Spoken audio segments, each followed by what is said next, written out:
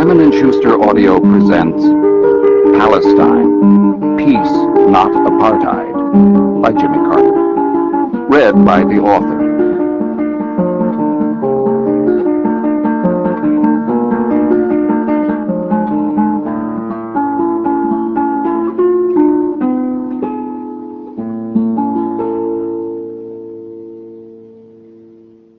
The Bible says that when the first blood was shed among his children, God asked Cain, the slayer, "Where is Abel, thy brother?" And he said, "I know not. Am I my brother's keeper?" And the Lord said, "What hast thou done? The voice of thy brother's blood crieth out to me from the ground, and now art thou cursed." That's Genesis 4, 9 through 11. The blood of Abraham, God's father of the chosen, still flows in the veins of Arab, Jew, and Christian, and too much of it has been spilled in grasping for the inheritance of the revered patriarch in the Middle East. The spilled blood in the Holy Land still cries out to God, an anguished cry for peace. That's from my earlier book about the Middle East, The Blood of Abraham.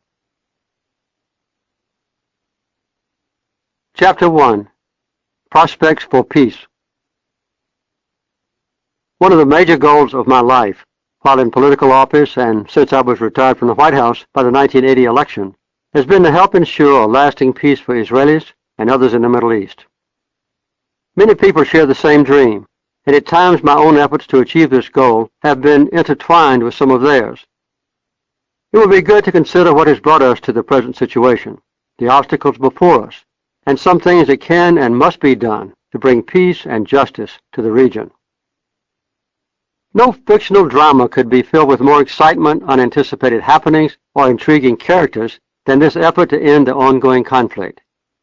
It is certainly one of the most fascinating and truly important political and military subjects of modern times. The Middle East is perhaps the most volatile region in the world, whose instability is a persistent threat to global peace. It is also the incubator of much of the terrorism that is of such great concern to Americans and citizens of other nations.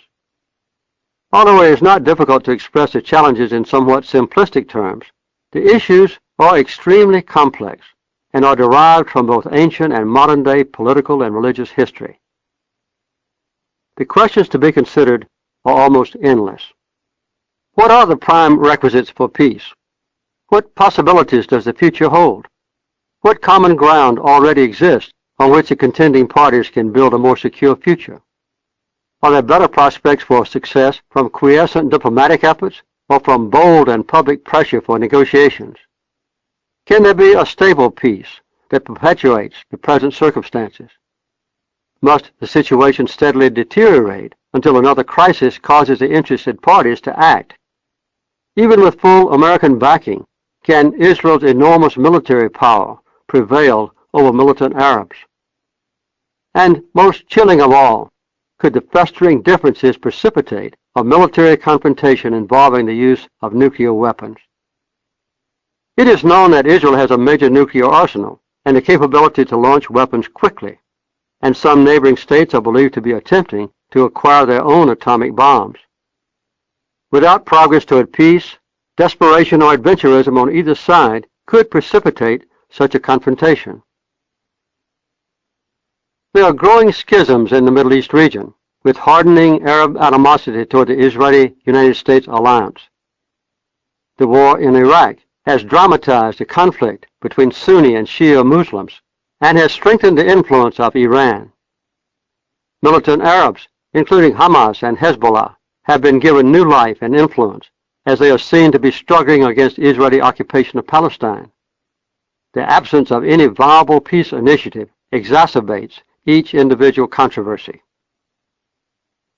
In times of greatest discouragement, ultimate hope has rested on the fact that, overwhelmingly, the people in the region, even those Syrians, Israelis, Lebanese, and Palestinians who are most distrusted by their adversaries, want the peace efforts to succeed. The rhetoric and demands from all sides may be harsh, but there are obvious areas of agreement that can provide a basis for progress. Private discussions with Arab leaders are much more promising than their public statements would lead one to believe. And in Israel, there's a strong and persistent constituency for moderation that is too little heard or appreciated in neighboring states or in America. Continuing impediments have been the desire of some Israelis for Palestinian land, the refusal of some Arabs to accept Israel as a neighbor, the absence of a clear and authoritative Palestinian voice acceptable to Israel, the refusal of both sides to join peace talks without onerous preconditions, the rise in Islamic fundamentalism, and the recent lack of any protracted effort by the United States to pursue peace based on international law and previous agreements ratified by Israel. In spite of the obvious need to resolve differences, the peace effort does not have a life of its own. It is not self-sustaining. The United States will always be preoccupied with Iraq, Iran, North Korea, or other strategic responsibilities, and there are competing factors that distract Arab leaders, who heretofore had been more inclined to focus on peace with Israel and a just solution to the Palestinian question. Many Arab regimes have become increasingly preoccupied with domestic problems, which include resurgent religious identity, rising expectations among more literate constituencies and the emerging middle classes, a fear of further intrusion by external forces, and stirrings of democracy. There's a tendency for these regimes to free themselves from their Palestinian burden. The situation is obviously not encouraging, but neither is it hopeless if leaders can remember the progress already made and build on past negotiated agreements. Most Arab regimes have accepted the permanent existence of Israel as an indisputable fact and are no longer calling for an end to the State of Israel, having contrived a common statement at an Arab summit in 2002 that offers peace and normal relations with Israel within its acknowledged international borders and in compliance with other United Nations Security Council resolutions. Almost everyone has accepted the ultimate right of the Palestinian people to decide their own sovereign destiny in a climate of peace. There is no place for sustained violence, which tends to subvert peace initiatives and perpetuate hatred and combat. Some Palestinians have responded to political and military occupation by launching terrorist attacks against Israeli citizens, a course of action that is both morally reprehensible and politically counterproductive. These dastardly acts have brought widespread condemnation and discredit to the entire Palestinian community and are almost suicidal for the Palestinian cause. It has been encouraging to observe an almost complete absence of violence during those all too brief intervals when the prospects for peace and justice gave the people hope. This was evident, for instance, during the time of the Camp David Accords in 1978, and when the Palestinians were welcomed to the Madrid Conference in 1991, as well as during the several Palestinian elections. It has always been clear that the antagonists cannot be expected to take the initiative to resolve their own differences. Hatred and distrust in the Middle East are too ingrained, and pride is too great for any of the disputing parties to offer invitations or concessions that they know will almost inevitably be rejected. Accommodation must be sought through negotiation with all parties to the dispute, with each having fair representation and the right to participate in free discussions. Compromise is necessary from both sides, with clear distinctions being made between what their dreams and ideology dictate and what is pragmatically possible. Although some extremists disagree, most Israelis have learned that they cannot reconstruct the Kingdom of David, which includes all of the West Bank, the Golan Heights, and parts of Lebanon and Jordan. At the same time, most Palestinians have been forced to accept the fact that the nation of Israel will never be erased from the map. Neither side can predict or impose on others the ultimate outcome of negotiations, and any final agreement has to be both voluntary and acceptable to both sides. Strong support for peace talks must come from the United States, preferably involving representatives of the United Nations, the European Union, and Russia. Until recently, America's leaders were known and expected to exert maximum influence in an objective, non-biased way to achieve peace in the Middle East. In order to resume this vital role, the United States must be a trusted participant, even-handed, consistent, unwavering, and enthusiastic, a partner with both sides, and not a judge of either. Although it is inevitable that at times there will be a tilt one way or the other, In the long run, the role of honest broker must once again be played by Washington. When a promising negotiation evolves, the United States would have to join other wealthy nations in offering the political and economic incentives necessary to bolster what will be at first a fragile understanding, and then be prepared to help the peacekeepers fend off the radicals and extremists who will seek to subvert what is being carefully created and nurtured. The three most basic premises are quite clear. First, Israel's right to exist within recognized borders and to live in peace must be accepted by Palestinians and all other neighbors. Second, the killing of non-combatants in Israel, Palestine, and Lebanon by bombs, missile attacks, assassinations, or other acts of violence cannot be condoned. And third, Palestinians must live in peace and dignity in their own land, as specified by international law, unless modified by good faith negotiations with Israel. The recent outbreak of violence in Gaza and between Israel and Lebanon is vivid proof of the need for a comprehensive peace agreement. The United States stands almost alone in its undeviating backing of Israel, while Arab support for militant groups approaches unanimity as violence continues. People of most other nations strongly condemn the excessive destruction and civilian casualties by Israel, as they deplore the deliberate provocation of Israel by Hamas and Hezbollah. In the final analysis, the different peoples of the Middle East have their own viewpoints, their own grievances, their own goals and aspirations. But it is Israel that remains the key, the tiny vortex around which swirl the winds of hatred, intolerance, and bloodshed. The indomitable people of Israel are still attempting to define their future, the basic character of their nation, its geographical boundaries, and conditions under which the legitimate rights of the Palestinians can be honored and an accommodation forged with its neighbors. These internal decisions will have to be made in consultation with Arabs, who are basically antagonistic, perhaps as difficult a political prospect as history has ever seen. Many Israelis, like their neighbors, are eagerly seeking a measure of normalized existence, but the verbal threats from Iran and some radical Arabs and the terrorist attacks in the occupied territories, and even within Israel, have kept alive the feelings of distrust and alienation among Israelis toward their neighbors. The most extreme and obnoxious statements have come from Iranian President Mahmoud Ahmadinejad, who has described the Holocaust as a myth and urged that Israel be annihilated or moved from the Middle East to Europe. The Arabs must recognize the reality that is Israel, just as the Israelis must accept a Palestinian state in a small remaining portion of territorial homeland allotted to the Palestinians by the United Nations and previous peace agreements. Palestinian human rights must be protected as generally recognized under international law, including self-determination, free speech, equal treatment of all persons, freedom from prolonged military domination, and imprisonment without trial, the rights of families to be reunited, the sanctity of ownership of property, and the right of non-belligerent people to live in peace. The Bible says that when the first blood was shed among his children, God asked Cain, the slayer, "Where is Abel, thy brother?" And he said, "I know not. Am I my brother's keeper?" And the Lord said, "What hast thou done? The voice of thy brother's blood crieth unto me from the ground, and now art thou cursed." This is from Genesis 4, 9-11. The Blood of Abraham, a book that I wrote a number of years ago, says God's father of the chosen still flows in the veins of Arab, Jew, and Christian, and too much of it has been spilled in grasping for the inheritance of the revered patriarch in the Middle East.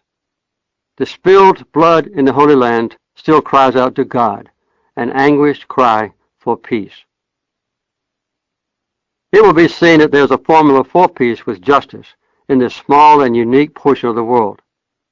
It is compatible with international law and sustained American government policy, has the approval of most Israelis and Palestinians, and conforms to agreements previously consummated but later renounced. It is this blueprint that we will now explore. Chapter 2. My first visit to Israel in 1973. I have visited Israel many times and have discussed existing circumstances and future prospects with strong-willed persons who represent many different points of view, both Israelis at home and Jews in other countries who retain an intense interest in the nation and its policies. I have continued to learn both during and after my years in the White House, but even before I was president, I established personal relationships with Yitzhak Rabin, Moshe Dayan, Golda Meir, Abba Eban, and other Israeli leaders, and learned all I could about Israel and its political and military challenges. Since this is when I formed most of my lasting impressions of Israel, I'll cover these early experiences in some detail. My personal introduction to Israel came at a time when its citizens were filled with confidence and optimism about their future. During its early years, Israel had appeared vulnerable to punishing Arab attacks, but the 1967 war demonstrated that its forces were far more effective than those of its neighbors. The Israeli Air Force destroyed most of the opposition, and land forces moved south and west through the Gaza Strip and the arid Sinai Desert to the Suez Canal, east to the Jordan River to occupy the West Bank, and northeast to take the Golan Heights. One of the heroes of the war was General Yitzhak Rabin. As part of an effort by Israel to strengthen even further its relationship with American leaders, he came to Georgia when I was governor. He seemed pleased to answer my eager questions about military and political relationships in the Middle East and invited me to visit Israel at an early date as his guest. Having studied Bible lessons since early childhood and taught them for 20 years, I was infatuated with the Holy Land, and my wife Rosa and I arranged to accept his invitation in 1973. In preparing for this trip, we pored over maps and reviewed both ancient and modern history of Israel.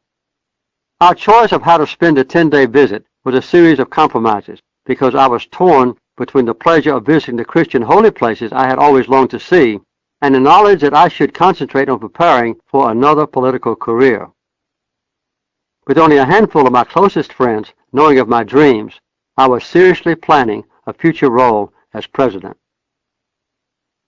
We first met briefly with Prime Minister Golda Meir, who assigned to us a used Mercedes station wagon and a young student as a driver.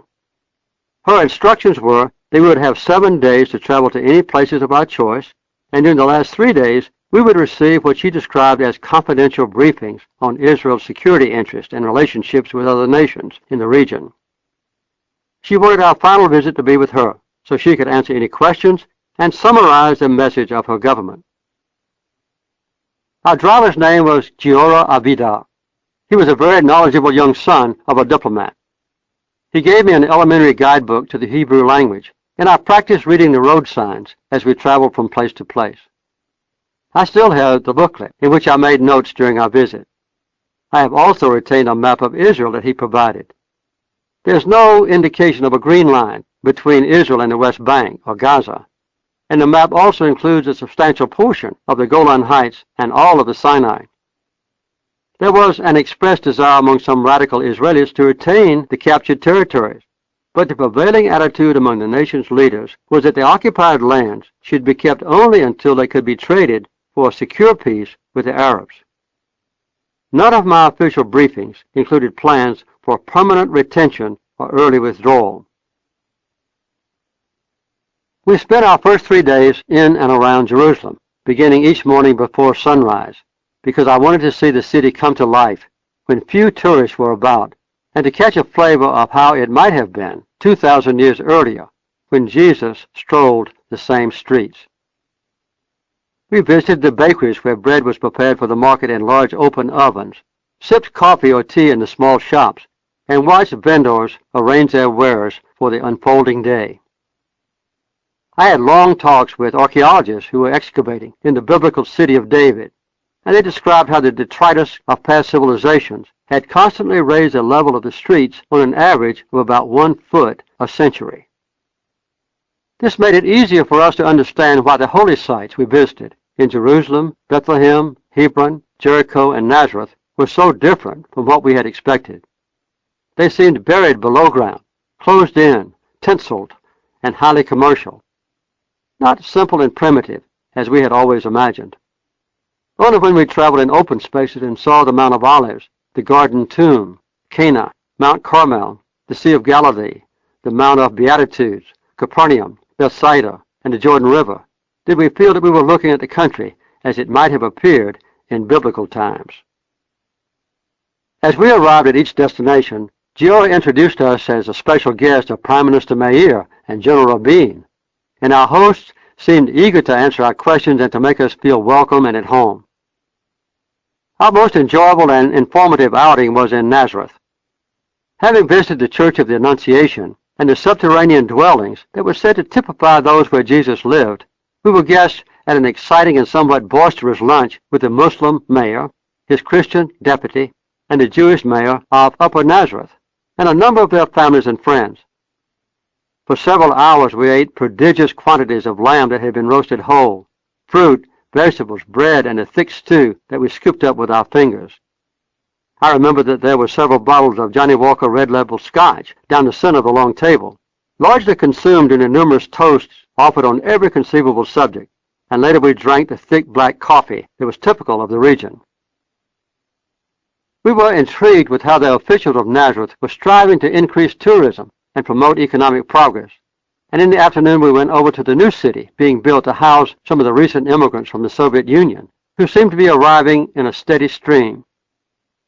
The wall paint was hardly dry when each family moved into their new apartment, and there were plans to build 3,000 more units to house those yet to come.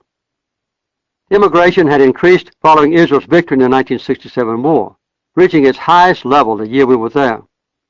The mayor said that up to 100 factories around metropolitan Nazareth would provide jobs for both the old and new residents. Some of the longtime citizens complained about the special treatment being given to the newcomers, but these dissident voices were not widespread or persistent. We talked to several of the Soviet settlers who bragged to the younger ones that they had been studying Hebrew from the first day in their new homes. We continued our travels to Cana and then along the paths of Jesus in his early ministry to Capernaum and other communities around the Sea of Galilee. It was especially interesting to visit with some of the few surviving Samaritans who complained to us that their holy sites and culture were not being respected by the Israeli authorities. The same complaint heard by Jesus and his disciples almost 2,000 years earlier. Later we visited several kibbutzim, collective farms or settlements, one of them already 54 years old. As a farmer, I was interested to learn that they grew apples and were able to keep them in cold storage for sale almost year-round, and that their cows were milked 3 times daily, instead of the usual 2 milkings, to increase production and profits. The next morning was a Sabbath, and at the appointed time we entered the synagogue, said a silent prayer, and then stood quietly just inside the door. Only 2 other worshippers appeared. When I asked if this was typical, Giora gave a wry smile and shrugged his shoulders as if it was not important either way. We obtained a different perspective when we visited the settlement on the Golan Heights, taken from Syria in 1967. There we found much more of a pioneer spirit, and were impressed by the quiet dedication of the young families who farmed together. They seemed to share everything and were quite proud of their hard manual labor and the absence of worldly goods in their homes. The kibbutz leaders took us to the steep western slope overlooking Galilee to show us gun emplacements that had been built and used by the Syrians against the Israelis during the 1967 war. We could see far below us the small villages along the lakeshore, homes in the valley, automobiles on the roads, and tractors cultivating the fields. It was obvious why control of this site was so important to Israel militarily, pending a peace agreement with Syria. The young Israelis spoke with growing fervor, explaining that the strength of Israel was being tested every day and must never be found wanting. They were convinced that their own kibbutz was valuable both economically and militarily, and made it clear to us that they intended never to have enemy guns firing down on Israelis from these cliffs again. There were only about 1,500 Jewish settlements in the occupied territories at that time, and our natural presumption was that Israel would dismantle the unwanted settlements to comply with international law, including UN Security Council resolutions that had been supported by both Israel and the United States.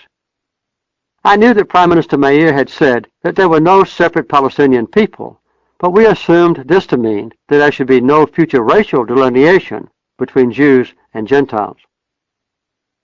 I have to admit that at the time, I equated the ejection of Palestinians from their previous homes within the state of Israel to the forcing of Lower Creek Indians from the Georgia land, where our own family farm was now located. They had been moved west to Oklahoma on the so-called Trail of Tears to make room for our white ancestors. In this most recent case, although equally harsh, the taking of land had been ordained by the international community through an official decision of the United Nations. The Palestinians had to comply, and after all, they could return or be compensated in the future, and they were guaranteed undisputed ownership of East Jerusalem, the West Bank, and Gaza. After going to sea on one of the missile boats that had been spirited from the French, despite the post-1967 arms embargo against Israel, we drove east and then south as close as we could to the Jordan River. All our lives we had studied and sung about this stream, so we visualized a mighty current with almost magical qualities. We were amazed to find it was not as large as the small creeks that flow through our own farm.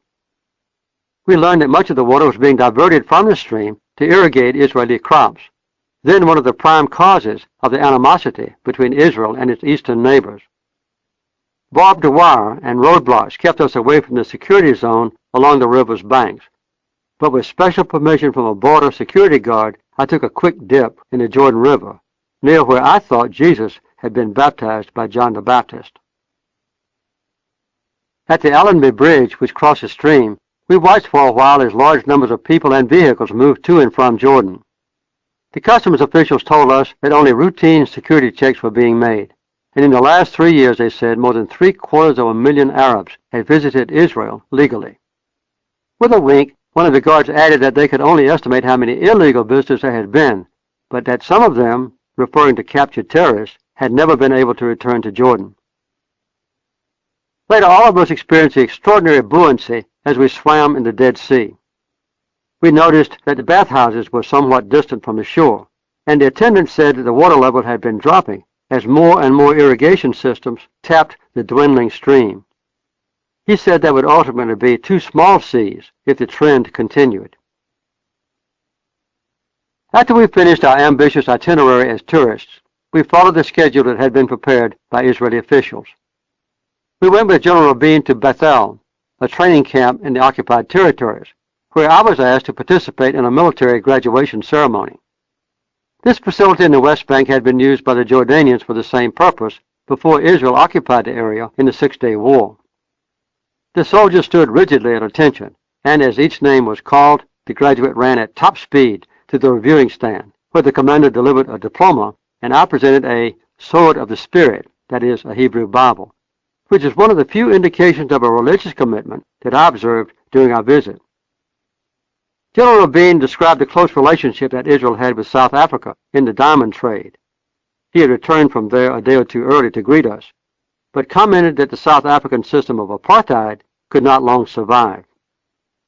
When I asked about his own political future, he said that he would have a place on the Labour Party list, but had not yet been assured of a cabinet post.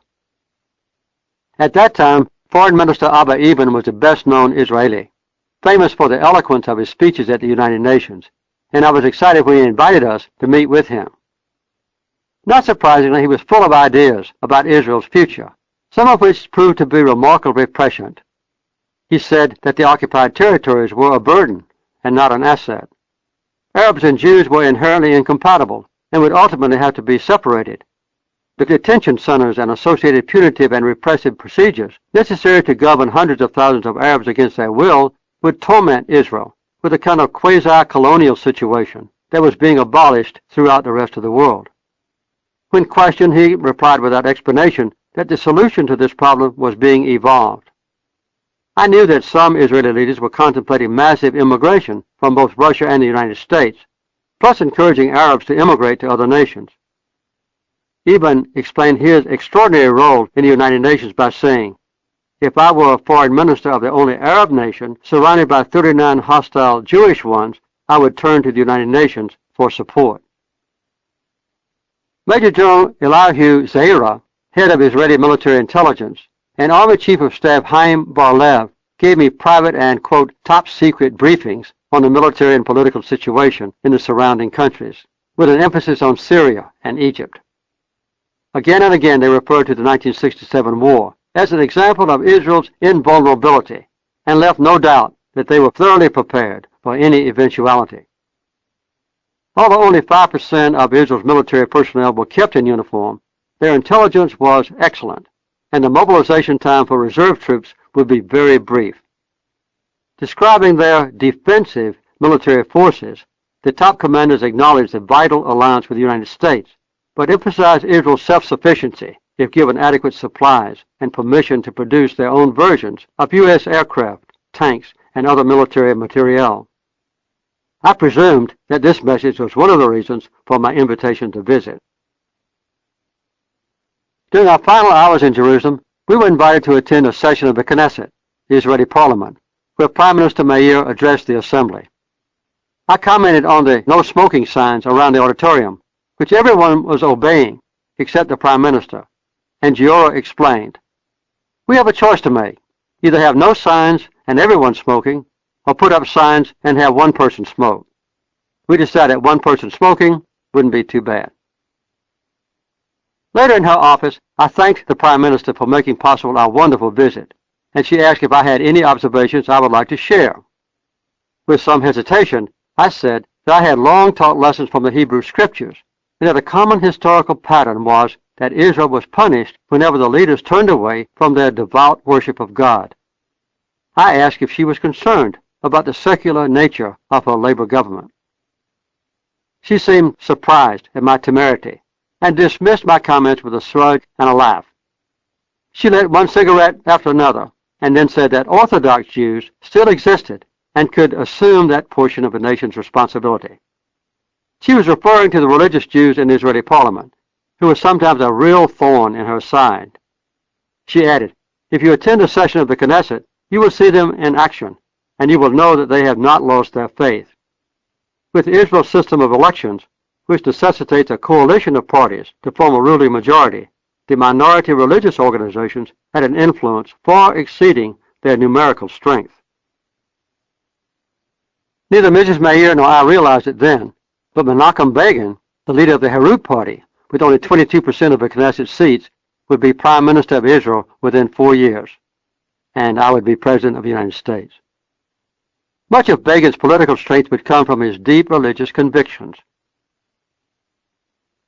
Throughout our travels, we found the country to be surprisingly relaxed and saw only a handful of people in uniform, mostly directing traffic at the busier intersections. Also, there seemed to be an easy relationship among the different kinds of people we met, including Jews and Arabs. Later, I realized that I had had few personal contacts or political discussions with Arabs who were not living inside Israel, but at the time, their plight seemed of relative insignificance to me. I recorded some of the private and public comments that indicate how the atmosphere in Israel was buoyant with a sense of success and prosperity. And I quote some of those. "The United States is our only important friend. The Russians now want peace in the Middle East. They cannot afford another major defeat of their Arab allies. The Europeans are obsessed with economics. France is our worst enemy in the common market, moralistic to a fault. Arabs are incompatible with us. They have no loyalty to the Israeli flag. Israeli Arabs are the fastest growing community on earth, and it's only Jewish immigration that will let us retain a majority. The Arab oil weapon is not a real threat. They need dollars more than the world needs their oil. Israel receives 90% of its oil needs from the Sinai and Iran. We have no foreseeable problems in obtaining enough fuel." And finally, no one should fear the Arab nations. They have been badly beaten in every conflict and eventually will have to sue for peace. We left convinced that the Israelis were dominant but just, the Arabs quiescent because their rights were being protected, and the political and military situation destined to remain stable until land was swapped for peace. I was excited and optimistic about the apparent commitment of the Israelis to establish a nation that would be a homeland for the Jews, dedicated to the Judeo-Christian principles of peace and justice, and determined to live in harmony with all their neighbors. Although aware of the subservient status of the Palestinians, I was reassured by the assumption that Israel would withdraw from the occupied territories in exchange for peace. I was reminded of the words of Israel's first president, Chaim Weizmann, and I quote, "I am certain the world will judge the Jewish state by how it treats the Arabs." After returning home, I monitored developments in the Middle East very closely. Absorbed with maintaining their control of the West Bank and continuing to build their economy and world alliances, the Israelis were caught completely by surprise 4 months after my visit in October 1973, when Presidents Anwar al-Sadat of Egypt and Hafiz al-Assad of Syria orchestrated simultaneous attacks by their forces into the Sinai and the Golan Heights, both occupied by Israel. Well armed with Soviet weapons, the Arabs were at first successful, but Israeli tenacity and additional military supplies from the United States eventually turned the tide. I was deeply concerned when the combined forces of the superpowers almost came into conflict as Israel's military forces crossed the Suez Canal and were moving toward Cairo, Egypt. The nuclear armadas of the Soviet Union, defending Egypt, and the United States, supporting Israel, were put on high alert for the only time in history. Fortunately, the two great nations used their influence to bring about a ceasefire after 20 days of combat, and Secretary of State Henry Kissinger managed to negotiate permanent disengagement agreements. Chapter 3. My Presidency, 1977 to 1981. The 1973 war introduced major changes in the character of the Middle East. The effective performance of the Egyptian and Syrian armies increased the stature of both President Anwar al-Sadat of Egypt and President Hafiz al-Assad of Syria. The Arab states demonstrated that they were willing to use oil as a weapon in the support of Arab interests through embargo and price increases. In Israel, in June 1974, Prime Minister Golda Meir resigned and Yitzhak Rabin took her place. Also in October, Arab leaders unanimously proclaimed the Palestine Liberation Organization, the PLO, as the sole legitimate representative of the Palestinian people, with Yasser Arafat as its leader. Now, the Palestinians were to be seen as a people who could speak for themselves. The PLO became a powerful political entity, able to arouse strong support in international forums from the Arabs, the Soviet Union, most third world countries, and many others. However, U.S. government leaders pledged not to recognize or negotiate with the PLO until the organization officially acknowledged Israel's right to exist and accepted UN Resolution 242, which confirmed Israel's existence within its 1949 borders. A more important problem was that the PLO's rejection of Israel was shared by the leaders of all Arab nations, following 4 wars in the previous 25 years. These were the events that I monitored after returning home from my first visit to Israel and during my race for president. It was a rare day on the campaign trail that I did not receive questions from Jewish citizens about the interests of Israel, and my growing team of issue analysts provided me with briefing papers that I could study.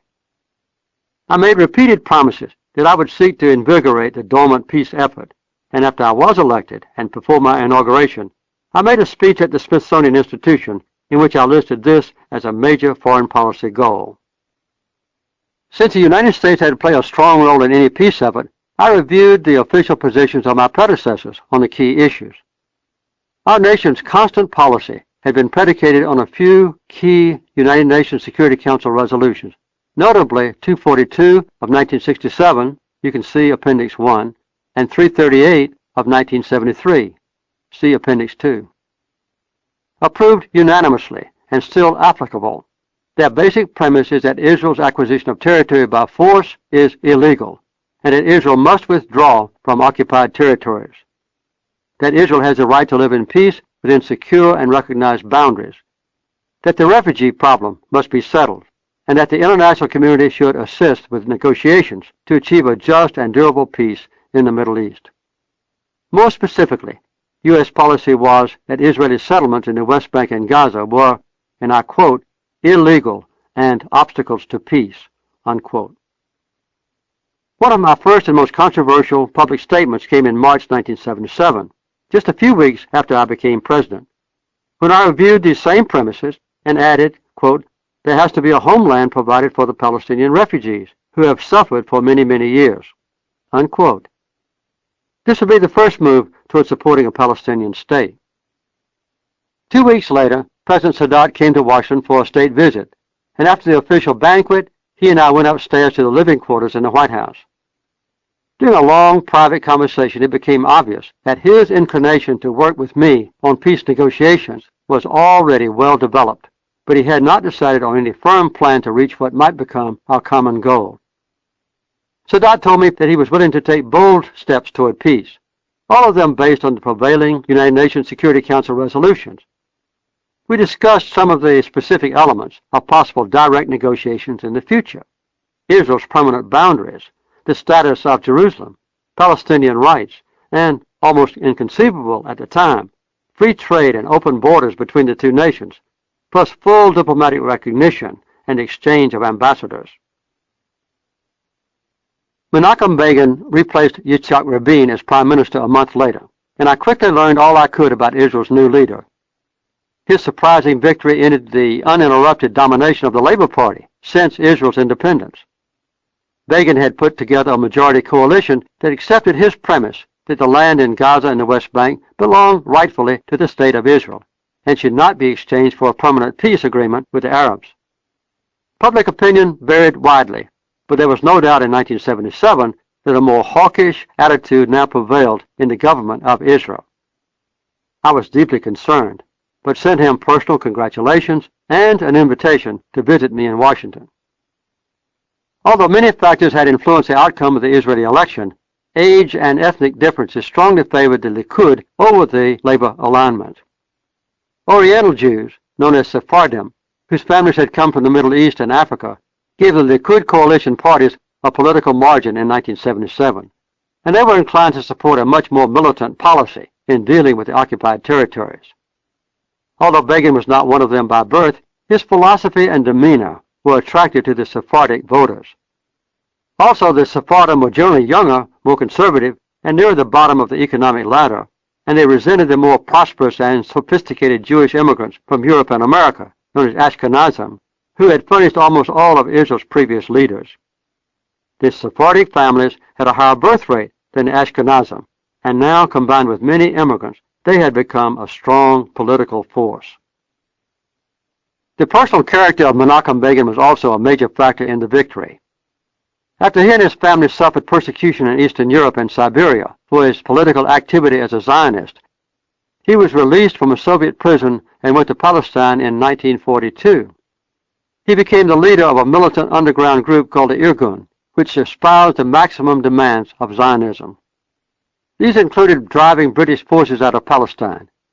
He fought with every weapon available against the British, who branded him as a preeminent terrorist in the region. A man of personal courage and single-minded devotion to his goals, he took pride in being a fighting Jew. I realized that Israel's new prime minister, with whom I would be dealing, would be prepared to resort to extreme measures to achieve the goals in which he believed. In Israel, Begin put forward clear and blunt answers to complex questions about peace and war, religion, the Palestinians, finance, and economics. I expected him to have a clear idea of when he might yield and what he would not give up in negotiations with his Arab neighbors and the United States. However, when he came to Washington to meet with me, I found the Prime Minister quite willing to pursue some of the major goals that I had discussed with Sadat. I also had definitive discussions with King Hussein of Jordan and President Assad of Syria, but it was obvious that they would not be willing to participate in the kind of peace efforts that Sadat, Begin, and I had discussed. The economic and political pressures among the Arab leaders to maintain a unanimous condemnation of Israel were overwhelming. The PLO was out of diplomatic bounds for me, still officially classified by the United States government as a terrorist organization.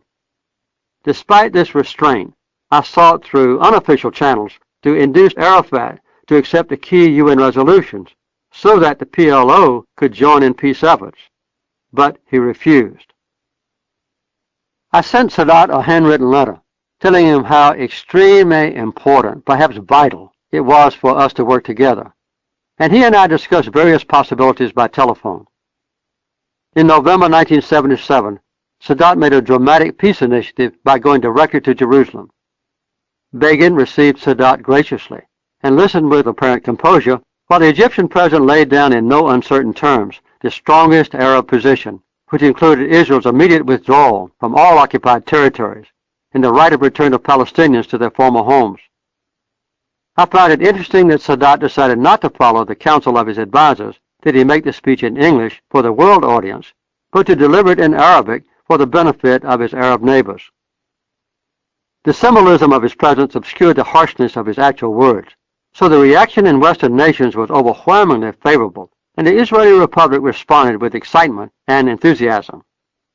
The responses, though, of the Saudis, Jordanians, and some of the other moderate Arab leaders were cautious, but Syria broke diplomatic relations with Egypt, and high officials in Damascus, Baghdad, Tripoli, and the PLO called for Sadat's assassination. Prime Minister Begin came to the White House to discuss specific peace proposals, and there was a flurry of meetings between the Egyptians and the Israelis that culminated shortly after Christmas in a return visit by Begin to Egypt. Sadat reported to me that the session was completely unsatisfactory, an apparently fatal setback for his peace initiative, because Begin was insisting that Israeli settlements must remain on Egyptian land in the Sinai. It appeared that the only permanent result of Sadat's move was an end to any prospect for an international peace conference involving the Soviets. I consulted with as many Arab leaders as possible on a past New Year's trip to the region, and found them somewhat supportive of Sadat in private, but quite critical in their public statements, honoring a pledge of unanimity with their other Arab brothers. During the early part of 1978, Sadat sent me a private message that he intended to come to the United States and publicly condemn Begin as a betrayer of the peace process. Rosen and I invited Anwar and his wife, Jehan, to Camp David for a personal visit, and after a weekend of intense talks, Sadat was convinced to cancel his planned speech and to join me in search of an agreement. Unfortunately, my working relationship with Menachem Begin became even more difficult in March, when the PLO launched an attack on Israel from a base in southern Lebanon. A sightseeing bus was seized, and 35 Israelis were killed. I publicly condemned this outrageous act, but my sympathy was strained 3 days later when Israel invaded Lebanon and used American-made anti-personnel cluster bombs against Beirut and other urban centers, killing hundreds of civilians and leaving thousands homeless. I consider this major invasion to be an overreaction to the PLO attack, a serious threat to peace in the region, and perhaps part of a plan to establish a permanent Israeli presence in southern Lebanon. Also, such use of American weapons violated a legal requirement that armaments sold by us be used only for Israeli defense against an attack. After consulting with key supporters of Israel in the U.S. Senate, I informed Prime Minister Begin that if Israeli forces remained in Lebanon, I would have to notify Congress, as required by law, that U.S. weapons were being used illegally in Lebanon, which would automatically cut off all military aid to Israel. Also, I instructed the State Department to prepare a UN Security Council resolution condemning Israel's action. The Israeli forces withdrew, and United Nations troops came in to replace them in southern Lebanon, adequate to restrain further PLO attacks on Israeli citizens. Our efforts to rejuvenate the overall peace process were fruitless during the spring and summer. My next act was almost one of desperation. I decided to invite both Begin and Sadat to Camp David so that we could be away from routine duties for a few days and, in relative isolation, I could act as a mediator between the two national delegations. They accepted without delay, and on September 4th, we began what evolved into a 13-day session, which involved teams of about 50 on each side. My aim was to have Israelis and Egyptians understand and accept the compatibility of many of their goals and the advantages to both nations in resolving their differences. We had to address such basic questions as Israeli withdrawal from the occupied territories, Palestinian rights, Israel's security, an end to the Arab trade embargo, open borders between Israel and Egypt, the rights of Israeli ships to transit the Suez Canal, and the sensitive issues concerning sovereignty over Jerusalem and access to the holy places. In the process, I hope to achieve a permanent peace between the two countries, based on full diplomatic recognition, as would be confirmed by a bilateral peace treaty. Begin and Sadat were personally incompatible, and I decided after a very few unpleasant encounters that they should not attempt to negotiate with each other. Instead, I worked during the last 10 days and nights with each or with their representatives separately. Although this approach was more difficult for me, I had to go from one negotiating session to another. There were advantages in that it avoided the harsh rhetoric and personal arguing between the two leaders. At least with Begin, every word of the final agreement was carefully considered, and he and I spent a lot of time perusing a thesaurus and a dictionary. He was a careful semanticist. He surprised me once when I had proposed autonomy for the Palestinians. He insisted on full autonomy. For a more complete day-by-day description of the Camp David negotiations, see my book, Keeping Faith, Memoirs of a President. Begin came to Camp David intending just to work out a statement of broad, general principles for a peace agreement, leaving to subordinates the task of resolving the more difficult details. It was soon obvious that he was more interested in discussing the Sinai than the West Bank and Gaza, and he spent the best part of his energy on the minute details of each proposal. The other key members of the Israeli team, Foreign Minister Moshe Dayan, Defense Minister Asa Weizmann, and Attorney General Aharon Barak, desired as full an agreement as possible with the Egyptians, and they were often able to convince Begin that a particular proposal was beneficial to Israel and would be approved by its citizens. Sadat wanted a comprehensive peace agreement, and he was the most forthcoming member of the Egyptian delegation. His general requirements were that all Israelis leave the Egyptian Sinai, and that there be a comprehensive accord involving the occupied territories, Palestinian rights, and Israel's commitment to resolve peacefully any further disputes with its neighbors. Both sides would have to pledge to honor UN Resolution 242. Sadat usually left the details of the negotiations to me or the key negotiator of his Egyptian team, Osama El-Baz. On several occasions, either Begin or Sadat was ready to terminate the discussions and return home, but we finally negotiated the Camp David Accords, see Appendix 3, including the framework of a peace treaty between the two nations, see Appendix 4. The two leaders and their advisors even agreed upon my carefully worded paragraph on the most sensitive issue of all, the Holy City. Let me quote it. Jerusalem, the city of peace, is holy to Judaism, Christianity, and Islam, and all peoples must have free access to it and enjoy the free exercise of worship and the right to visit and transit to the holy places without distinction or discrimination.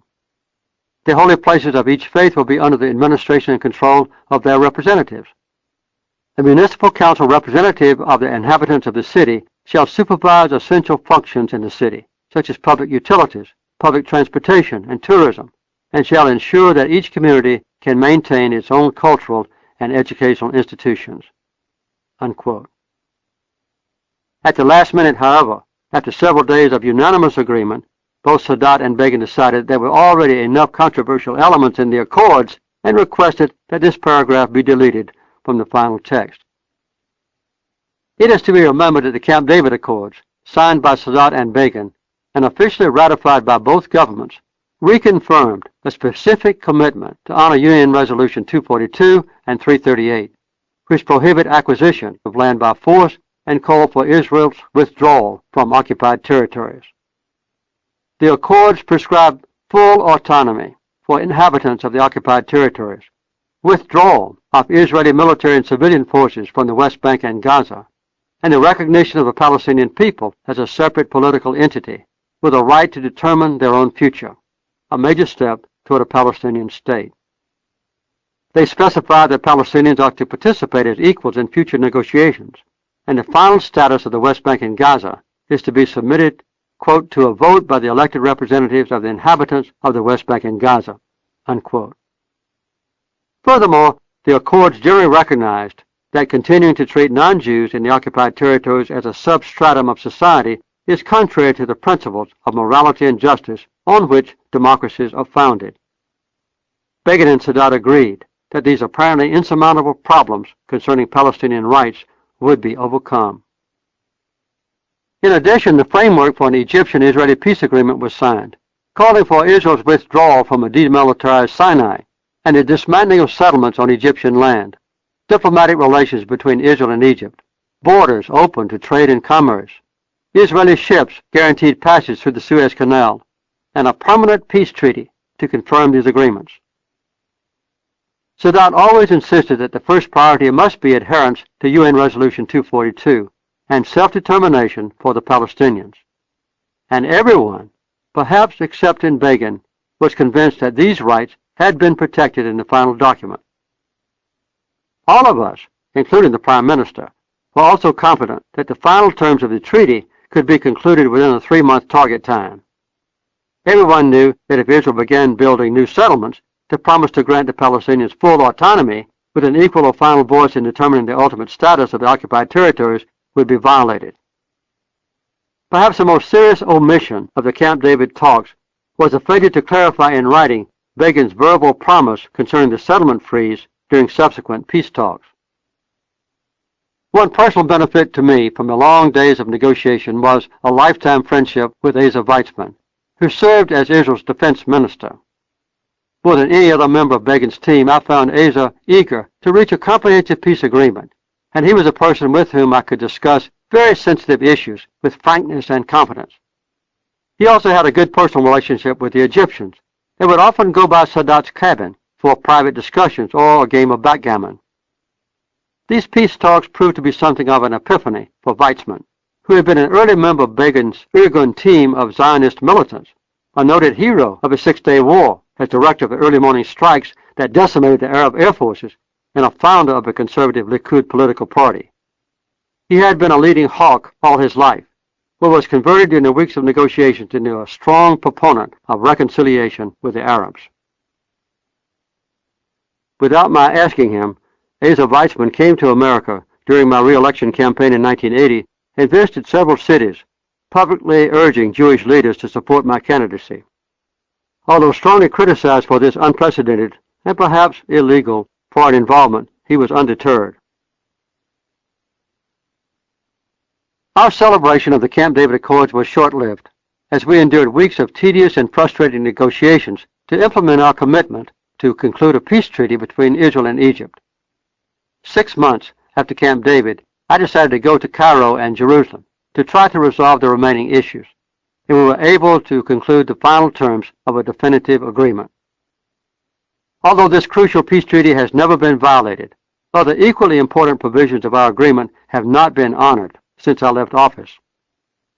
The Israelis have never granted any appreciable autonomy to the Palestinians, and instead of withdrawing their military and political forces, Israeli leaders have tightened their hold on the occupied territories.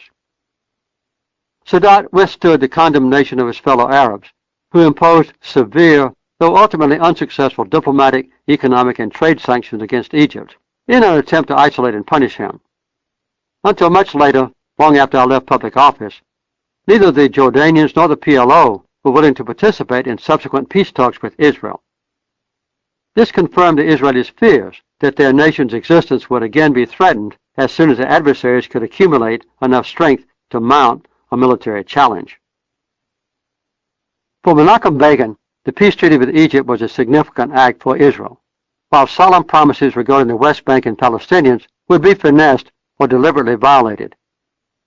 With the bilateral treaty, Israel removed Egypt's considerable strength from the military equation of the Middle East, and thus it permitted itself renewed freedom to pursue the goals of a fervent and dedicated minority of its citizens to confiscate, settle, and fortify the occupied territories.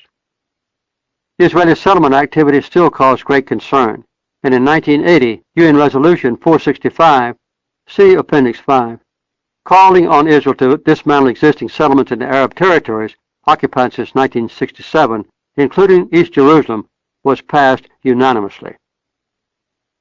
We all knew that Israel must have a comprehensive and lasting peace, and this dream could have been realized if Israel had complied with the Camp David Accords and refrained from colonizing the West Bank, with Arabs accepting Israel within its legal borders.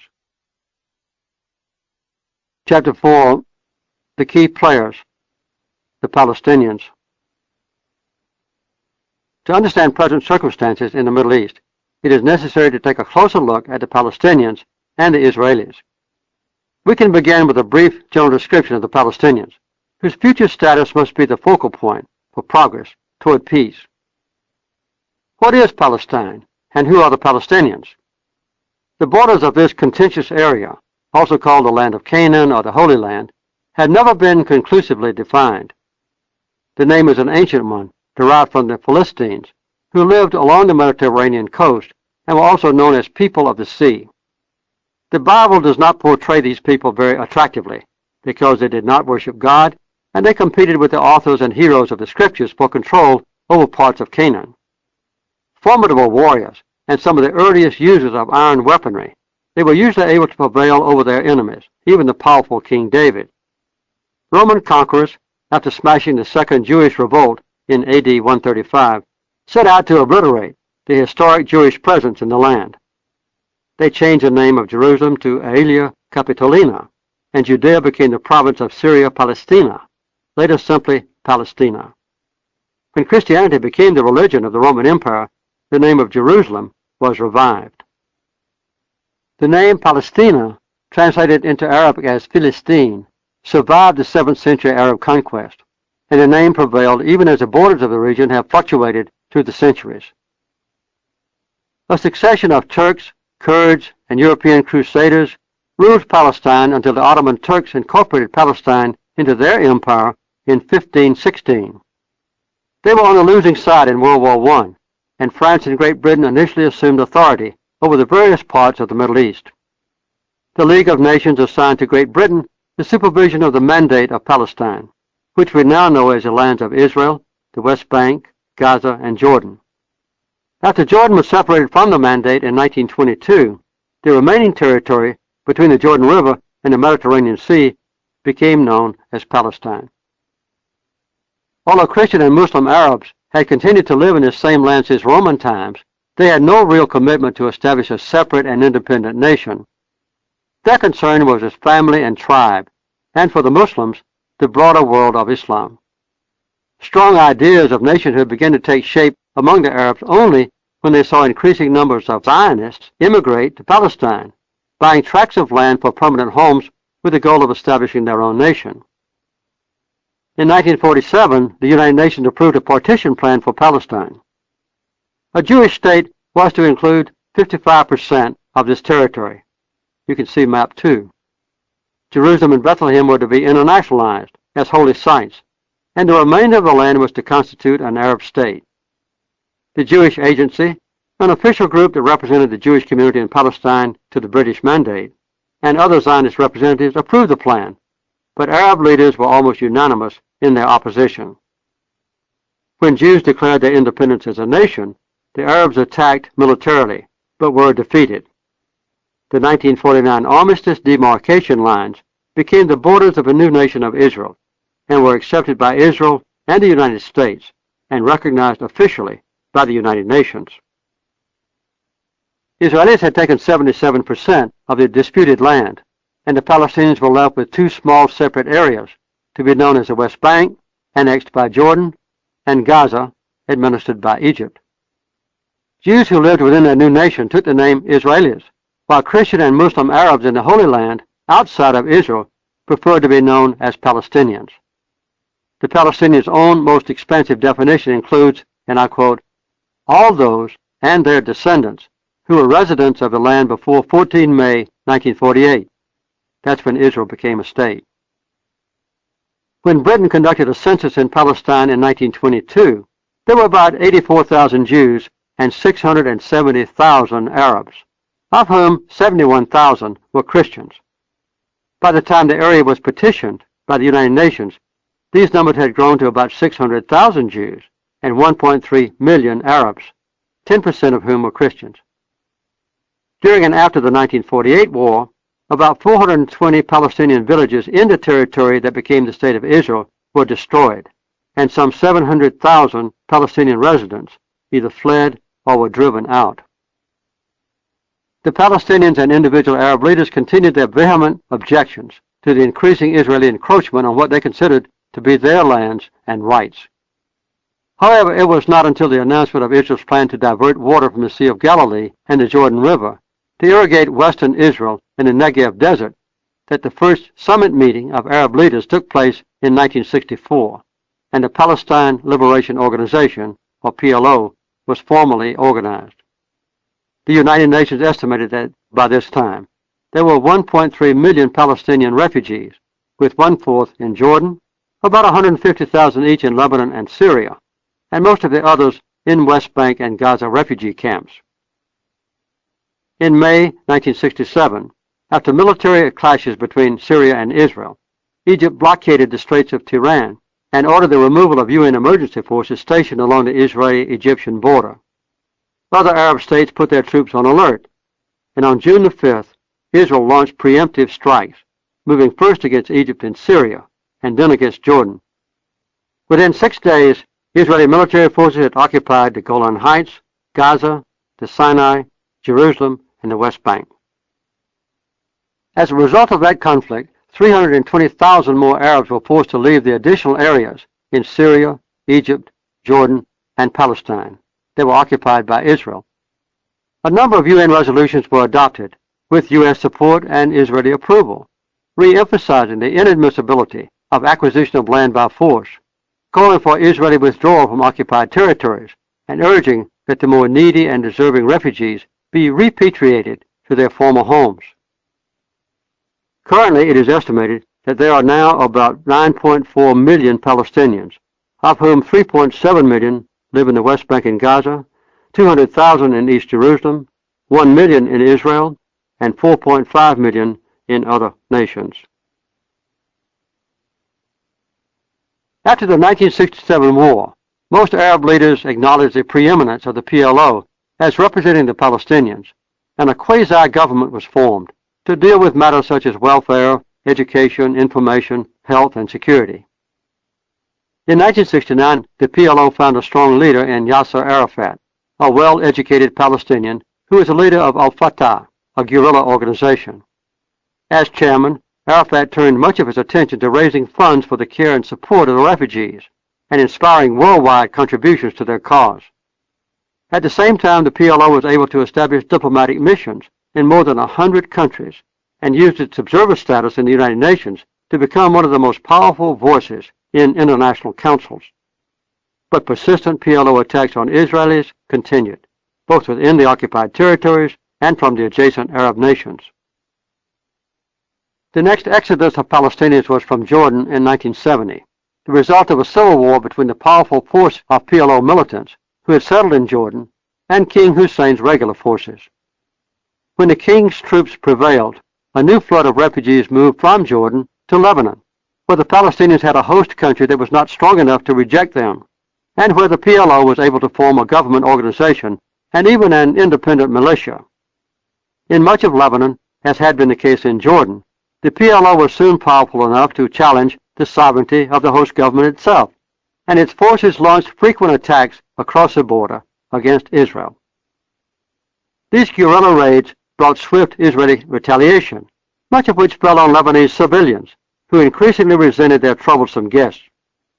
The country became embroiled in civil conflict, and Syrian forces moved in to restore order in June 1976, the same year I was elected president, working out an agreement to limit the PLO militia to prescribed locations and to restrict guerrilla attacks from southern Lebanon into Israel. I have found Palestinians in the West Bank and Gaza to be focused on their personal problems under Israeli occupation, but there are a variety of concerns among Palestinian leaders in other countries.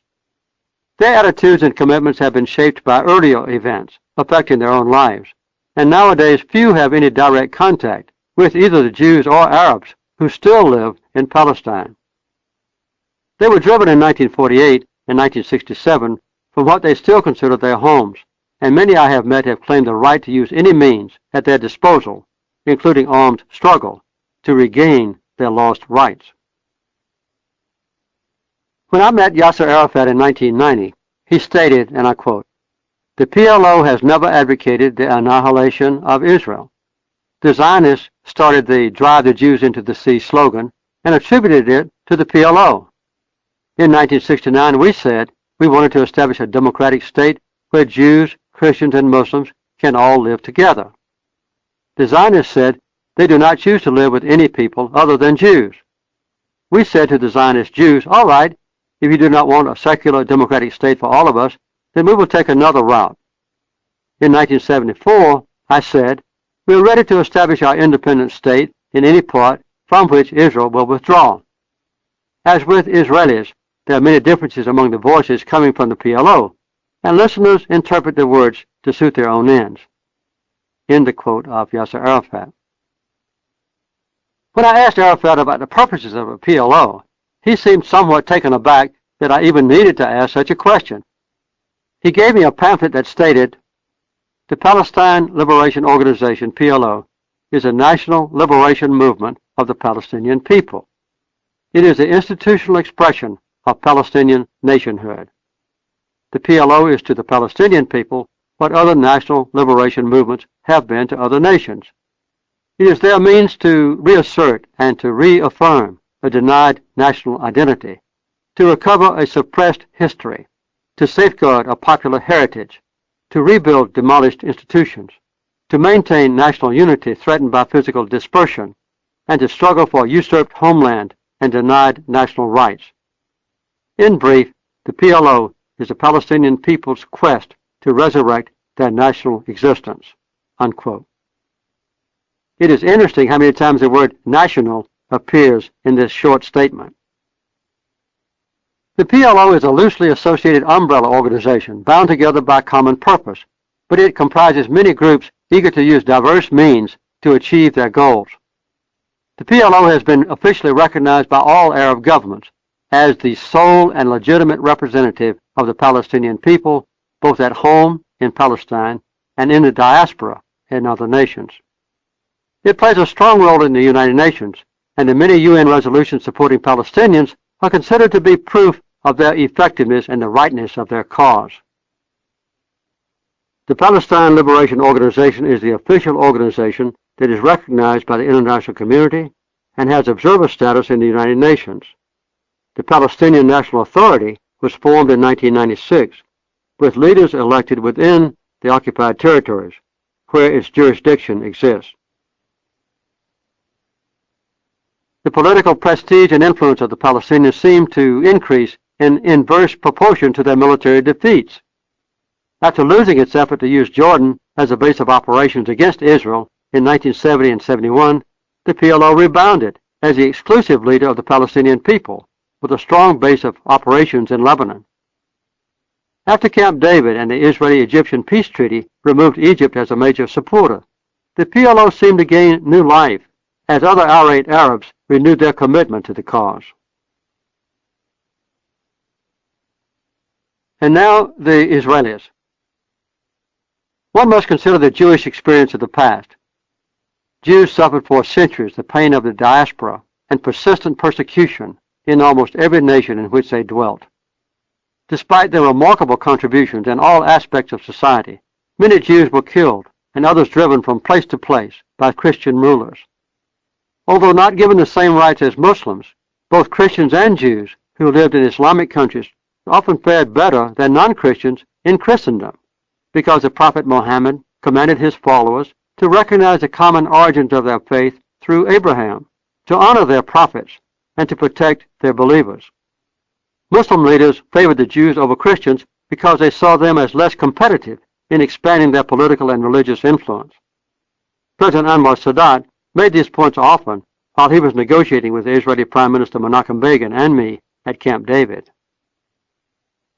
Nationalism became a powerful force in 19th century Europe, and it influenced Jews living there to create the Zionist movement.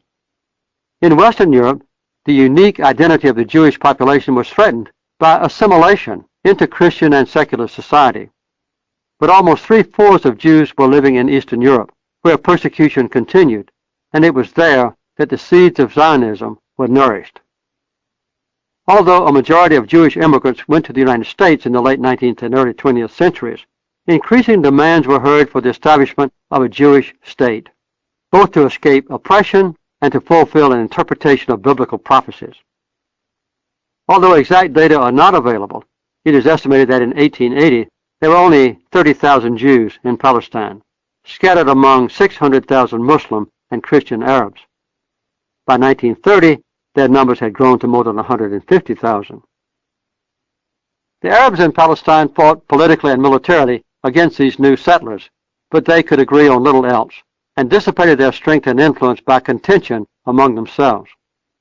The British, who succeeded the Ottoman Turks after World War I as rulers of Palestine, attempted to contain the bloody disputes by restricting immigration of Jews to the Holy Land, despite desperate appeals from those who faced increasing threats and racial abuse.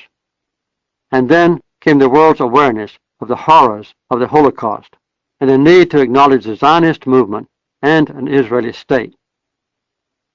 There had been further waves of Jewish and Gentile immigration into Palestine, as indicated by official British data.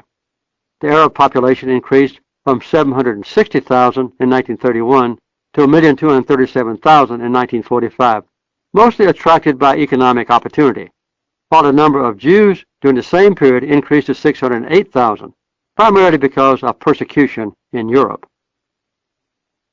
British forces withdrew in May 1948, and Israel declared itself an independent state, recognized almost immediately by President Harry Truman on behalf of the United States. At that point, Arab troops from Egypt, Lebanon, Syria, Transjordan, and Iraq joined Palestinians in attacking Israel, but their separate national forces were not well coordinated, and there was some doubt about their specific objectives. The Israelis, in contrast, were cohesive, better armed, well-led, and highly motivated as they fought for their lives and their new nation.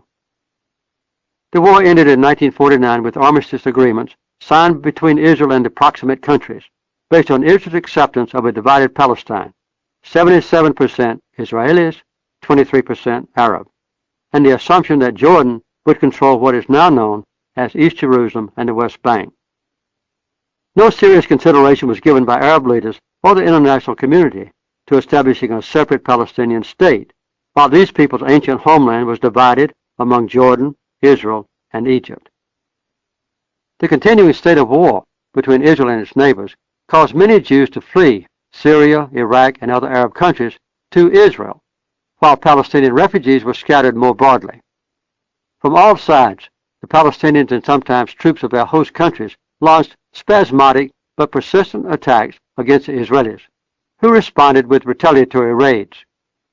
The major defining war was the one in 1967.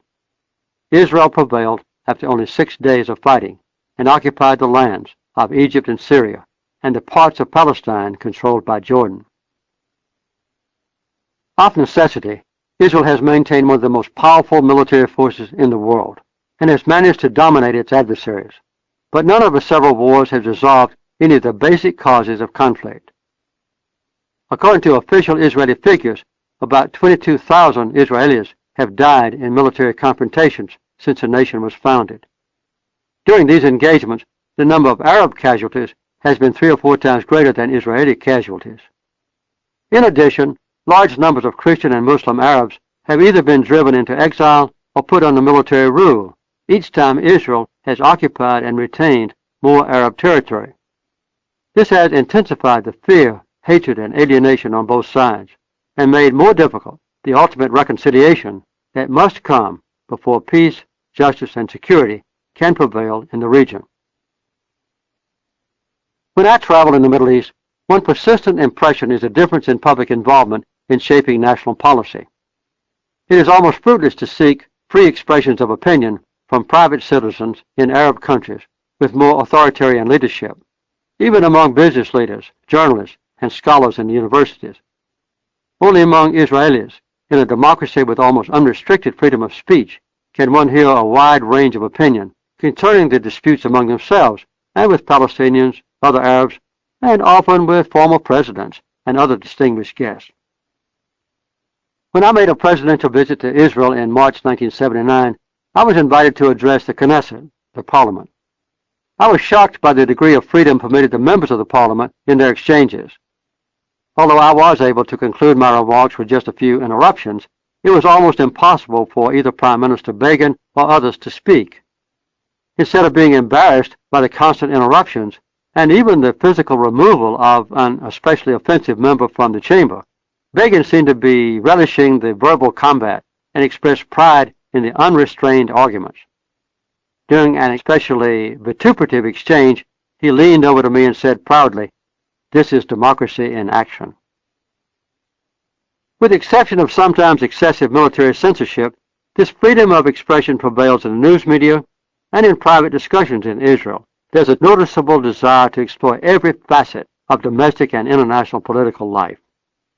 Only among some of the Israeli Arabs is there an obvious reluctance to speak freely.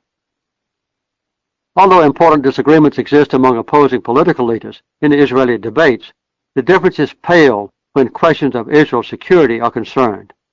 Then the population closes ranks.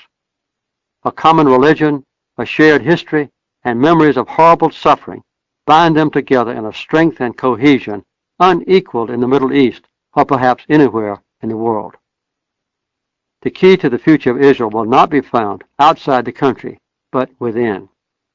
It is not likely that any combination of Arab powers, or even the powerful influence of the United States, could force decisions on Israel concerning East Jerusalem, the West Bank, Palestinian rights, or the occupied territories of Syria. These judgments will be made in Jerusalem through democratic processes involving all Israelis who can express their views and elect their leaders. The crucial issues are being debated much more vehemently there than anywhere in the outside world, and a final decision has not been made. The outcome of this debate will shape the future of Israel. It may also determine the prospects for peace in the Middle East, and perhaps the world. Chapter 5. And now some other neighbors.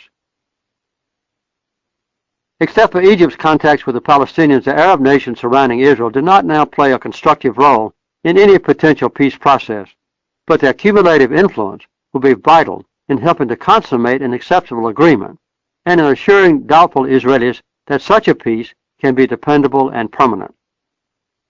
It will be helpful to summarize the past involvement and assessments of the leaders of Syria, Jordan, Egypt, Lebanon, and Saudi Arabia concerning their potential involvement in possible solutions. I have visited these countries as often as possible and arranged for additional meetings with their leaders, either in the United States or elsewhere. First, Syria. Israel has relinquished its control over previously occupied portions of Egypt and almost all of Lebanon, but still occupies a region of Syria encompassing the Golan Heights. It's interesting to observe that when Golan Heights is entered into Google, one of the initial responses is an invitation to international tourists to come and visit the Israeli settlers who live there. I first visited this high plateau in 1973 and have returned to the general area several times on trips to Israel, Jordan, and Syria. Israel captured the heights from Syria in the 1967 Six-Day War, and in 1981 passed a law that seems to imply its permanent jurisdiction over the area. This is an extreme irritant in Damascus and has caused Syrian leaders to be in the forefront of Arabs who have resisted accommodation with Israel on any other issue. When I became president, one of my primary goals was to persuade Syrian President Hafez al-Assad to change this negative policy and cooperate with me on a comprehensive peace effort. Little was known about his personal or family life, but former Secretary of State Henry Kissinger and others who knew Assad had described him to me as very intelligent, eloquent, and frank in discussing even the most sensitive issues.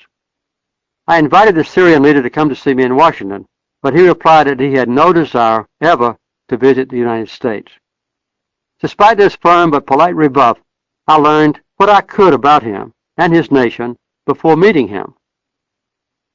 The failure of the Arab states to destroy the new state of Israel in 1949 had caused a wave of self-criticism among and between them, and in 1958 their search for a new approach resulted in a union between Syria and Egypt to form the United Arab Republic. After 3.5 years, it became obvious that Egypt's Gamal Abdel Nasser was dominating the new nation, and dissatisfied Syrian leaders dissolved the union. As Minister of Defense, Hafez al-Assad and other military leaders blamed politicians for the humiliating defeat in the 1967 war, and Assad subsequently refused to obey his own president's orders in 1970 to support Palestinian militants who were fighting in Jordan against King Hussein. When he was condemned for this action, he seized power in a bloodless coup. Assad had a reputation for ruthlessness toward anyone who resisted his authority, and was fervent in protecting his region from outside interference, and in expanding Syria's role as a dominant force in Middle East affairs. He was willing to face serious political and military confrontations rather than yield on this principle. We first met in Switzerland in June 1977, and I found Assad, as described, by far the most eloquent leader in expressing the crux of Arab beliefs regarding Israel and the prospects for peace. He seemed somewhat haughty at first, but interested in my efforts to arrange peace negotiations. He insisted that peace talks had to comply with UN Resolutions 242 and 338, see Appendices 1 and 2, and must include the Soviets, and he objected strongly to bilateral discussions between Israel and any Arab nation, and to the exclusion of the Soviet Union. Syria depended heavily on Soviet aid, but Assad was not a subservient puppet, and I hoped that he might demonstrate his independence by working with me to overcome some of the obstacles we faced. My own plans for peace talks at that time were based on the same UN resolutions that he emphasized. In order to understand the still prevailing attitudes in the Arab world, even including the more moderate views in Egypt, Jordan, and Lebanon, it is useful to summarize the fervent opinions of Assad, which are rarely heard in the Western world. Rosen and I, plus official interpreters, kept careful notes of our conversations. Assad stressed to me that Israel was admitted to the United Nations in 1949 with a clear proviso that Palestinian refugees would be allowed to return to their homeland or be fully compensated for their lost property. Prior to 1967, he said, Israel was steadily forcing additional Arab inhabitants from their small remaining territory in violation of UN agreements that the Israelis had sworn to honor, and he claimed that they initiated the 1967 war in order to take even more Arab land. He quoted key Israeli leaders who had announced that this was just an intermediate step toward an ultimate greater Israel, and every action since that time, he said, had demonstrated their expansionist commitments. Assad was convinced that the Israelis did not want peace and would always frustrate negotiations as they expanded geographically. He emphasized that, as a matter of principle, no Arab leader could ever agree to any extension of Israel's legal borders, no matter how great his desire for peace. I tried to convince Assad that the Israelis were ready for peace if Arab leaders were willing to negotiate with them directly and in good faith. I described the overwhelming commitment of the Israelis to the security of their small nation and their need to be accepted as a permanent entity in the region. Assad pointed out that the West Bank made up only 22% of the British mandate, about a fourth of what the Israelis had obtained, and he condemned their expansion into Syria's Golan Heights. He said, "It is strange to insist on secure borders on other people's territory. Why should their secure border be in the backyard of Damascus, but quite distant from Tel Aviv?" He added almost as an afterthought, "We are all the time talking about religion. If Jerusalem is taken from us, we Muslims would be soulless. It is inconceivable that we should be clamoring for a return to the 1967 borders and exclude only Jerusalem." I asked, "Would it make it any easier if we made other exclusions as well?" He laughed, along with our advisors around the conference table, and he said, "If the Israelis insist on keeping East Jerusalem, this shows that they do not want peace, because we are as attached to it as they are," he replied. I answered that other Christians and I were deeply committed to Jerusalem, and hoped that all believers would have unimpeded access to the holy shrines and the right to worship there without restraint. Before we adjourned our meeting, Assad promised to make some positive statements about the peace effort, adding that a year or two earlier it would have meant political suicide in Syria to talk about peace with the Israelis. I asked him why Syria had never recognized Lebanon as a separate and independent nation, and seemed to consider it part of Syria. Assad disavowed any designs on his western neighbor, insisting that he and his people recognized Lebanon's independence without equivocation. He claimed to prefer a free and independent Lebanon, and vowed to withdraw his troops, quote, when requested to do so by the Arab League and the Lebanese government, unquote. But it seemed obvious that he never expected this request to be made. Assad complained that the Israelis considered the right of every Jew in the world, needy or not, to settle in the Arab territories that they controlled by force, while refusing to allow homeless and suffering Arabs driven out of their own country to return to the dwellings and lands to which they still hold legal deeds. He argued that while Israel claimed the right to its statehood in Palestine in 1948 because it was only recreating a nation demolished in ancient times, it rejected the recognition of a Palestinian state in the same area, the very place that generations of Palestinians, either Christian or Muslim, have inhabited continuously for thousands of years. Furthermore, no other nation on earth, he added, including the United States, recognizes Israel's present claims for lands it has confiscated since 1949.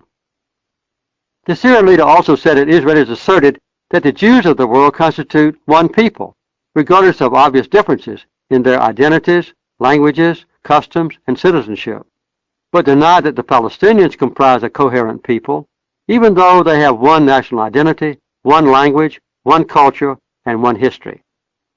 Many Arabs consider these distinctions to be a form of racism, by which Israelis regard Palestinian Arabs as inferiors, who are not worthy of basic human rights, often branding them as terrorists if they resist Israel's encroachments.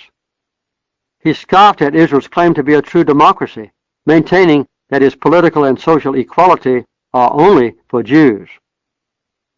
Concerning the search for peace, Assad argued that to ensure security for themselves, Israelis create excuses to expand, to occupy new lands, and to build permanent military outposts that are developed into civilian settlements. Obviously, with the Golan Heights in mind, he said that they then create circumstances to defend the new settlements by further expansion, strengthen military forces, and the displacement of the Arab inhabitants. The loss of Arab life, he claimed, is relatively insignificant to the Israelis and their American backers, who associate all Palestinians with terrorism in an attempt to justify this racist attitude. The explanation for such a joint policy is a United States-Israeli ambition to dominate the Middle East at the expense of its native people, who want only freedom and the right to live peaceably in their own homes. Assad explained that by refusing to discuss peace directly with the Palestinians, the United States and Israel blocked negotiations, except when they might single out one Arab group at a time and induce it by threats or economic blandishments to work with Israel and the United States alone. Assad maintained that Syria had proven its willingness to work for peace in the following ways that were shared neither by Israel nor the United States: by honoring all UN resolutions concerning the Arab-Israeli conflict, by supporting the overwhelming international decision that the Palestinian people have, like others on earth, a right to self-determination, by observing international laws that prohibit the occupation and annexation of land belonging to others, by defining its own borders and honoring the internationally recognized borders of others, and by offering to withdraw Syria's forces from Lebanon when requested to do so by the Lebanese government. Although Assad gave no indication of being willing to abandon any of his long-term objectives, I came away from our first meeting convinced that he might be sufficiently independent and flexible to modify his political tactics to accommodate changing times and circumstances. Even in his bitterness toward Israel, he retained a certain wry humor about their conflicting views, seeming to derive patience from a belief that history, as during the Crusades, would be repeated in an ultimate Arab victory. During subsequent trips to Syria, I spent hours debating with Assad and listening to his analyses of events in the Middle East. He had been furious when Sadat first told him of his planned visit to Jerusalem, and he never forgave him for his betrayal of the Arab cause. He saw Sadat as having been seduced by Israel into a unilateral act that would give Egypt back its lands at the expense of other Arabs. The Syrians did everything possible to prevent direct talks between Israel and Egypt, or any other of its neighbors, and then led an effort to isolate and boycott Egypt. Even in death, Sadat was not forgiven. The streets of Damascus were filled with cheering throngs when his assassination was announced. Assad blamed Sadat and the peace treaty with Israel for subsequent attacks on Lebanon. He maintained that the Israelis would not have taken the risk of concerted retaliation against the PLO if Egypt had been free to join forces with the other Arabs. We had heated exchanges. I would remind Assad that Egypt had its land back and its people were living in peace. I quoted passages from the Camp David Accords to prove that the framework mandated withdrawal by Israel from occupied territory, Palestinian self-determination, and a peaceful resolution of the outstanding differences between Israel and its other Arab neighbors. After one long meeting, Assad stood in his office before a large painting depicting the Battle of Hittin in 1187. In that historic engagement, the Muslim leader Saladin defeated the Christian invaders, and the Crusaders' kingdom of Jerusalem fell. The Arabs were victorious over the West. As Assad discussed the Crusades and the other struggles for the Holy Land, he seemed to speak like a modern Saladin, as though it was his obligation to rid the region of foreign presence while preserving Damascus as a focal point of modern Arab unity. When I met with Hafiz al-Assad for the last time in 1999 at the funeral of King Hussein, he had had mixed successes. The Israeli troops were almost completely out of Lebanon, but Jordan and Israel had concluded a peace treaty 5 years earlier. He was very frail, with only a year to live, not long enough to see his son, President Bashar al-Assad, remove all Syrian troops from Lebanon in 2005. I made a visit to the Middle East early in 2005 and planned to visit the young Syrian president in Damascus. As usual, I notified the White House well in advance of my itinerary and immediately received a call from the National Security Advisor, who informed me that I would not receive approval for this portion of my trip. Because of differences with Syria concerning U.S. policy in Iraq, a decision had been made to withdraw our ambassador and to isolate President Assad by prohibiting visits by prominent Americans. I tried to explain that I had known Bashar since he was a university student, that I would be glad to use my influence to resolve any outstanding problems, as I had done with his father. In a somewhat heated conversation, I also expressed my view that refusing to communicate with leaders with whom we disagreed was counterproductive. Reluctantly, I complied with the directive. Later, I observed that President Assad was denied a visa to attend a UN General Assembly summit meeting in New York. Despite this effort to embarrass and weaken Bashar al-Assad, he has survived for 6 years in one of the most difficult political posts in the region. It is quite likely that he has been pushed into stronger alliances with anti-American forces in Iraq, Iran, and Lebanon. When an international peace effort is launched to end the current conflict between Israel and Lebanon, Syria may once again play a major role. And now let's turn to Jordan. When Rosa and I first saw Jordan in the spring of 1973, we were looking through barbed wire from the West Bank at the green fields across the Jordan River. As guests of Israeli Prime Minister Golda Meir, we were welcomed to the crossing at the Allenby Bridge, where we observed a large and uninterrupted stream of people going back and forth between the two countries. Border inspections were perfunctory, and there was almost a carnival air about the busy scene. In 1983, after I had been president, we went back to the Allenby Bridge. Israeli uniforms were everywhere, and only a trickle of people was crossing the border. Lines extended for hundreds of yards, an uneven row of vehicles and campsites that looked as if some of the people and their produce had been waiting for days. There was a sense of tension and animosity in both directions. This time we were traveling from Jerusalem to Amman, following weeks of skirmishing by my staff with U.S. diplomatic officials in both countries.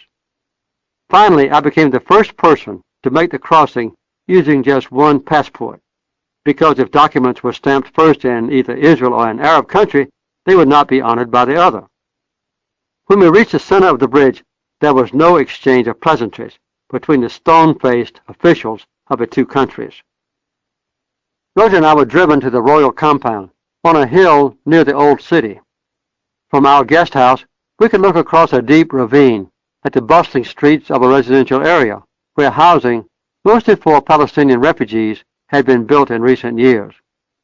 Some of our escort remembered that King Hussein's grandfather, King Abdullah Ibn Hussein, enjoyed practicing long-range marksmanship at what were then unoccupied hills across the valley.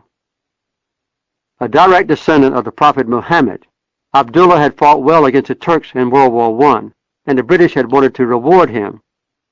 At first he was considered for the crown of Iraq, but the British decided to give that honor to his brother Faisal. Another throne was needed, so an emirate called Transjordan was created out of some remote desert regions of the Palestine Mandate, and Abdullah had his crown, though little authority. It was not until 1946 that Transjordan was given independence, and still the British ambassador retained control over foreign policy and most financial and military matters. Following the Arab-Israeli War of 1948, King Abdullah claimed the land on the West Bank that was not part of Israel, including the old walled city of East Jerusalem, with its numerous holy shrines. The Palestinians accepted Jordan's decision, and this action was confirmed by a 1949 armistice between Abdullah and the Israelis. Transjordan became the Kingdom of Jordan and struggled to absorb almost 400,000 refugees who had lost their homes in what became the new nation of Israel. Only 6% of Jordan's land was in the West Bank, but nearly two-thirds of its population and a large portion of its natural and financial resources were now Palestinian. About a third of the Palestinians in Jordan were in camps. The others lived wherever they could find temporary shelter, in churches, mosques, tents, caves, shacks, and public buildings. Some refused to accept permanent housing, claiming that their only home was in Palestine. Many of the displaced persons remained unemployed and subsisted on food allocations from United Nations relief agencies. Even so, life in the West Bank had been relatively prosperous. The average Palestinian was better educated, better fed, and more politically active than his East Bank neighbor. When the official merger of the West Bank with Jordan was approved by the Jordanian Parliament in April 1950, all Palestinians were offered citizenship. Many participated in Jordan's political affairs, but they still retained their identity as Palestinians. Although there were strong objections among the Arabs to acceptance of a state of Israel, King Abdullah was reported to be meeting secretly with the Israelis. He was assassinated in July 1951 by a Palestinian extremist on the Temple Mount in Jerusalem in the presence of his grandson, Hussein ibn Talal, and a little more than 2 years later the young man became king when he reached the age of 18. By this time the Palestinians had been allotted half the parliamentary seats and the same portion of top positions in the government. The young king continued to press for Jordanian independence, and in 1956 he ordered British officials and military personnel to leave Jordan. It was to be the most popular decision of his reign. King Hussein's greatest political disaster came in the Six-Day War of 1967, when Israeli troops occupied East Jerusalem and the entire West Bank. Jordan lost almost half its population, a major source of tourist income from the holy sites of Jerusalem and Bethlehem, and large areas of productive land. At the same time, almost 250,000 additional refugees from the West Bank settled in Jordan on the eastern side of the river. Despite Hussein's efforts to control them, during the late 1960s, the increasingly powerful Palestinians used some of the refugee camps as commando bases for their almost constant attacks on Israel. Many of these militants welcomed retaliatory raids on Jordan because one of their objectives was to weaken Hussein and replace the monarchy with a republic like that of Nasser's Egypt.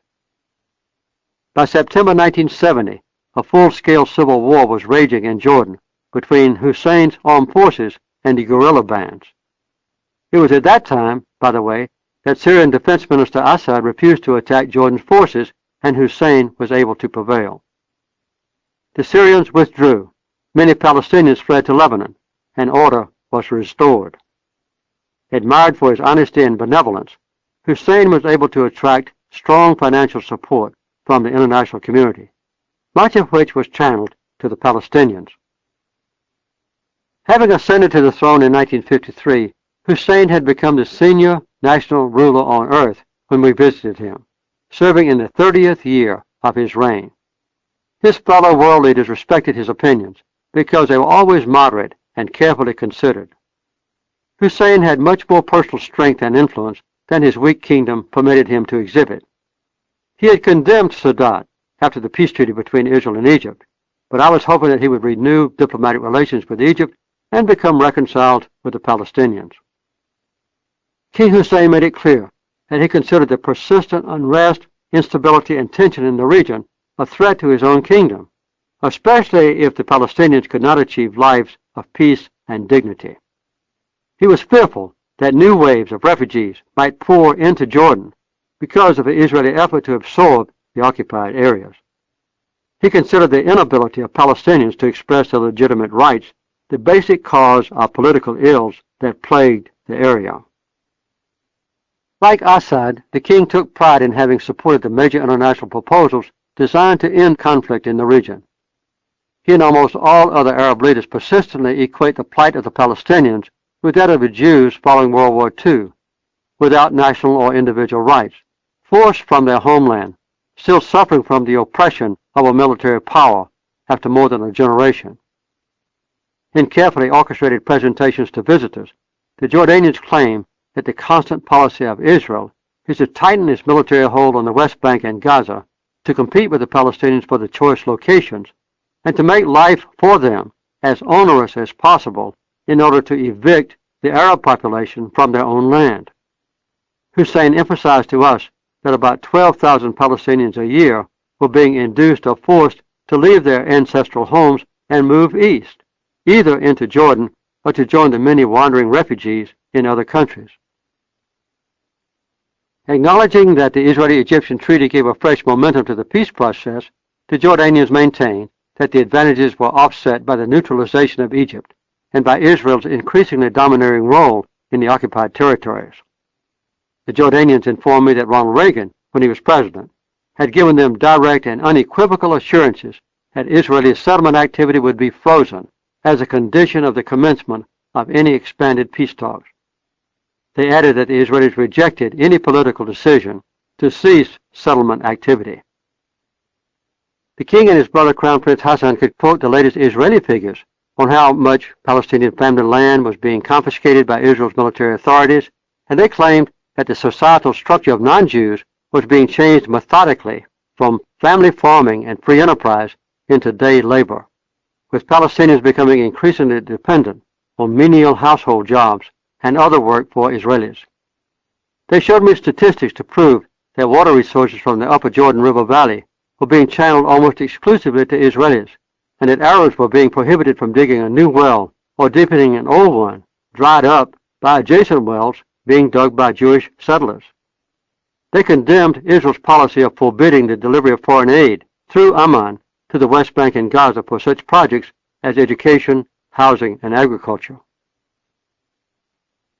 We had already heard most of these complaints from those living in the West Bank and Gaza, but now we were presented with color photographs, bar graphs, pages of statistics, and official documents. It was clear that Jordan's royal family was making the same presentation to other visitors and to audiences in international forums. Jordan's leaders were convinced that Israel's move to colonize and eventually to annex substantial portions of the occupied territories not only would change the basic character of Israel, but would jeopardize her peace treaty with Egypt and friendly relations with all other neighbors. This would end all viable attempts to reach a peaceful settlement of Arab-Israeli differences and lead eventually to another broader and more deadly holy war, with Muslim forces committed to their religious beliefs to restore the rights of their Arab brothers who live west of the Jordan River, who claim the right to live there. Even without such conflict, many Jordanians feel that a failure to resolve the Palestinian issue may lead to the destruction of their own nation, and they listen with anger and concern to some extreme Israeli spokesmen who say, quote, Jordan is Palestine. This threat is real and vital to Jordan's leaders. Following the death of King Hussein in 1999, his son Abdullah II assumed the throne, and he has seemed to continue his father's attitude of cautious idealism. Despite limits on his influence, his personal integrity and commitment to Middle East peace are acknowledged. And now let's look at Egypt. Our family has always enjoyed visiting Egypt, to cruise on the Nile, travel through the countryside, examine the ancient sites, and meet with political leaders.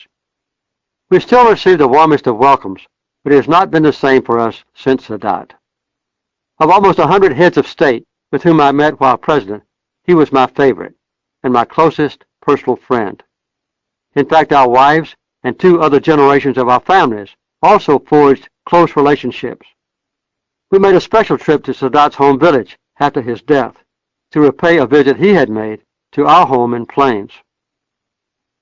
One morning in the early 1980s, as we were approaching the entrance to the tomb of Tutankhamun, sometimes called King Tut, a group of Israelis saw me and began to sing, Hayvenu Shalom Aleichem, peace be with you. We stopped to listen, and I noticed that my eyes were not the only ones that glistened. I went over to talk to them, and they thanked me for giving us the opportunity to visit our new friends in Egypt. I learned that 50,000 Palestinians from the occupied territories were crossing the border from Gaza into Egypt without incident, in addition to 33,000 Israeli tourists coming to Cairo and Alexandria each year. These were comparatively halcyon days, and the Israeli tourists and Egyptians we met in their homes and marketplaces were pleased and thankful for what they thought would be an era of peace and friendship. On one trip around Egypt in a private plane, I received permission to depart from the normal flight paths, and we landed near Mount Sinai, where the Bible describes the 10 Commandments being delivered to Moses. We hiked up to St. Catherine's Monastery, which is huddled against the north face of the rugged mountain for more than 1,450 years, the oldest continuously occupied Christian monastery on earth. Sadat saw this mountain of God as a symbol of peace and wanted a shrine for all 3 religions to be built there. His dream was never realized. During many conversations with Sadat, I often expressed apprehension about Egypt's growing isolation from the other Arab nations, but he would scoff at my concern. He was certain that his bold initiative represented his own people's aspirations for peace, and he was equally convinced that most of Israel's other Arab neighbors had the same ambition, at least among the people themselves. He strongly and publicly condemned the leaders of those nations for their short-sighted timidity when they failed to follow his example. Sadat proved to be right about the fruitlessness of attempts to punish Egypt. The other Arabs could not long exclude or ignore Egypt, with its formidable armed forces, central location, ancient cultural heritage, heterogeneous population of 47 million, large external workforce, and the willingness of its leaders to explore bold new concepts. A Tel Aviv University professor told me that the Arabs' attitude toward Egypt during their attempted boycott reminded him of an old headline in the London Times, and I quote, "Fog in the Channel, Europe isolated." There were repeated calls for the death of Sadat, but the Egyptian leader was not disturbed and calmly proceeded to pursue the goal of peace. After receiving the Nobel Peace Prize and even being honored in America as Time magazine's Man of the Year, he was assassinated on October 6, 1981. President Hosni Mubarak has been careful to honor the peace agreements of his predecessor, but has concentrated more on the internal political and economic affairs of his country, while working with other leaders to restore Egypt's role as a leading Arab nation. When pressed to continue dealing favorably with their neighbor, many Egyptians ask, which Israel? Increasingly concerned, they now describe the territories as being filled with small ghettos of Israelis, armed and looking at the Arabs around them as enemies, and they see the extensive settlements as aggravating and perpetuating the hatred that Sadat believed would end with his commitment to peace.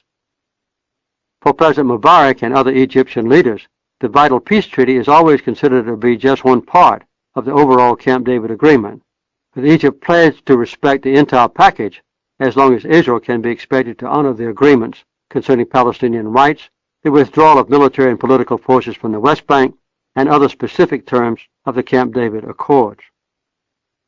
A final decision by Israeli leaders to retain the occupied land and the nullification of the Israeli-Egyptian Peace Treaty of 1979 would be a fatal blow to sustained peace in the region. This would bring Middle Eastern affairs back full circle to an isolated Israel surrounded by united and implacable Arab foes, waiting patiently as they prepare someday for another opportunity to strike a fatal blow. And now Lebanon. Until the most recent outbreak of violence between Lebanon and Israel, circumstances in Lebanon had been a minor factor in the ongoing dispute between Israelis and Palestinians, but it is useful to review previous events in order to understand the causes of conflict and the potential for peace. Lebanon has long had to accommodate religious and political divisions, with a Christian majority at the time of its formation under French control at the end of World War I, and a growing Muslim influence. The mountainous terrain permitted the different religious communities to live in relative isolation and to preserve their identity and autonomy through the centuries, even when ruled by the Ottoman Empire. A constitution was evolved in 1926 under the French mandate that provided for the president to be chosen by a two-thirds vote of the National Assembly and by unwritten custom to be a Maronite Christian, with the prime minister a Sunni Muslim and the speaker of the parliament a Shia Muslim. Other government posts were divided among the Druze, Greek Orthodox, and Greek Catholics. Despite horrendous wars, political upheavals, and a present population with a growing Muslim majority, these general confessional political arrangements have prevailed. Loyalty to family and religious groups transcends any commitment to national unity, and memories of injustice and past conflicts are nurtured by the wronged parties for long periods of time, and have precipitated acts of retaliation and revenge. Political and religious factions have established independent militias, who have frequently depended upon foreign powers to intercede on their behalf. The Muslim Turks have favored the Druze. The French came in to protect the Maronite Christians. The Russians support the Russian Orthodox. The Syrians have on different occasions been aligned with various sides, and the Israelis and Maronites have worked closely as military allies. Members of the more militant Hezbollah have strong ties to both Iran and Syria. Few peoples in modern times have suffered as much as the Lebanese at the hands of such a diversity of foreign powers. It was almost impossible for me to remember the different alignments in Lebanon while I was president, so I finally directed the CIA to include in weekly briefings a summary description of the political and religious organizations, their current leaders, the size and effectiveness of each militia, any foreign connections, and the latest changes in their status. Only then could I understand the news reports from a troubled country. Lebanon's leaders have long claimed a neutral foreign policy between East and West, and between Israel and Syria. They have not always succeeded, but at least the collective Lebanese government has never mounted a threat to any of its neighbors. A civil war erupted in 1975, with Christian forces fighting against Palestinians and other Muslims as they contended for economic and political advantage. Syrian President Assad dispatched troops into the war-torn country to restore order. This move was approved by Lebanese government officials representing all major factions, and also by Israel, the United States, and later the Arab League. Although the two countries were officially independent, Syrian leaders considered them to be one country and one people. When I examined Syrian maps during my visits to Damascus, there was no international boundary line, and the usual bilateral diplomatic customs were not even observed between the two governments.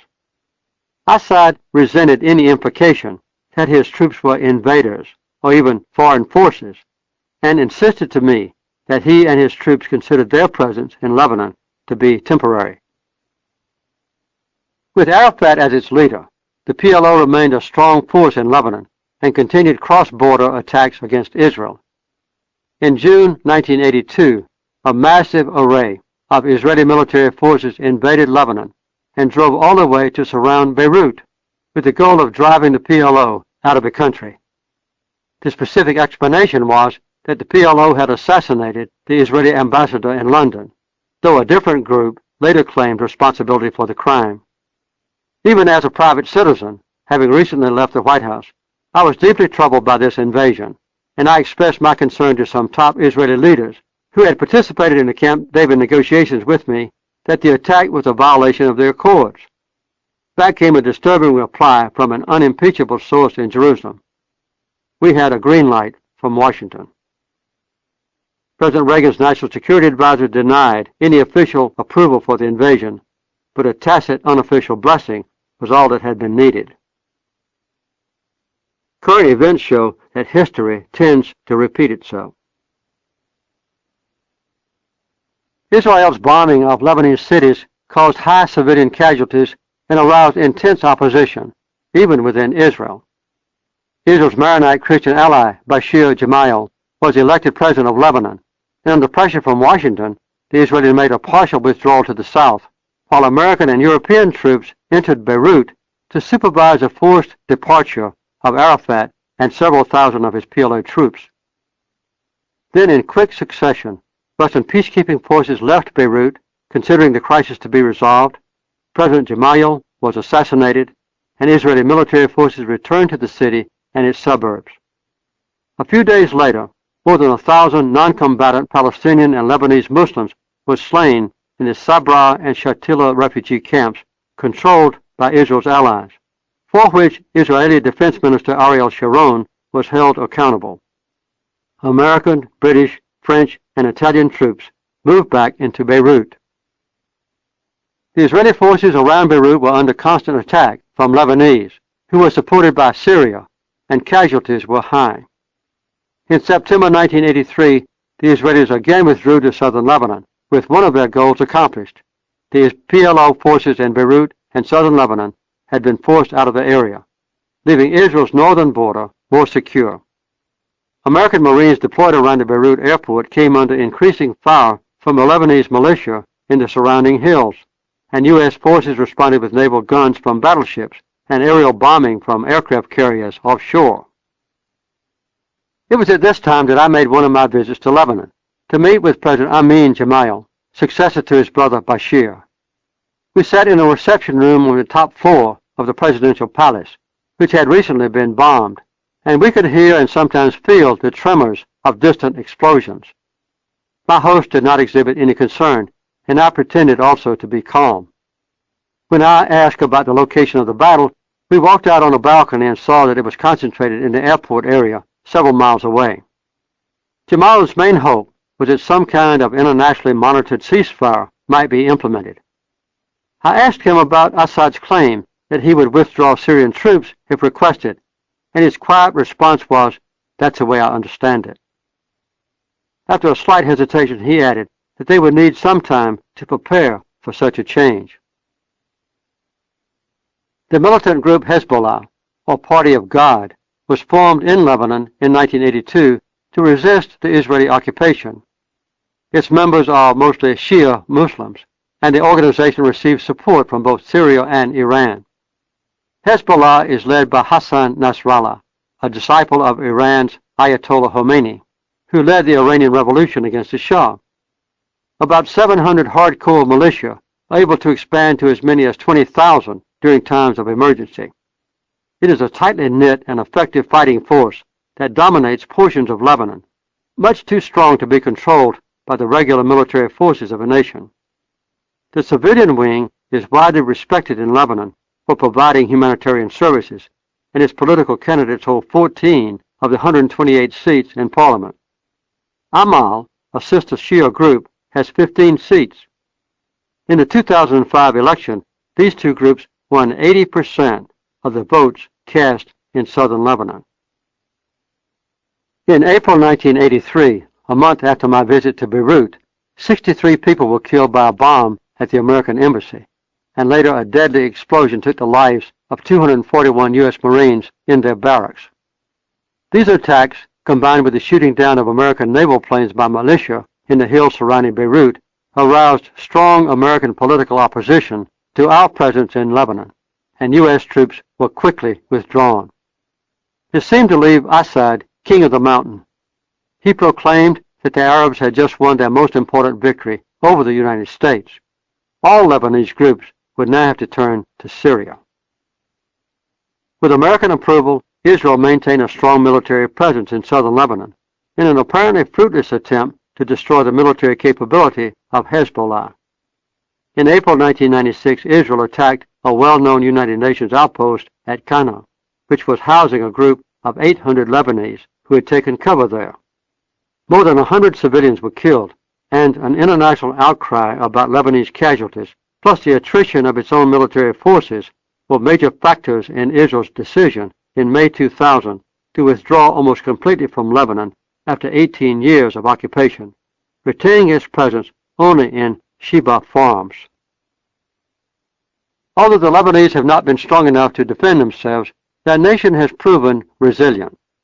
Their dream has been to become something like Switzerland in the Middle East, neither involved in conflict nor a staging area for other combatants, and benefiting from good relations with all other nations. Their government's primary complaint is that Israel holds a number of Lebanese prisoners and still occupies an area near the borders of Israel, Lebanon, and Syria, known as Sheba Farms, which Lebanon claims as its territory.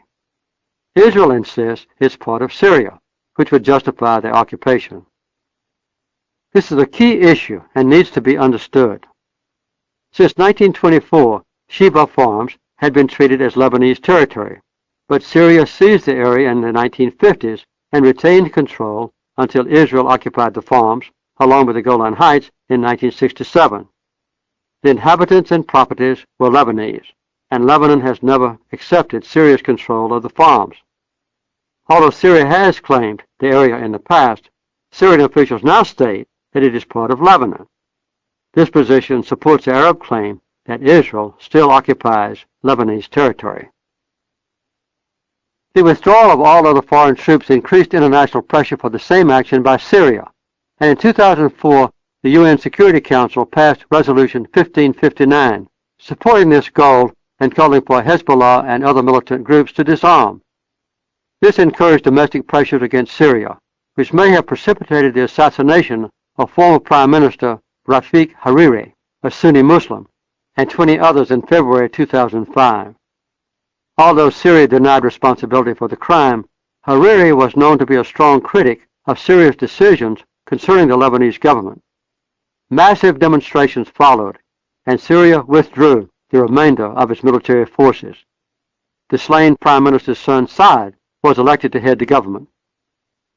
To the relief of many, Lebanon was no longer on center stage, and the light of world attention could be focused elsewhere in the Middle East. These dreams were to be shattered in July 2006, as will be described later in Chapter 16. Saudi Arabia. Although not contiguous to Israel, Saudi Arabia will play an important role in any permanent peace agreement in the region. Because it is a rich nation with major oil reserves, keeper of the Muslim holy places, with diplomatic ties to almost all of the nations and playing a preeminent role in the Arab League, its stabilizing influence has always been crucial. As president, I had strong but private encouragement from Saudi leaders for my peace initiatives, even when their public statements were quite different. Saudi Arabia is a strange country to many Westerners, reminiscent of the Arabian Nights, geographically isolated, ruled by hundreds of princes who are floating in wealth and having enjoyed a close political relationship with the United States since the time of King Abdul Aziz and President Franklin D. Roosevelt. Although we found the major cities very interesting, Rosen and I had our most informative visit with King Fahd ibn Abd in 1983 while he was having one of the customary royal sessions with his subjects, this time in a remote desert area about 200 kilometers north of Riyadh. In a tent city erected for this purpose, chieftains had assembled to meet with their monarch and to report on their travel affairs and to request goods and services for their people. While I was with the men, Rosen was whisked off to visit Saudi women, who were in a different camp entirely, over the sand dunes and out of sight. I had known Fahd for several years and, while president, had consulted with him in both Washington and Saudi Arabia. Then he had been a most powerful crown prince with many international duties assigned to him by his half-brother, King Khalid.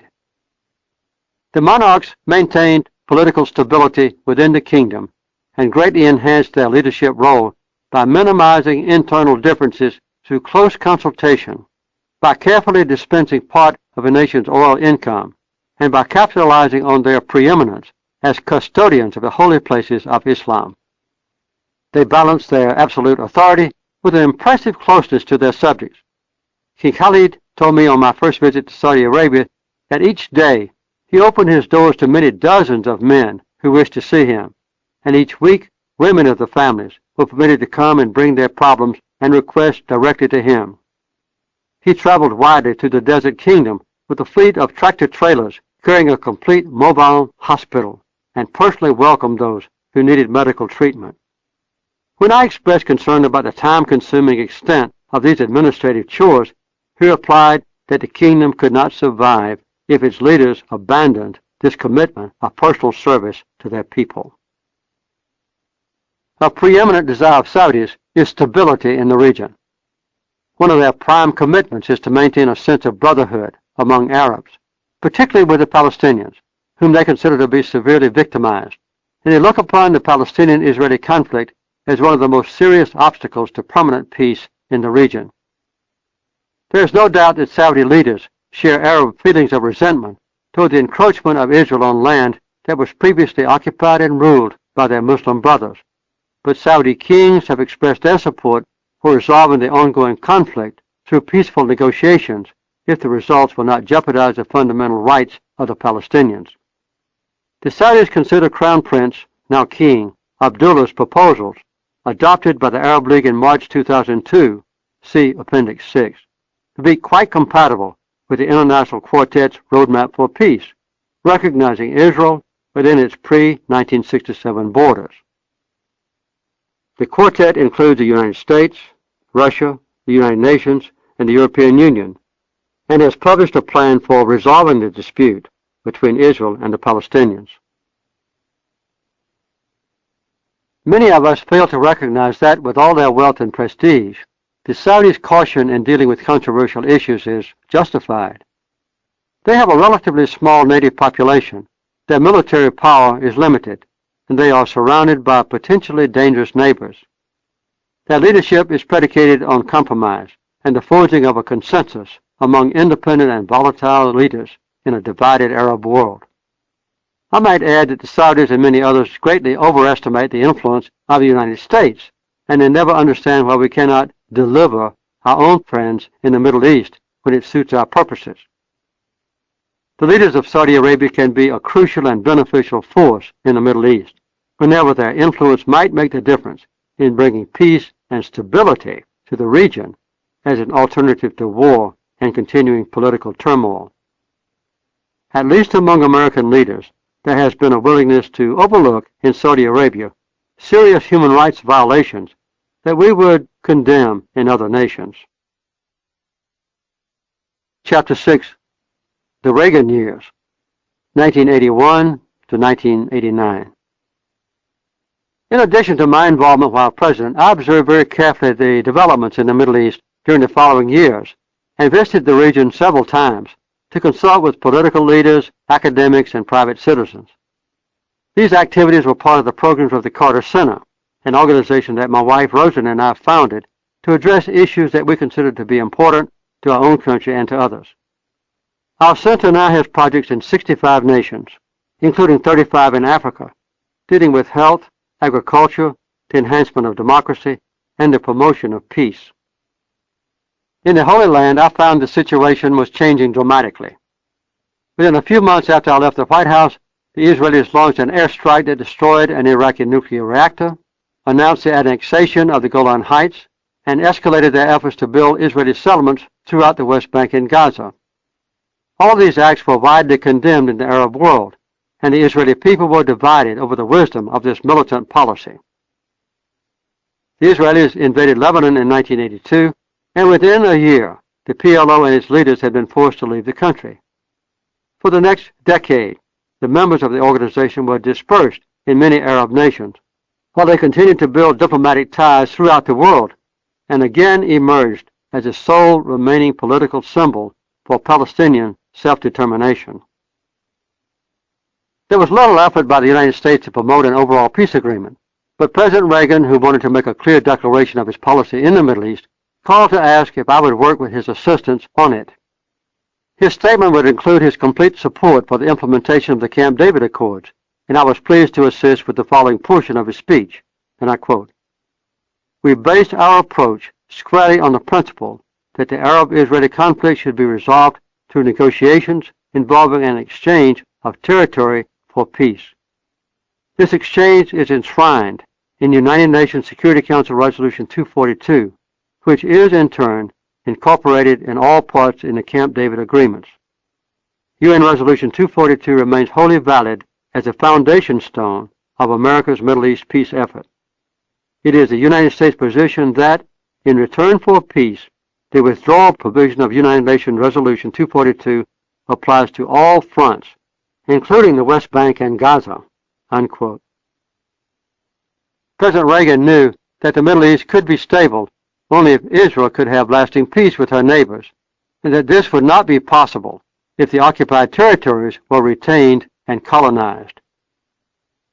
Our team at the Carter Center continued to monitor the interrelated events in the Middle East, always with the goal of keeping alive the faltering peace process. Two events discouraged any strong and sustained Middle East peace efforts by the United States.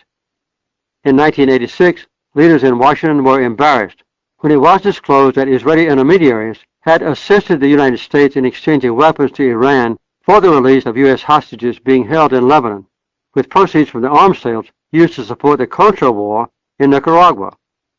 And late in 1987, the Likud settlement policy in the occupied territories increased confrontations between Jews and Arabs, and harsher treatment of dissidents led to an outbreak of organized civil violence.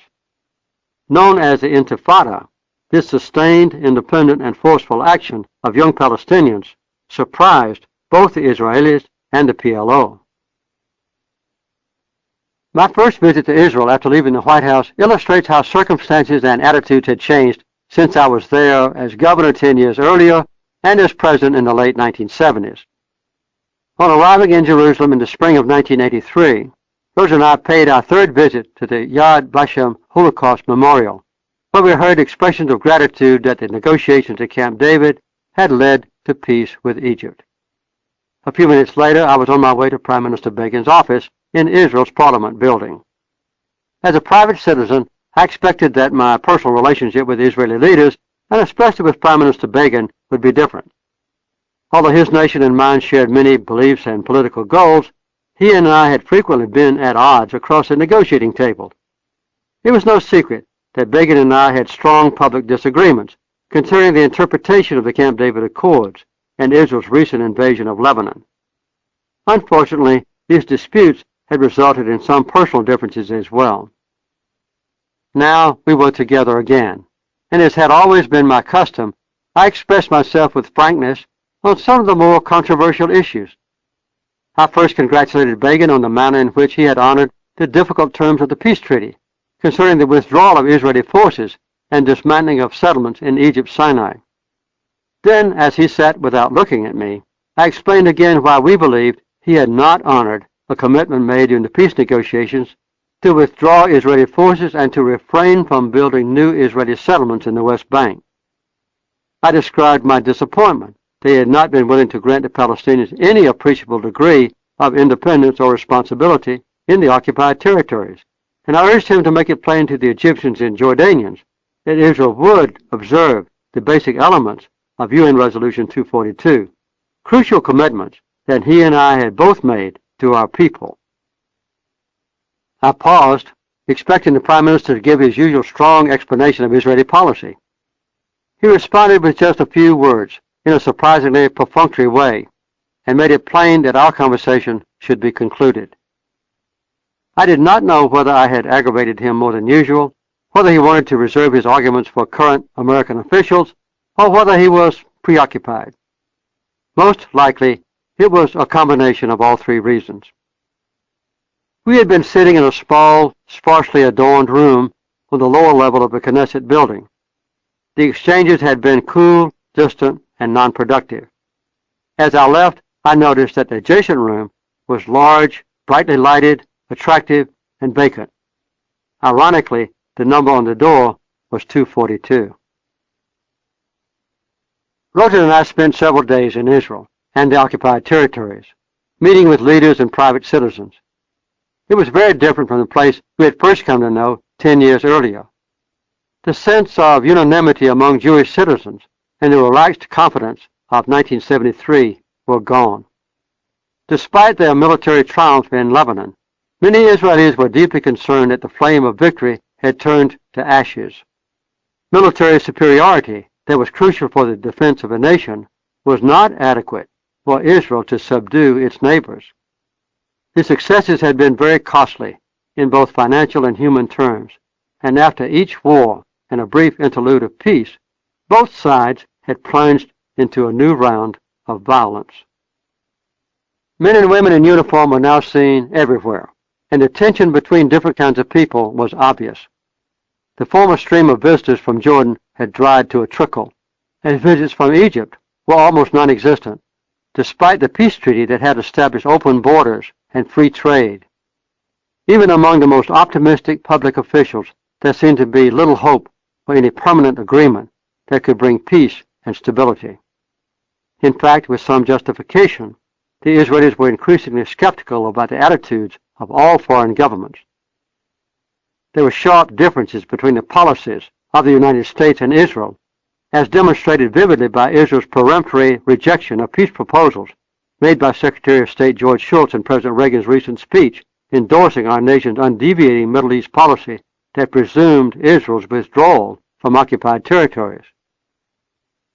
Speaking officially for the Likud coalition, for instance, Foreign Minister Yitzhak Shamir expressed his belief that the root of the Middle East conflict had nothing to do with Israel, and that a solution of the Arab-Israeli conflict was not likely to affect regional stability.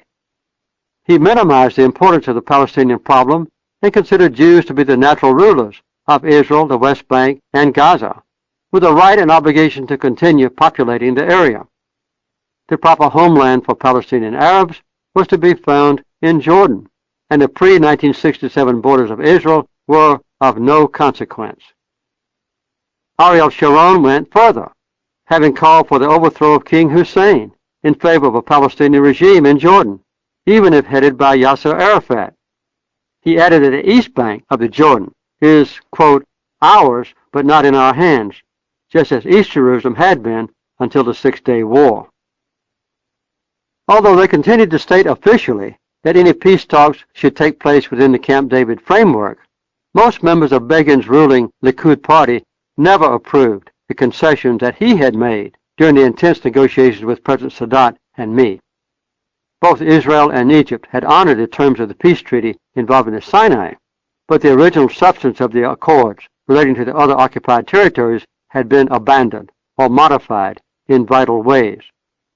Former Israeli Foreign Minister Abba Eban remarked, and I quote, "Unfortunately, it is clear that Israeli governmental policy is so distant from Camp David that when the Likud spokesmen invoke the agreement, they're rather like Casanova invoking the seventh commandment."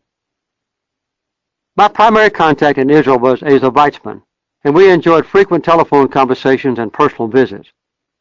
When we visited their beautiful home overlooking the bay in the ancient Roman city of Caesarea Maritima, Asa and his wife, Reuma, invited a few of their neighbors to meet us, partially to demonstrate how far some of the highly educated and relatively wealthy Israelis had deliberately removed themselves from the situation involving Palestinians in the West Bank. Asa Weizmann had been expelled from the Likud party because of his unrestrained condemnation of the party's violation of the peace accords that he had helped to negotiate, and he was contemplating the formation of a new party to be led by him, Moshe Dayan, and others who had participated with us at Camp David. Remarkably outspoken and independent of any political restraints, Weizmann aroused strong animosities and admiration, and in 1993 he was elected president of Israel. Until his death, he remained my closest personal friend in the Holy Land and an invaluable source of information and advice. In addition to an estimated 100,000 people who had died in the various wars between Israel and her neighbors, large numbers of Christian and Muslim Arabs were either displaced from their homes or put under military rule, as more and more of their territory was occupied and retained. This forced relocation intensified the fear, hatred, and alienation on both sides, and made more difficult any reconciliation. None of the wars had resolved either of the two basic causes of continuing conflict: land and Palestinian rights. While on this visit to Jerusalem, I also had a personal taste of how the Israeli-Palestinian relationships had changed since my earlier tours. As usual, I got up quite early and began a jog around the Old City, in East Jerusalem and beyond, an intriguing route of ancient sites and steep hills. I was accompanied by an American Secret Service agent and two young Israeli soldiers who insisted on leading the way. We proceeded from our hotel to the Jaffa Gate, then turned north around the outside of the ancient walls. As we were running eastward alongside the Jericho Road, I saw a group of elderly Arab men sitting by the curb, reading their newspapers. The sidewalk was almost empty, and wide enough for us to pass easily. But one of the soldiers cut way to the right and knocked all of the newspapers back into the faces of the startled readers. Some of the papers fluttered to the ground. I stopped to apologize to the old men, but they could not understand me. Then I told the soldiers either to let me run alone or not to treat anyone else in a belligerent manner. They reluctantly agreed, insisting that one could never tell what was being hidden behind newspapers. This was a sharp demonstration of our different perspectives. The domestic political debates among Israelis were more vitriolic than I had previously observed, and it was uncertain what kind of government the people preferred. Even those who were most willing to end the military occupation, grant the Palestinians basic rights of citizenship, honor the terms of UN Resolution 242 and the Camp David Accords, and commence negotiations without patently unacceptable conditions, were hard put to detect any reliable signs of encouragement from leaders in the Arab-Palestinian camp. Some leaders in Israel and in Arab countries expressed concerns that during recent years, America's policy in the Middle East had consisted of a series of illogical flip-flops with a lack of resolve to enforce agreements that had been consummated. It became increasingly clear that there were two Israels. One encompassed the ancient culture and moral values of a Jewish people, defined by the Hebrew Scriptures, with which I had been familiar since childhood, and representing the young nation that most Americans envisioned. The other Israel existed within the occupied Palestinian territories, with policies shaped by a refusal to acknowledge and respect the basic human rights of the citizens. Even the more optimistic believed that militants would inevitably become active on both sides as settlements expanded and Jews and Arabs struggled for the same hilltops, pastures, fields, and water. Chapter 7. My visits with Palestinians. During my fairly regular visits to the Middle East in the first 10 years after leaving the White House, I especially wanted to learn more about the Palestinian people, how they were living, what concerned them, how they reacted to existence under a prolonged military and political occupation, and what they might propose as a peaceful relationship with Israel. I sought out a representative sample of diverse voices. In Cairo, Amman, Riyadh, Beirut, Damascus, Rabat, and among scholars in America, I listened to their perspectives on the Middle East conflict as it related to them and to the refugees for whom they claimed responsibility. Although I had publicly called for the Palestinians to have their own homeland just a few weeks after becoming president and had promoted the legal and political status of the Palestinians during the Camp David negotiations, it was during these later trips that Rosa and I first visited extensively among Palestinian political leaders and private families in the occupied territories. Our primary contact was through the Orient House, the official PLO office in Jerusalem, where I received information and advice from Faisal Hosseini, Hanan Ashrawi, and Mubarak Awad, the latter a Palestinian Christian dedicated to nonviolence. United States diplomats also cooperated in scheduling meetings and arranging our itinerary. In the West Bank and Gaza, we spent as much time as possible with Palestinians in all walks of life, in large and small communities, and in rural areas. Some of the most eloquent were lawyers who were active in defending the rights of their neighbors in the Israeli military tribunals. Some were university professors, and quite a number were farmers or villagers. All wanted to describe their circumscribed life in the occupied territories. Most of the Palestinians were Muslims, but a surprising number were Christians, and I talked with many priests and pastors about their ministry.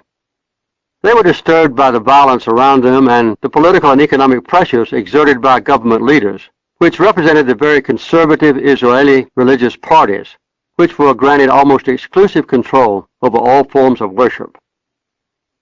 Our meetings took place in private homes, municipal offices, hospitals, vacant classrooms, the backs of shops or stores, and churches and mosques.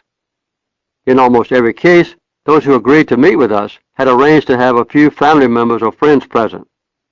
Before more serious discussions, we sipped black coffee, tea, or Coke, and nibbled on sugary candy or cookies, talking about the weather or my general impressions of the area. At first, there would be considerable reticence about broaching any subject that was sharply focused or controversial, but soon the constraints would be dropped and a more lively discussion would develop, often with bystanders and even children participating. In the larger meetings, usually several people could speak both English and Arabic, and sometimes competed as translators. On the advice of U.S. officials, we invited some special groups who were acknowledged Palestinian leaders to meet with me in Jerusalem at the American consulate, where our nation's relationships with the West Bank were managed. These sessions were more formal but no less revealing. The participants presented their views as lawyers would write a brief, carefully, constructively, conclusively, often with documents to prove their case. In all the meetings, I tried to present my own views about the need for an end to violence and better communication among the Palestinians, Israelis, and the people of the United States.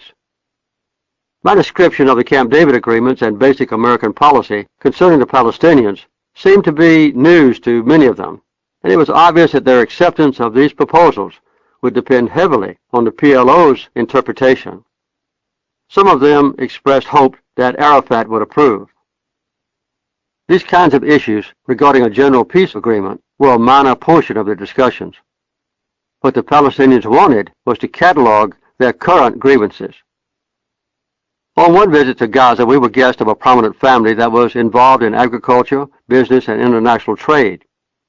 We learned that after one of their sons recently had made a statement critical of the Israeli occupation, 5 of the father's truckloads of oranges had been held up at the Alameda Bridge crossing into Jordan for several days until all the fruit had rotted.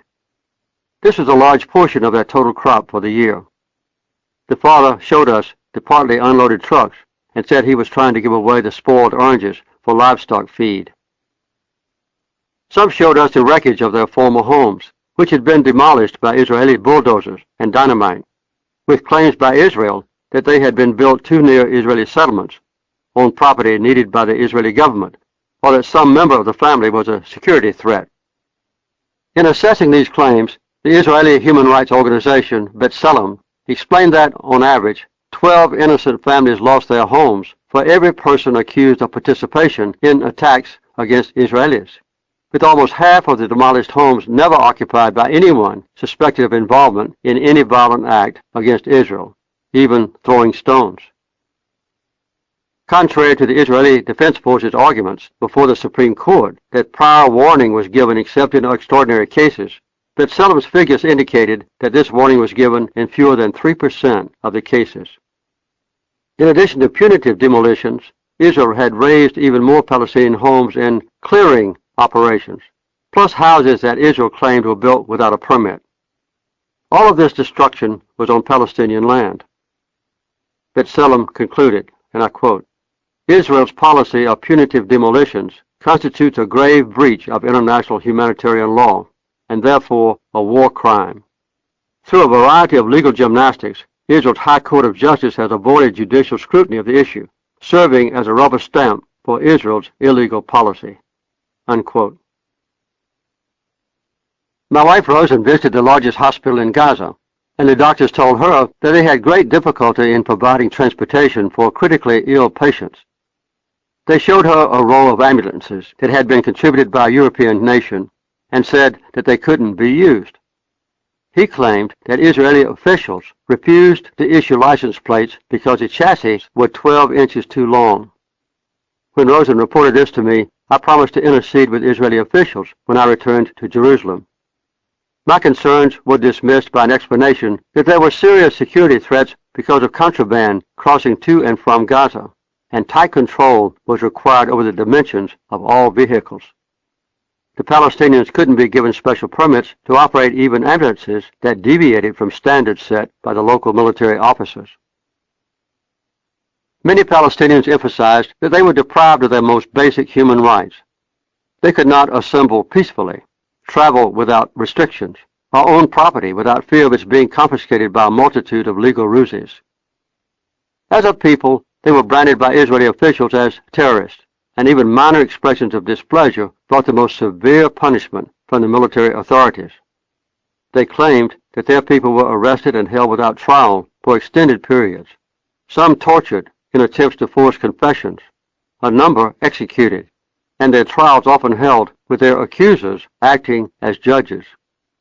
Their own lawyers were not permitted to defend them in the Israeli courts, and appeals were costly, long delayed, and usually fruitless.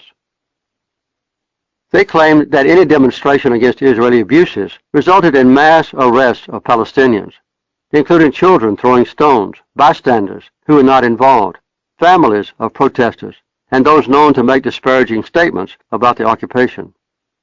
Once incarcerated, they had little hope for a fair trial, and often had no access to their families or legal counsel. If they were presented with charges, the alleged crimes were usually described in very general terms equivalent to disturbing the peace, and the sentences were often indefinite. Most of the cases were tried in military tribunals, but 90% of the inmates were being held in civilian jails. They pointed out that this policy of holding thousands of prisoners touched almost every Palestinian family and was a major source of festering resentment. I urged them to take the strongest test cases to the Israeli Supreme Court and try to assure them that they would get a fair hearing and perhaps set precedents that would be beneficial in similar cases. One of the attorneys responded strongly, and I quote, "At great expense, we have tried this. It just does not work. It is not like the American system, where one ruling in the top courts is followed closely by all the subordinate courts. Here, there is one system under civil judges and another under the military. Most of our cases, no matter what the subject might be, fall under the military. They are our accusers, judges, and juries, and they all seem the same to us. When a rare civilian court decision is made in our favor, say to protect a small parcel of land, it is not looked on as a precedent. By administrative decision or decree, a new procedure is born to accomplish the same Israeli goals in a different fashion. Besides, we cannot take our client's case out of the West Bank into an Israeli court. We are not permitted to practice there." Unquote. I asked, "Then why don't you employ an Israeli lawyer?" He responded, "Well, sometimes we do, but few of them will take our cases. Those who will do so are heavily overworked with their own Arab clients who live in Israel. One or two Jewish members of the Knesset have tried to be helpful, mostly the most liberal members. With the exception of Arabs who were selected by the Israelis to handle bureaucratic duties and dispense political patronage, the Palestinians we met were strong supporters of the PLO. Only rarely did anyone directly criticize the PLO, but one Palestinian attorney did complain that Arafat, they always called him Abu Ammar, and other PLO leaders are, quote, more concerned with struggles for political power and money than with the plight of Palestinians living under the military occupation, unquote. Their primary condemnation was divided almost equally between Israel and the United States. They denounced our country for financing the Israeli settlements in the occupied territories and for supporting military actions against Arab countries. There was a unanimous complaint among Palestinian political leaders and others that the worst and most persistent case of abuse was in Hebron, about 20 miles south of Jerusalem, where the biblical patriarchs Abraham, Isaac, and Jacob are buried. About 450 extremely militant Jews have moved into the heart of the ancient part of the city, protected by several thousand Israeli troops. Heavily armed, these settlers attempt to drive the Palestinians away from the holy sites, often beating those they consider to be trespassers, expanding their area by confiscating adjacent homes and deliberately creating physical confrontations. When this occurs, the troops impose long curfews on the 150,000 Palestinian citizens of Hebron, prohibiting them from leaving their own homes to go to school or shops or to participate in the normal life of an urban community. The Palestinians claimed that the undisguised purpose of this harassment was to drive non-Jews from the area. The United Nations reported that more than 150 Israeli checkpoints had been established in and around the city. These Palestinians were convinced that some Israeli political leaders were trying through harassment to force a much broader exodus of Muslims and Christians from the occupied territories. They claimed that any manufactured goods or farm products were not permitted to be sold in Israel if they competed with Israeli produce. So any surplus had to be given away, dumped, or exported to Jordan. The fruit, flowers, and perishable vegetables of the more activist families were often held at the Allenby Bridge until they spoiled, and in some areas the farmers were not permitted to replace fruit trees that died in their orchards. Their most anguished complaints were about many thousands of ancient olive trees that were being cut down by the Israelis. Access to water was a persistent issue. Each Israeli settler uses 5 times as much water as a Palestinian neighbor, who must pay 4 times as much per gallon. They showed us photographs of Israeli swimming pools adjacent to Palestinian villages where drinking water had to be hauled in on tanker trucks and dispensed by the bucketful. Most of the hilltop settlements were on small areas of land, so untreated sewage is discharged into the surrounding fields and villages. Teachers and parents maintained that their schools and universities were frequently closed, educators arrested, bookstores padlocked, library books censored, and students left on the streets or at home for extended periods of time without jobs. They claimed that any serious altercation between these idle and angry young people and the military authorities could result in the sending of bulldozers into the community to destroy homes. Predictably, the Palestinians professed to deplore all acts of violence and claimed that militant Israeli settlers were as guilty as any Arabs in initiating attacks, but were seldom if ever arrested or punished. One of their most bitter grievances was that foreign aid from Arab countries, and even funds sent by the American government for humanitarian purposes, were intercepted by the authorities and used for the benefit of the Israelis, including the construction of settlements in Palestinian communities. They claimed that the government had seized U.S. Agency for International Development funds, USAID funds, intended for a center for retarded children in Gaza, and that Jordanian and other Arab money intended for education and the development of a poultry industry in some of the poorer communities in the West Bank was being withheld. I was disturbed by these reports and wanted to determine if they were accurate, and, if so, to hear an explanation from the Israeli authorities. Before leaving Israel, I met at length with our own diplomatic officials in Tel Aviv and Jerusalem, and with the Israelis who administered affairs in the occupied territories.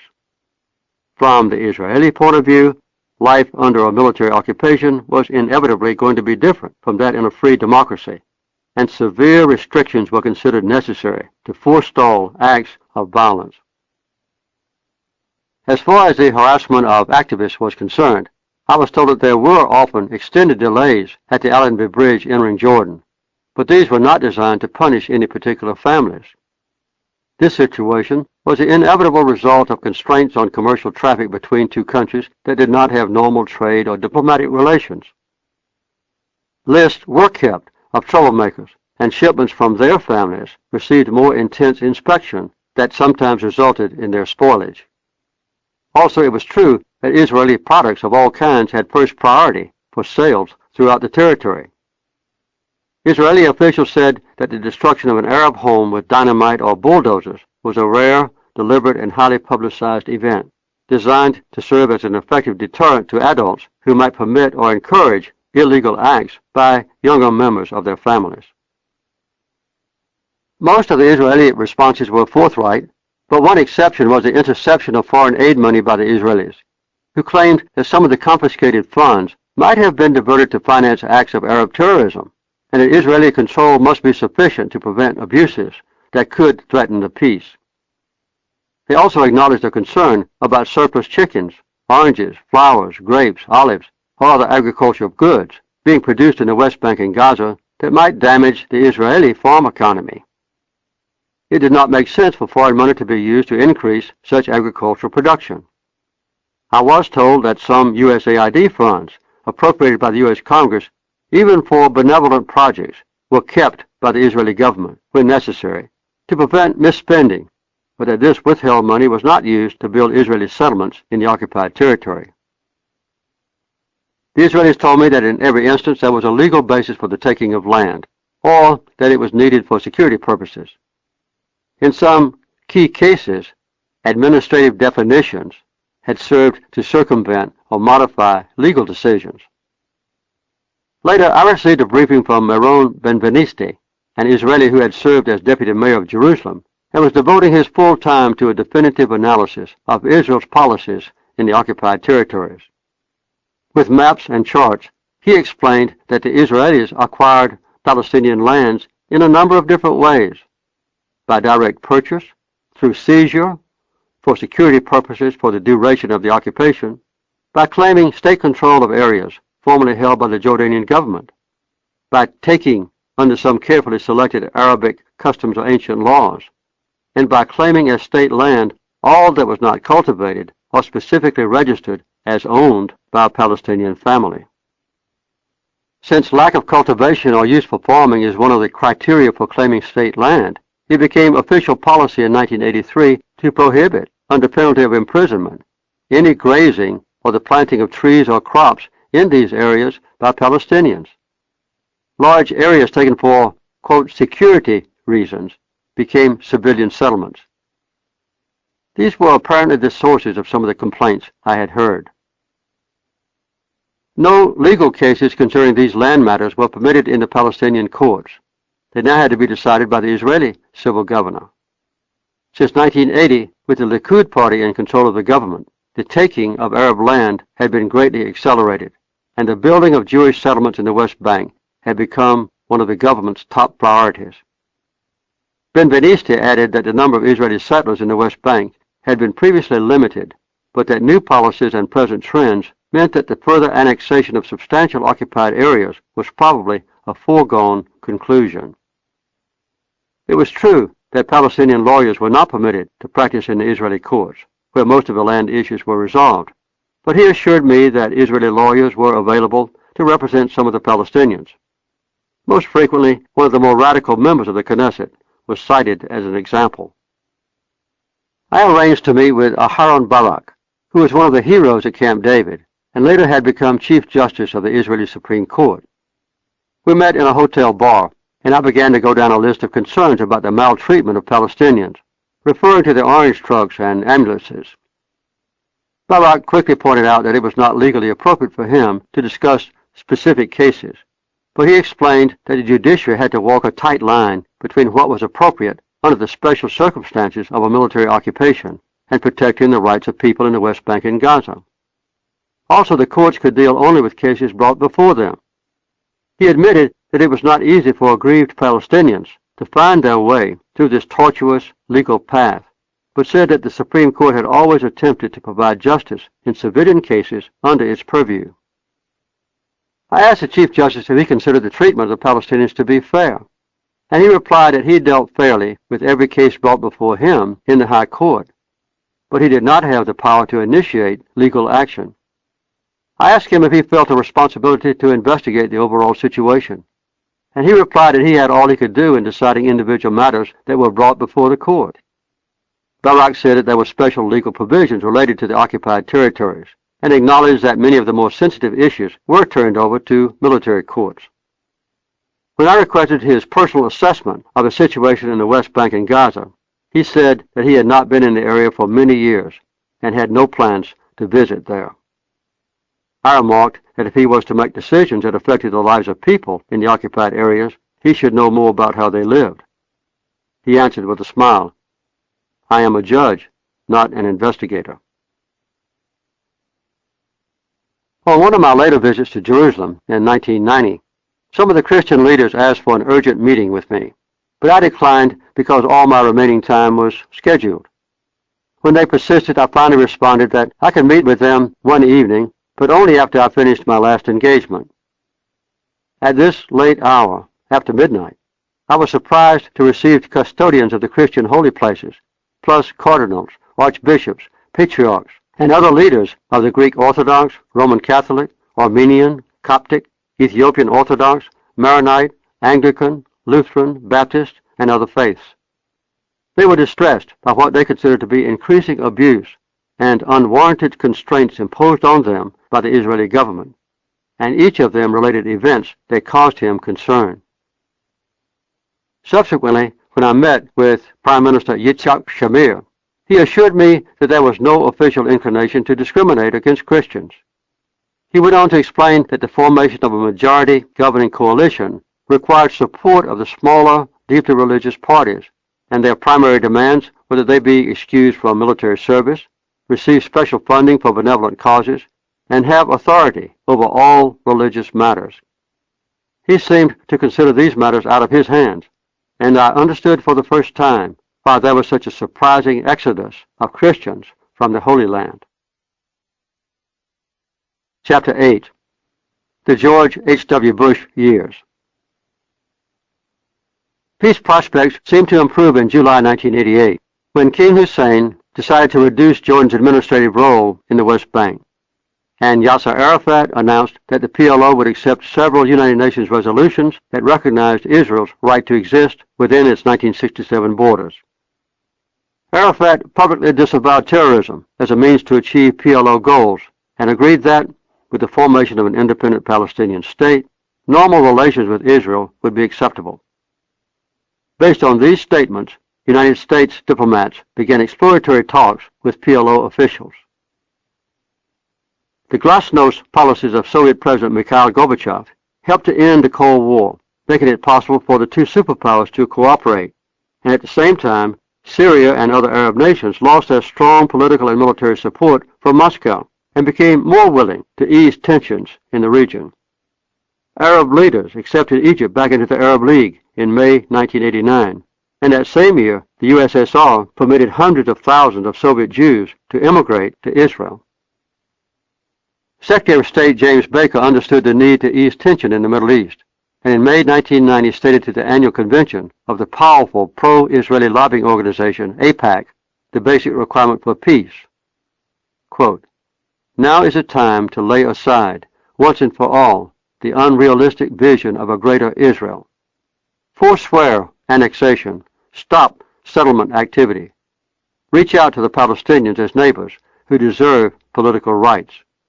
Unquote. These statements had a beneficial impact in the Middle East. For instance, when I visited Damascus in 1990, President Assad informed me that he was willing to negotiate with Israel on the status of the Golan Heights.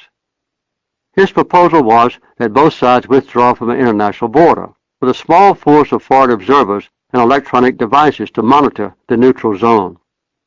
When I asked him if each nation would have to fall back an equal distance, he replied that Syria might move its troops further from the border because of the terrain.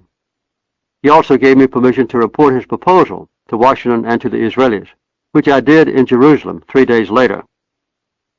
The following month, I met with Yasser Arafat and other PLO leaders in Paris, where they all agreed to accept the Camp David Accords as a basis for future negotiations with the Israelis.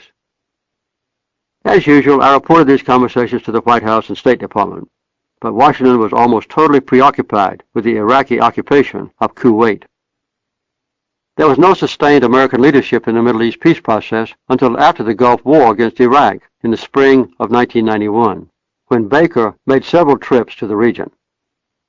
This resumption made possible a peace conference in Madrid in October 1991, convened jointly by the United States and the Soviet Union, and attended by Israel, several Arab countries including Jordan, Lebanon, and Syria, and Palestinians from the occupied territories.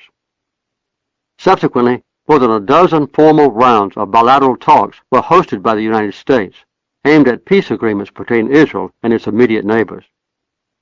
The discussions between Israel and the Palestinians addressed a 5-year interim agreement, with hopes of negotiations on the permanent status issues. Although the Madrid effort brought no specific resolution of the issues, the willingness of the participants to communicate with one another greatly reduced regional tensions and renewed hope of future progress toward peace. Still, Israel put confiscation of Palestinian land ahead of peace, provoking an official White House statement, and I quote, "The United States has opposed and will continue to oppose settlement activity in territories occupied in 1967, which remain an obstacle to peace." Unquote. From the State Department, Secretary Baker added, and I quote, "I don't think there is any greater obstacle to peace than settlement activity that continues, not only unabated, but at an advanced pace." Unquote. As further proof of his seriousness, President George H.W. Bush demanded a freeze on settlement housing being built or planned, especially a large complex between Jerusalem and Bethlehem. When he finally threatened to withhold a portion of the $10 million daily aid package, plus loan guarantees from the United States, the Israeli government complied, and the U.S. grants and loans were approved, but with a deduction of $400 million, the amount that Israel had already spent on settlement activity. Later, after President Bush was no longer in office, I noticed that this major settlement was being rapidly completed. Political leadership in Israel changed several times during this period, including formation of national unity governments that shifted authority back and forth between Labor and Likud leaders. After an election victory in June 1992, the Labor Party was able to form a coalition under the leadership of Prime Minister Yitzhak Rabin without Likud participation. Israel then made clear its desire to reconcile differences with the Palestinians, Syria, and its other neighbors, and the Arab response was surprisingly positive. Chapter 9. The Oslo Agreement. It was during this period of relative goodwill under Rabin's leadership that, without America's involvement, Norway's Foreign Minister Johan Holst, Professor Trude Larsen, and their wives helped to orchestrate highly secret peace talks between the government of Israel and the PLO. Israeli Foreign Minister Shimon Peres and Deputy Foreign Minister Yossi Beilin had a series of more than a dozen sessions, mostly in Oslo, with PLO leader Yasser Arafat's team, headed by Mahmoud Abbas, who's known as Abu Mazen, and Ahmad Kurey, known as Abu Allah.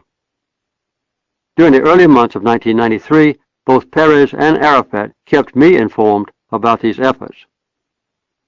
I was in the northern part of Yemen in August 1993 when I received an urgent request from Arafat to meet him in Tirana. I returned to the capital city by helicopter and found the PLO leader almost beside himself with excitement. He told me that the peace talks had been successful and that the Israelis were flying to the United States at that time to inform the Clinton administration about the achievement. Above all else, Arafat emphasized the provision in the agreement that called for the formation of a Palestinian national authority with the election of a president and members of a national assembly. A few weeks later, Rosa and I were invited to a signing ceremony at the White House, where President Bill Clinton presided, and Prime Minister Rabin and Chairman Arafat were to make a public declaration of peace. I was ushered to a prominent seat among the observers, along with the other public officials, and my wife was a row or two behind me. I was surprised and embarrassed to see the Norwegians, Holst and Larsen, fall back in the crowd, and to notice that their key role in the peace effort was never mentioned. In sum, the Oslo Agreement provided for a phased withdrawal of Israeli military forces from the West Bank, the establishment of a Palestinian governing authority with officials to be elected, and a 5-year interim period during which the more difficult and specific issues would be negotiated. Although Rabin, Peres, and Arafat all received the Nobel Peace Prize for their historic achievement, there was strong opposition from radical elements on both sides.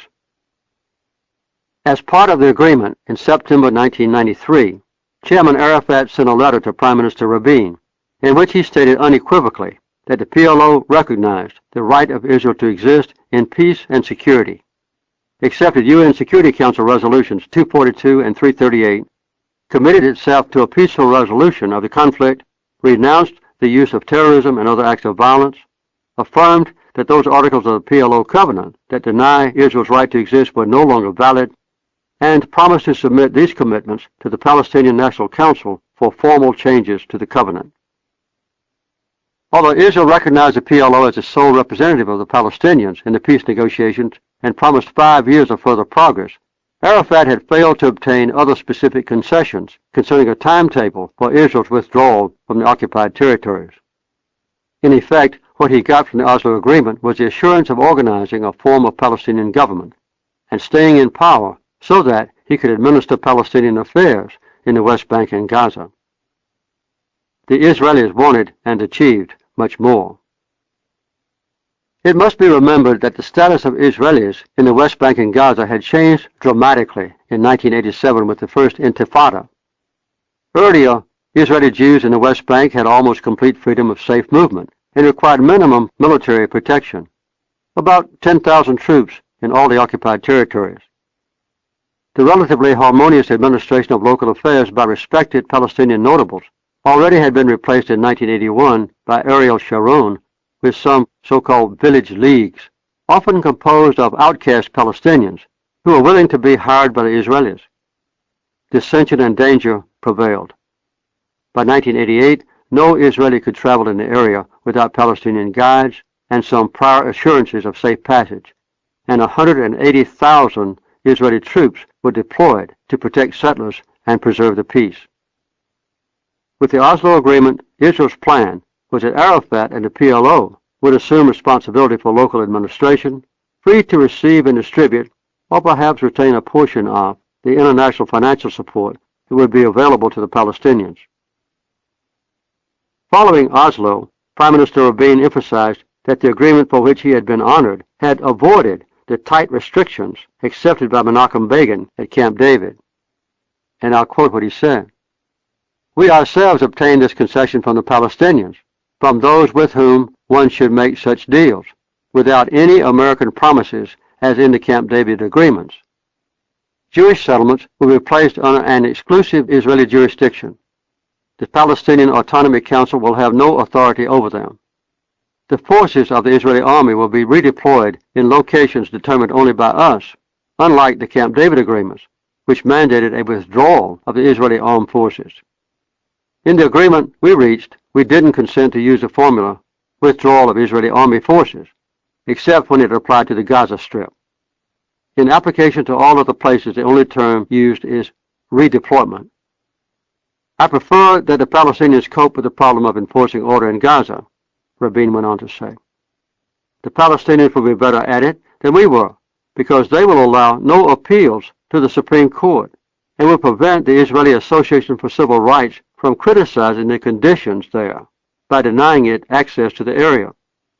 They will rule there by their own methods, freeing, and this is most important, the Israeli army soldiers from having to do what they will do." That's ending the Rabin quote.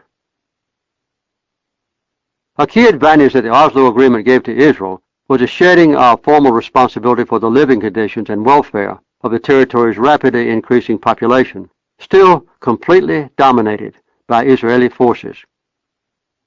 Prime Minister Rabin soon concluded a peace accord with Jordan and announced his willingness to negotiate with the Syrians, and he and Arafat concluded an agreement in May 1994 that applied to the Gaza Strip and to Jericho with its environs.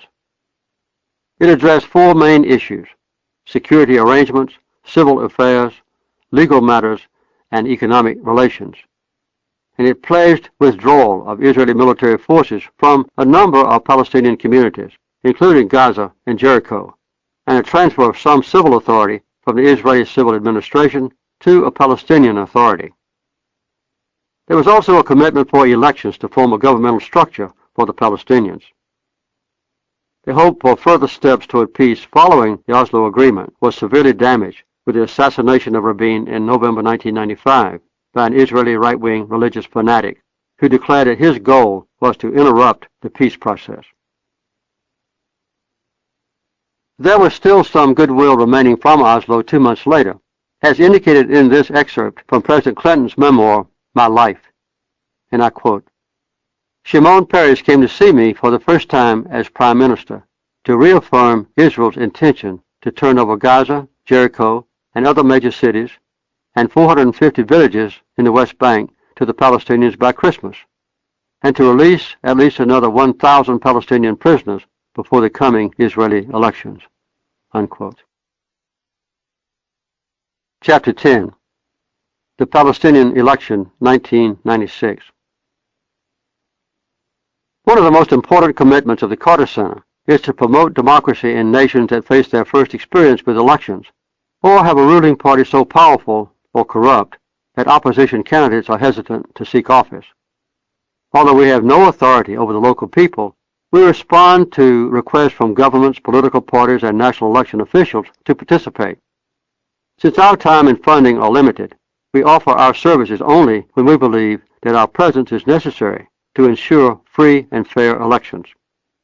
Carter Center teams have monitored more than 60 elections, but 3 of the most interesting, challenging, and important have been for the Palestinian people. Although I had met with other PLO leaders in Egypt and Syria beginning in 1983, my first personal meeting with Yasser Arafat was during a visit to Paris in April 1990. Rosalind was with me to take notes, and Arafat had a large entourage of his top leaders. He was surprisingly friendly and obviously grateful to discuss Palestinian issues directly with a prominent American. His associates treated him with great deference, but Arafat was reluctant to give any clear answers to substantive and sensitive questions without first having a chance to reach a consensus among the many contending factions within his organization. He expressed his regrets at having rejected the Camp David Accords, admitting that he hadn't studied all its terms, including withdrawal of Israeli military and political forces from the occupied territories. Arafat knew that I had called for a Palestinian homeland, pointed out that a democratic process would have to be the first step, and he urged me to consider helping to ensure that Palestinians could elect their own government.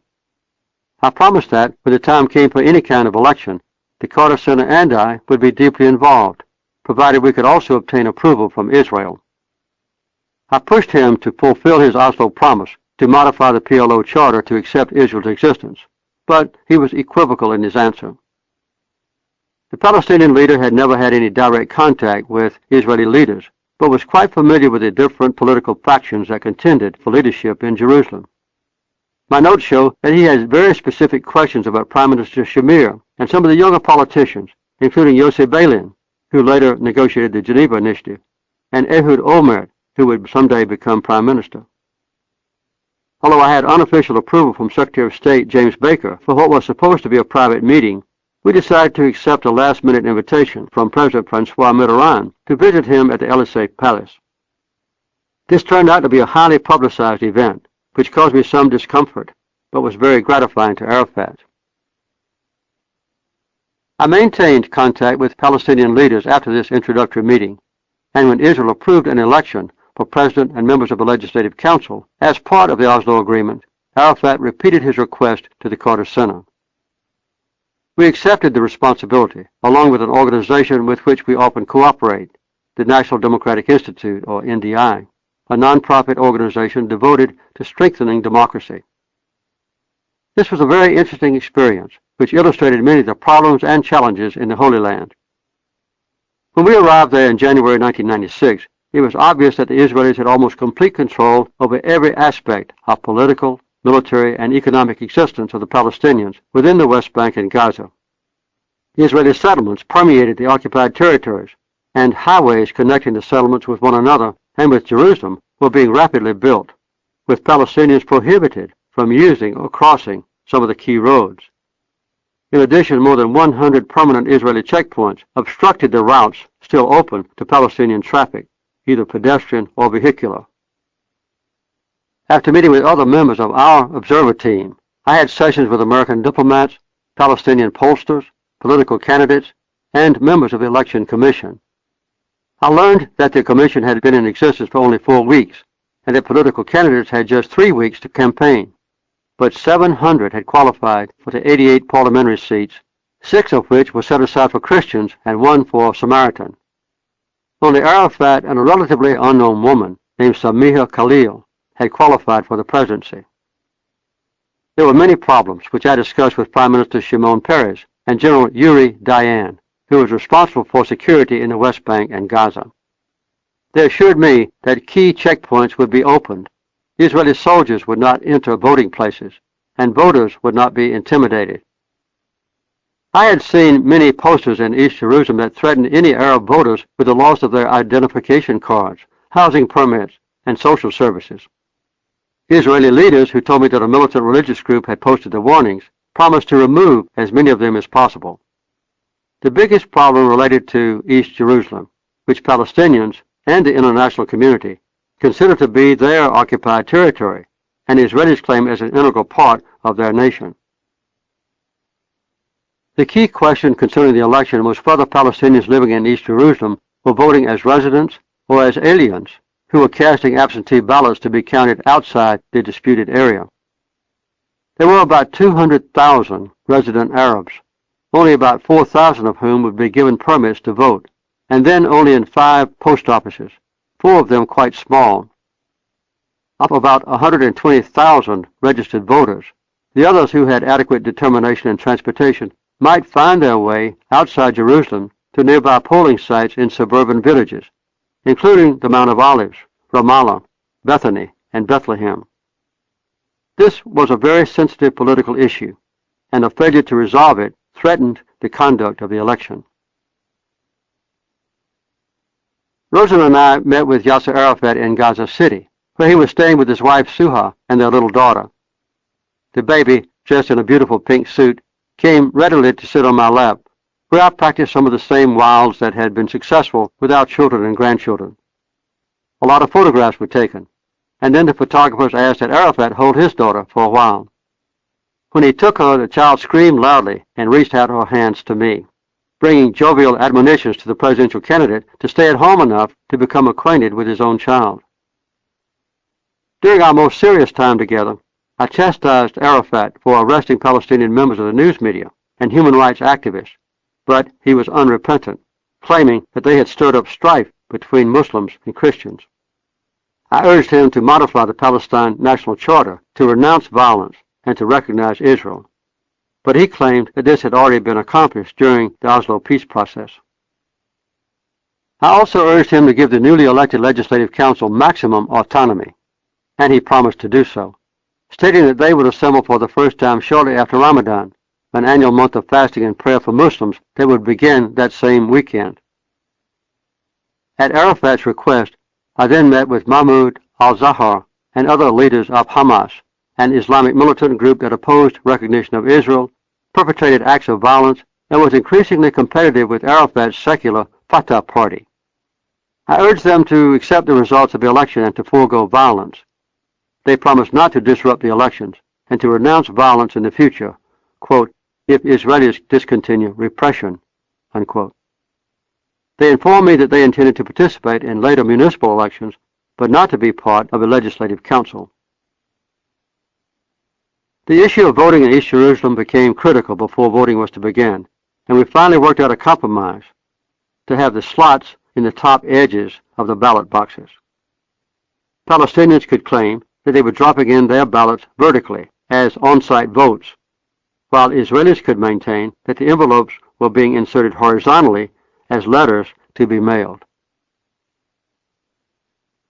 On election day, Rosen and I went from one polling station to another, and our observers heard complaints and resolved as many as we could. Quite early, there were few voters in East Jerusalem, and about 50 uniformed Israeli police were around the entrances and even within the post offices, ostentatiously videotaping the face of every Palestinian who was standing in line to cast a ballot. 2 domestic observers who appeared at the largest post office with their proper credentials were arrested, and one was beaten on the way to jail. This news spread like wildfire throughout Jerusalem. At the main checkpoint where the Palestinians were going outside the city to vote, a young captain told me that his orders were to record every name. I called General Dayan to report these problems, and the checkpoints were finally opened. But it was around noon before the police numbers at the Jerusalem sites were reduced and the final video cameras put away. Dayan's reasoning was that they were restraining right-wing Israelis to prevent violence, but it was obvious that the Palestinian voters were intimidated, and only about 1,600 Jerusalem voters finally cast or mailed ballots in the city. During the day, our observer team collected and analyzed reports from about 250 voting places. Overall, about 75% of all registered voters cast their ballots, and in Gaza, more than 85% voted. Of 1,696 voting places outside Jerusalem, there were problems in only 2. 3 Palestinians were shot and killed by Israeli police at a checkpoint at Jenin, but 60% of the people still voted in the village. The participation and enthusiasm of women was the biggest surprise for us. In Gaza and most other places where few women were ever seen in public, they jammed the polling sites. Yasser Arafat received 88% of votes for president, and members of his Fatah party and affiliated independents won about 75% of the legislative council seats. After the election, I again urged that he honor the independence of the elected council make a credible offer to Hamas and others to participate in the future, set an early date for municipal elections, and expedite the amendments to the PLO charter. Some strong independents were elected, including Hanan Ashrawi, an influential Christian spokesperson from Ramallah. Everyone laughed when Arafat told me there were going to be about 15 women on the council, adding, quote, that Hanan counts for 10. It was obvious that the release of almost 5,000 of the Palestinian prisoners being held by the Israelis and the possibility of progress on the permanent issues would be predicated on good faith action by both sides. Prime Minister Peres announced that all members of the Palestinian National Council, that is the legislative body of the PLO, would be permitted to travel to the West Bank and Gaza in order to amend the PLO charter. This was welcome news, since many of the more active members of the Fatah party had long been accused by the Israelis of being terrorists and not given travel permits within their own land. The new president established his office in Ramallah and continued to struggle to obtain complete Palestinian control of the West Bank and Gaza, which remained occupied by Israel. All of us international observers were pleased with the quality of the election, which was nothing less than an overwhelming mandate, not only for forming a Palestinian government, but also for reconciliation between Israelis and Palestinians. We also were reminded of the extreme sensitivity and the difficulty of issues still to be resolved. Chapter 11. Bill Clinton's Peace Efforts. Unfortunately for the peace process, Palestinian terrorists carried out 2 lethal suicide bombings in March 1996, a few weeks after the Palestinian election. 32 Israeli citizens were killed, an act that probably gave the Likud's hawkish candidate, Benjamin Netanyahu, a victory over Prime Minister Shimon Peres. The new leader of Israel promised never to exchange land for peace. Foreign Minister Ariel Sharon declared the Oslo Agreement to be national suicide and stated, everybody has to move, run, and grab as many hilltops as they can to enlarge the settlements, because everything we take now will stay ours. Everything we don't grab will go to them. This policy precipitated Israel's tightened hold on the occupied territories and aroused further violence from the Palestinians. With Arafat now an officially elected leader, President Bill Clinton made a strong and sustained effort to find some reasonable accommodation between Israelis and Palestinians. A 9-day summit conference was convened at Y Plantation in Maryland in October 1998, during which some agreements were reached involving redeployment of Israeli troops, security arrangements, prisoner releases, and the resumption of permanent status negotiations. But within a few weeks, the Israeli cabinet voted to postpone execution of the Y River Memorandum. Even after the Labour Party's Ehud Barak was elected as Prime Minister in May 1999, there was a sustained commitment by Israel's government to avoid compliance with the Oslo Agreement, or with key UN resolutions 242 and 338, while Palestinians were reluctant to abandon any of them as a basis for permanent peace. Despite these handicaps, the United States sponsored a series of peace talks at Sharm el-Sheikh, at Bolling Air Force Base, and then at Camp David for a 14-day session in July 2000. In September 2000, with Prime Minister Barak's reluctant approval, Ariel Sharon and an escort of several hundred policemen went to the Temple Mount complex, site of the Dome of the Rock and the Al-Aqsa Mosque, where he declared that the Islamic holy site would remain under permanent Israeli control. The former military leader was accused by many Israelis of purposely inflaming emotions to provoke a furious response and to obstruct any potential success for ongoing peace talks. Combining their reaction to this event with their frustration over Israel's failure to implement the Oslo Agreement, the Palestinians responded with a further outbreak of violence, which was to be known as a second Intifada. Later, during his last months in Washington, President Clinton made what he called his final proposal. 80% of Israeli settlers would remain in the West Bank, and Israel could maintain its control of the Jordan River Valley and an early warning capability within the West Bank, with an additional provision for emergency deployments to meet security needs. The new state of Palestine would be demilitarized, with an international force for border security and deterrence, and Palestinian sovereignty over their airspace. except for special arrangements to meet Israeli training and operational needs. In Jerusalem, the Arab neighborhoods would be administered by Palestinians and the Jewish neighborhoods by Israel, with Palestinian sovereignty over the Temple Mount and Israeli sovereignty over the Western Wall and the holy place of which it is a part.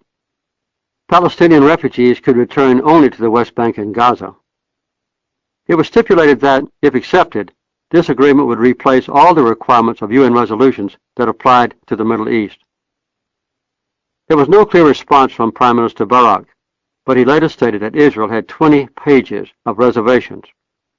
President Arafat rejected the proposal.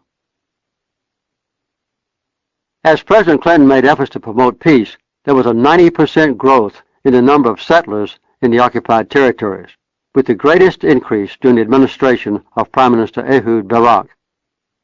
By the end of the year 2000, Israeli settlers in the West Bank and Gaza numbered 225,000.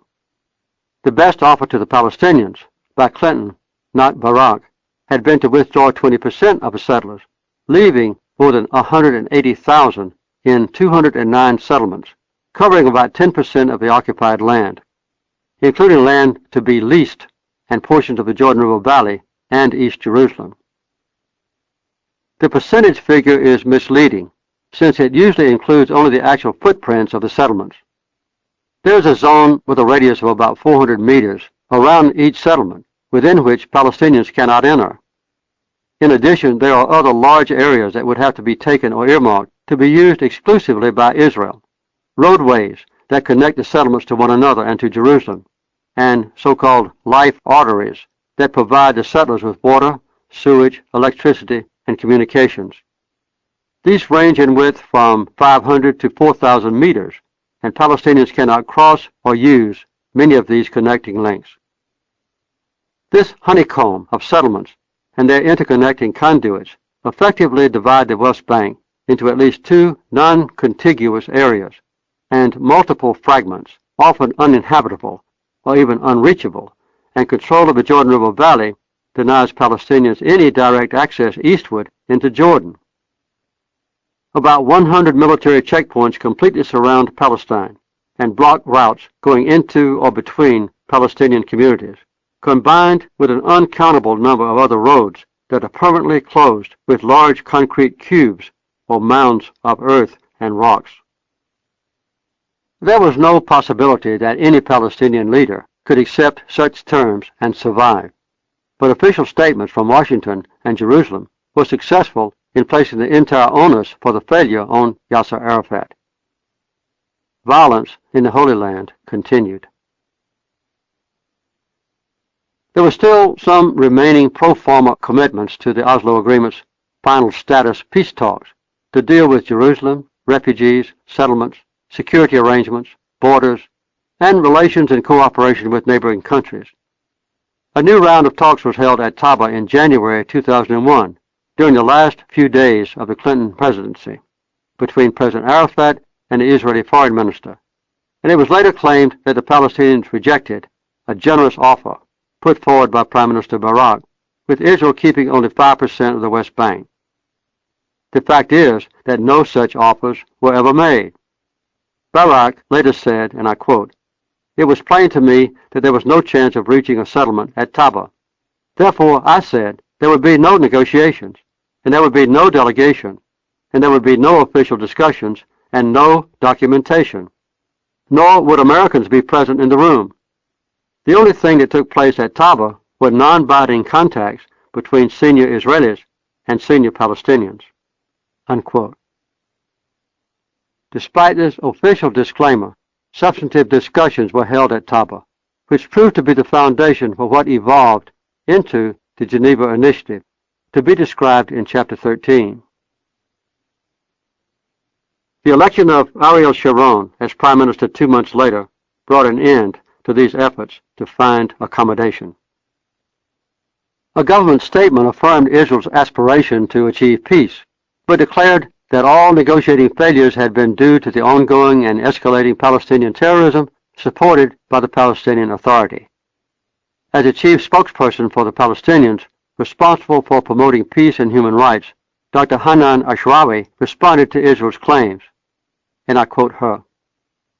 So far, they have succeeded in holding the peace process hostage to this mentality on the one hand, and on the other hand, they have provoked tremendous violence by acts of incitement, like shelling, bombing, house demolition, uprooting trees, destroying crops, assassinating political leaders, placing all Palestinians under closure in a state of total immobility, a prison. And then they wonder why some Palestinians are acting violently. And then they want to have the right to exercise violence against the captive population. And then they like to make nonviolence on the part of the Palestinians a precondition for the Palestinians to qualify for talks, let alone for statehood. Unquote. Chapter 12. The George W. Bush Years. A national election in Israel occurred soon after the inauguration of George W. Bush in January 2001. Well known for having been aggressive in dealing with Palestinians, Ariel Sharon was easily elected prime minister within the troubled environment of the new Intifada. He strongly opposed the Oslo peace agreement and emphasized his total commitment to counteract attacks on the Israeli citizens and armed forces, almost all of which were occurring on Palestinian territory. Violence increased during the second Intifada, costing the lives of more than 1,000 Palestinians and nearly 200 Israelis. And late in March, three crucial events occurred, almost simultaneously.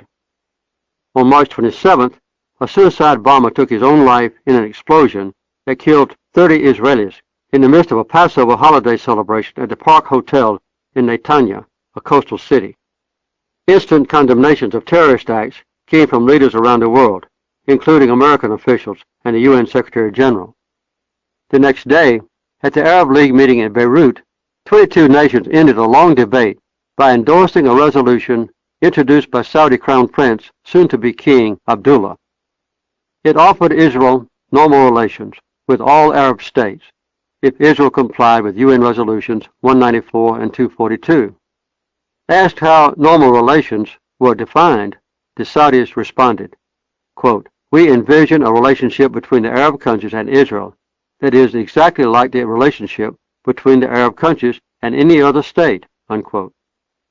They further explained that all occupied Arab territories and the return of refugees were deliberately vague enough to allow the Israelis to settle these matters through negotiations with the Palestinians, Syrians, and Lebanese. The White House responded. President George W. Bush urges other leaders to build on the Crown Prince's ideas to address the cause of peace in the troubled region. The next day, March 29th, a massive Israeli military force surrounded and destroyed Yasser Arafat's office compound in Ramallah, leaving only a few rooms intact. Convinced that Arafat was supporting the Intifada, Prime Minister Sharon informed members of his cabinet that he wanted to arrest Arafat and expel him from the Palestinian territories. "The only commitment we've made," Police Minister Uzi Landau announced, "is not to kill him." Secretary of State Colin Powell called for Sharon to, quote, "consider the consequences of his actions and limit civilian casualties." And later the United States voted for a UN Security Council resolution demanding Israeli withdrawal from Ramallah, which Israel had declared to be under Palestinian self-rule in 1995. Israel ignored the resolution. Arab diplomats accused Sharon of deliberately sabotaging the Arab peace overture, and Crown Prince Abdullah called the Prime Minister's assault on Arafat a brutal, despicable, savage, inhumane, and cruel action. Except for one brief interlude, Arafat was to be permanently confined to this small space until the final days of his life. Having limited contacts with his own people and with minimal remaining authority, he was still held responsible by the Israelis for every act of violence within the occupied territories. Responding to strong international pressure to break the costly impasse, in June 2002, President George W. Bush announced a two-state solution for the Israeli-Palestinian conflict, which was the first time an American leader had described the future Palestinian government as potentially sovereign. However, the president precluded any further involvement in the process by the Palestinians' only elected leader, Yasser Arafat, declaring, and I quote, "Peace requires a new and different Palestinian leadership so that a Palestinian state can be born," unquote. Responsibility for a lack of progress toward peace was placed on the Palestinians. and President Bush and Prime Minister Sharon declared that the response to any violent actions on their part was to be equated with the global war against terrorism. The only American demands on the Israelis were that they return to the military positions they had occupied before September 2000, when violence had erupted after Sharon's visit to the Temple Mount, to refrain from any new settlement activity in the occupied territories, and negotiate terms sometime in the future for ultimate compliance with UN Resolution 242, after the Palestinians demonstrated their ability to stop all violent resistance in the occupied territories. Prime Minister Sharon quickly accepted the elements of the proposal that concerned Palestinian violence. The Palestinians maintained that almost 200,000 Israeli occupying troops could not prevent every act of potential violence. It would not be possible for their imprisoned and isolated leader to guarantee total peace, especially with only a few of their security forces permitted to have sidearms or communications equipment. Since Arafat was not acceptable to Bush or Sharon as an interlocutor, Mahmoud Abbas, or Abu Mazen, was chosen as the first Prime Minister of the Palestinian Authority in March 2003. Abbas was known as the face of Palestinian moderation and the chief architect of the Oslo Agreement. His choice was strongly supported by Israel and the United States. Arafat also responded favorably, claiming that this change was just an endorsement of his own reform efforts. In fact, it led to no genuine peace talks with Israel and to a struggle between Abbas and Arafat over control of security services. In April 2003, a roadmap for resolving the Israeli-Palestinian conflict was announced by UN Secretary General Kofi Annan on behalf of the United States, the United Nations, Russia, and the European Union, known as the Quartet. Annan stated, quote, "Such a settlement negotiated between the parties will result in the emergence of an independent, democratic Palestinian state living side by side in peace and security with Israel and its other neighbors. The settlement will end the occupation that began in 1967, based on the Madrid Conference Terms of Reference and the principle of land for peace. UN Security Council Resolutions 242, 338, and 1397. Agreements previously reached by the parties, and the Arab Initiative proposed by Saudi Crown Prince Abdullah and endorsed by the Arab Summit in Beirut." Unquote. The Palestinians accepted the roadmap in its entirety, but the Israeli government announced 14 caveats and prerequisites, some of which would preclude any final peace talks. See Appendix 7 for the full list. The Israeli provisos included, first, the total dismantling of all militant Palestinian subgroups, collection of all illegal weapons, and their destruction. Second, cessation of incitement against Israel, but the roadmap cannot state that Israel must cease violence and incitement against the Palestinians. Third, the Israeli control over Palestine, including the entry and exit of all persons and cargo, plus its airspace and electromagnetic spectrum, which includes radio, television, radar, and so forth. Fourth, the waiver of any right of return of refugees to Israel. Fifth, no discussion of Israeli settlements in Judea, Samaria, and Gaza, or the status of the Palestinian Authority and its institutions in Jerusalem.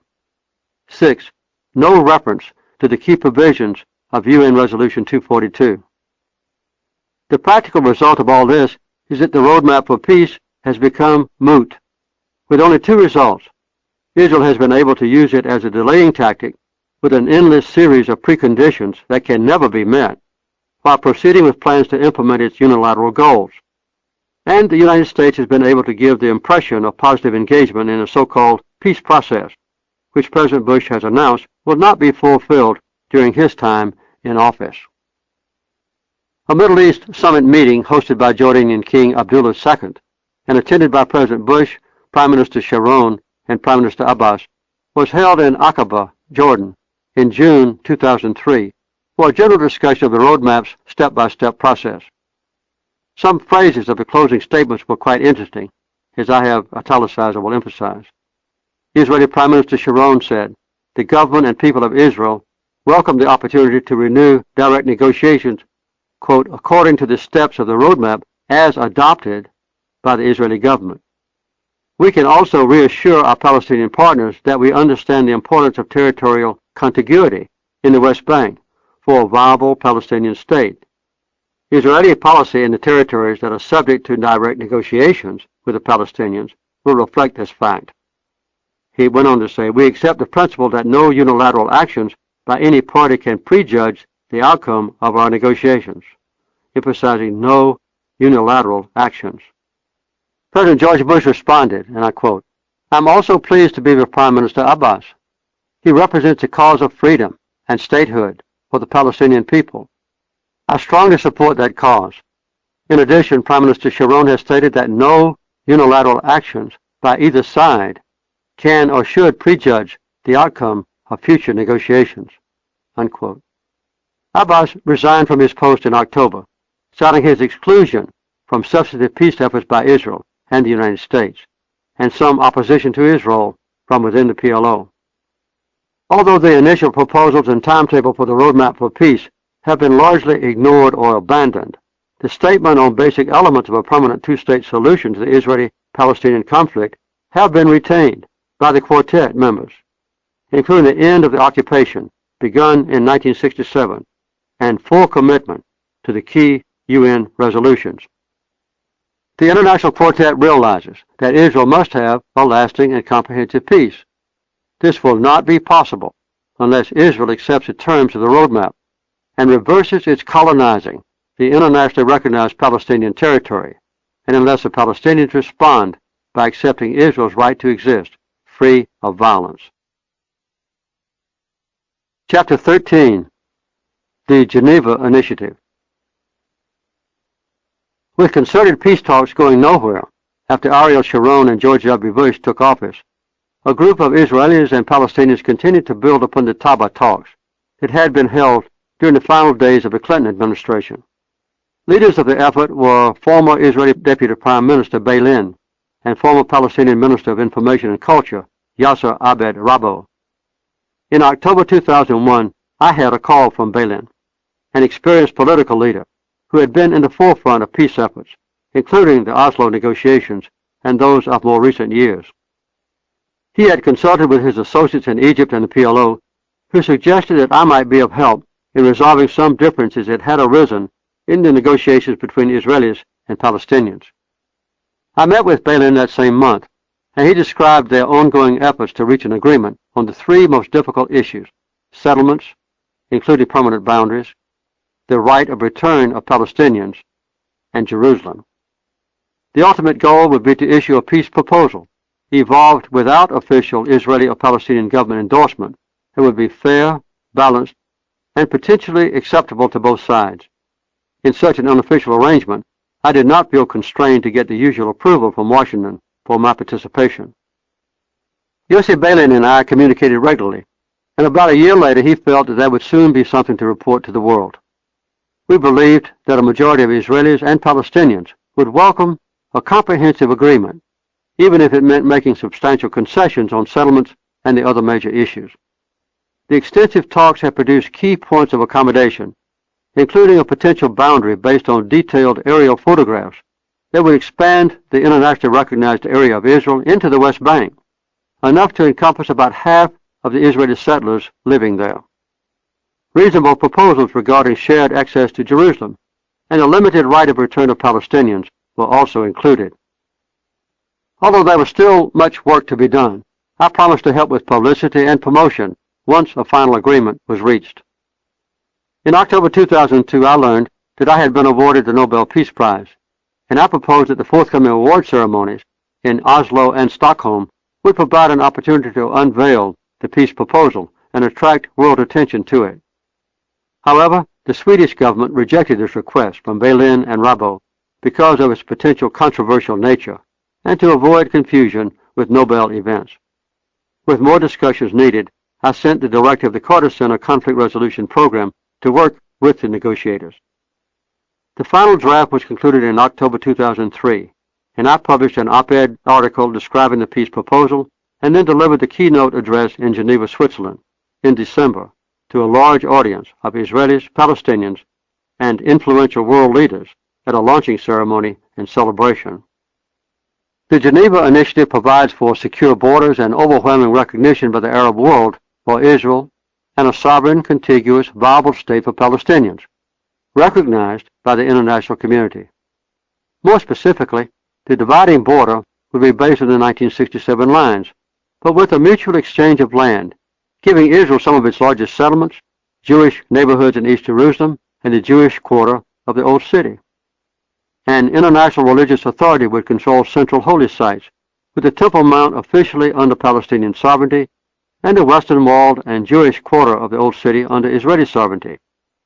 Israel would decide unilaterally how many Palestinian refugees would be admitted to Israel, and other refugees could return to Palestine or receive appropriate compensation as a fulfillment of UN Resolution 194.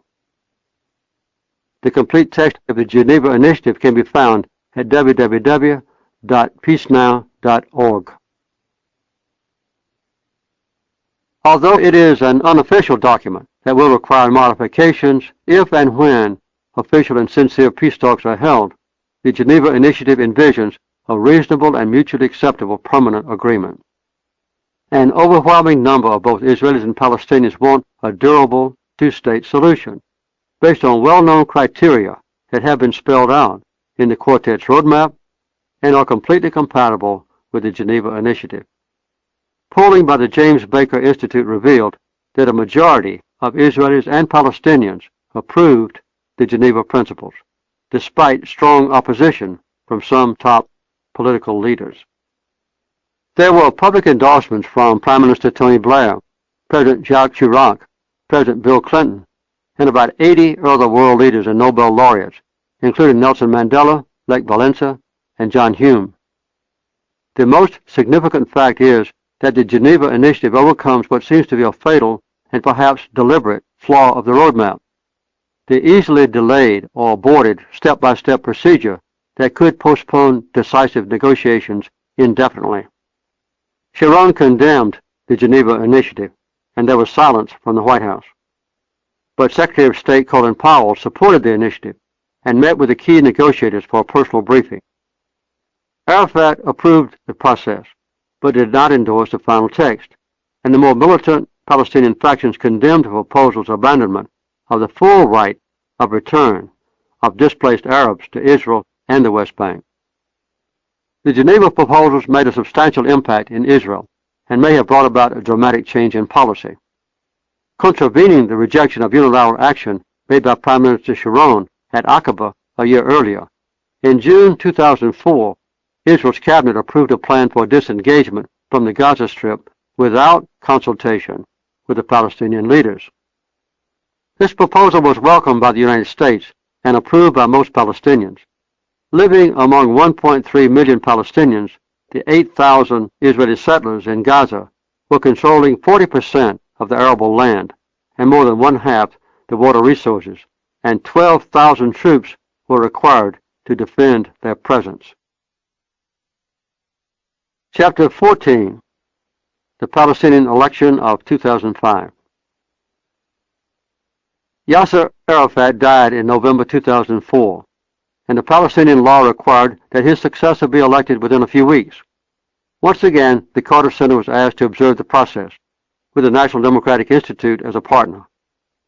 I arrived in Israel on January 6, 2005, and my first meeting was with Prime Minister Sharon, who immediately expressed confidence that he had sufficient votes in the Knesset to overcome opposition to the Gaza withdrawal. He estimated that about 30% of the settlers would leave voluntarily, with generous monetary compensation, and the others would resist, perhaps a small number, even with violence. The southern Negev, the location of his own family farm, was to be their primary destination for resettlement. We exchanged reminiscences of our joint experiences during the past years, and I thanked him for his positive influence on Prime Minister Begin when I was negotiating peace agreements as president. He stated that Israeli checkpoints would be manned by soldiers during the Palestinian election, but would not impede traffic, and that military forces would be withdrawn from the major cities. Having observed Sharon in action for almost 3 decades, I had no doubt that he would fulfill his promises. Although our team maintained complete neutrality among competing candidates, our hope was that the election of a moderate and respected leader would bring an early resumption of a long-stalled peace process. I urged Sharon to be more flexible in permitting Palestinians to vote in East Jerusalem, but his response was that the arrangements of 1996 would prevail. He reminded me that I had been instrumental in negotiating the agreements, and added that no Palestinian polling officials or domestic observers would be allowed to enter the post offices, which would be manned by Israeli employees. Any disruptive campaigning would also be forbidden. In fact, one presidential candidate was arrested the next day when he attempted to seek votes among a small crowd near the Lions Gate. It was obvious to all international observers who spread throughout the occupied territories that the Palestinian people had little freedom of movement or independent activity, a situation unlikely to change as long as they were surrounded by troops and walls and their land was occupied by Israeli settlers. Prior to Election Day, we observers had our customary meetings with leading candidates and members of a Central Election Commission. They were confident about their own preparations, but concerned that possible violence might erupt because of interference by Israeli officials in preventing Arab voting in East Jerusalem. Whenever I visit a foreign country, I look for opportunities to leave the capital city and visit interesting places. While our observer teams were moving to their post on Saturday morning, the other delegation leaders joined me in a visit to Nazareth Village, a site that has been developed to emulate the community of Jesus during his youth. Beginning in 1996, Rosen and I have joined other Christians, mostly Mennonites, in acquiring land and raising funds for its development. The 10-acre site is in the heart of a city, and we were impressed by its high quality and archaeological and historical integrity. As is our practice, we moved constantly throughout Election Day, visiting 22 voting sites, beginning with the post offices within East Jerusalem, where problems always arise. It quickly became apparent that Israeli officials had voters lists that were completely different from the names of people who came to cast ballots, and by noon there had been practically no voting, just a growing crowd of angry Palestinians. At the main polling site, the only post office larger than a mobile home, there were 3,500 names on the list, with one Israeli clerk checking credentials of potential voters and methodically turning them away. When I finally threatened to call an international press conference, the Prime Minister's office agreed to ignore the list and permit all persons registered in Jerusalem to vote at any site, but only international observers and no Palestinians could monitor this process. By this time, it was already 2 p.m., and we were able to salvage the participation of only a small number of voters. I also visited Bethlehem and other places in the West Bank and found few problems there or in Gaza. I got up quite early the next morning to assess the reports of our observer team and to prepare a political analysis and a private letter of advice for delivery to Mahmoud Abbas, who had been elected overwhelmingly. I finished these tasks in time to meet before daybreak with leading birding experts from Israel and Palestine, Yossi Leshem and Imad Atrash. We first went to a 50-acre park in the heart of Jerusalem's urban area, where we watched 24 gazelles that lived there with no fences or walls to separate them from the adjoining buildings and heavily traveled roadways. We then drove to a small park in the shadow of the Knesset building to observe the netting, banding, and release of migratory birds that fly over the Holy Land to circumvent the Mediterranean Sea. It was wonderful to see Jewish and Arab ornithologists working in harmony on these projects. After joining our delegation leaders to conclude generally positive statements about the election, I went to Ramallah to meet with Abbas and his key advisors. The Israelis had ruled out any negotiation with Arafat, and now they would have the partner they had seemed to want. I outlined my thoughts and gave Abbas my written notes, presuming that the new president would soon be engaged in direct talks with Israeli leaders.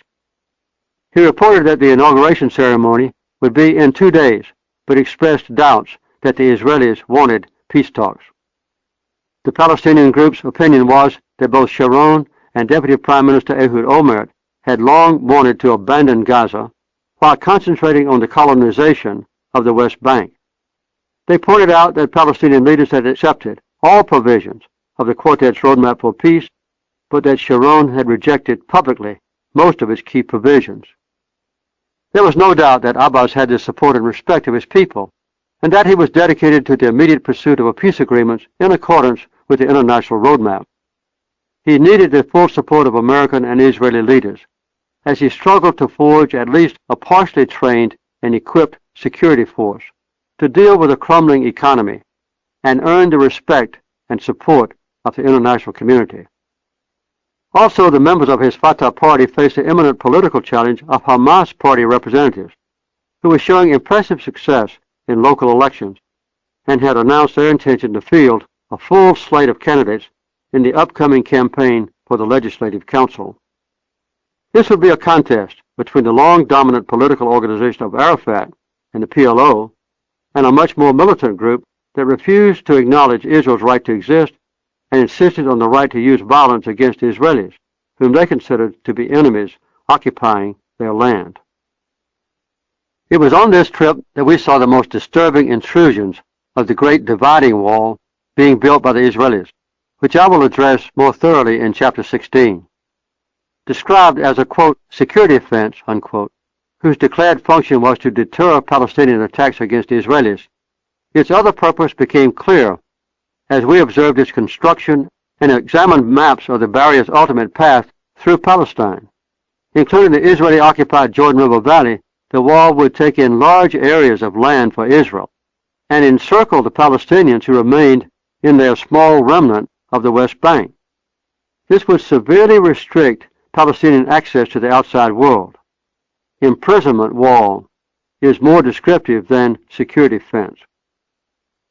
After returning to America, I went to the White House and gave a personal report to President Bush, emphasizing my concern about Israel's rejection of the roadmap's terms and the building of the wall. I also relayed Mahmoud Abbas's desire to begin comprehensive peace talks at an early date. The President repeated his commitment to the roadmap and said that his new Secretary of State, Condoleezza Rice, was taking office that same day, and that one of her top priorities would be a persistent and aggressive search for peace between Israel and the Palestinians. The Israeli settlers were removed from Gaza in August 2005, with 50,000 troops there to minimize violence. This left behind the Arab inhabitants of a tiny area. There was some predictable controversy in Israel, with extreme right-wingers bitterly opposed to any withdrawals of Israeli settlers, and with some peace groups claiming that unilateral actions would lead to the abandonment of long-range peace proposals. Let's take a quick look at Gaza.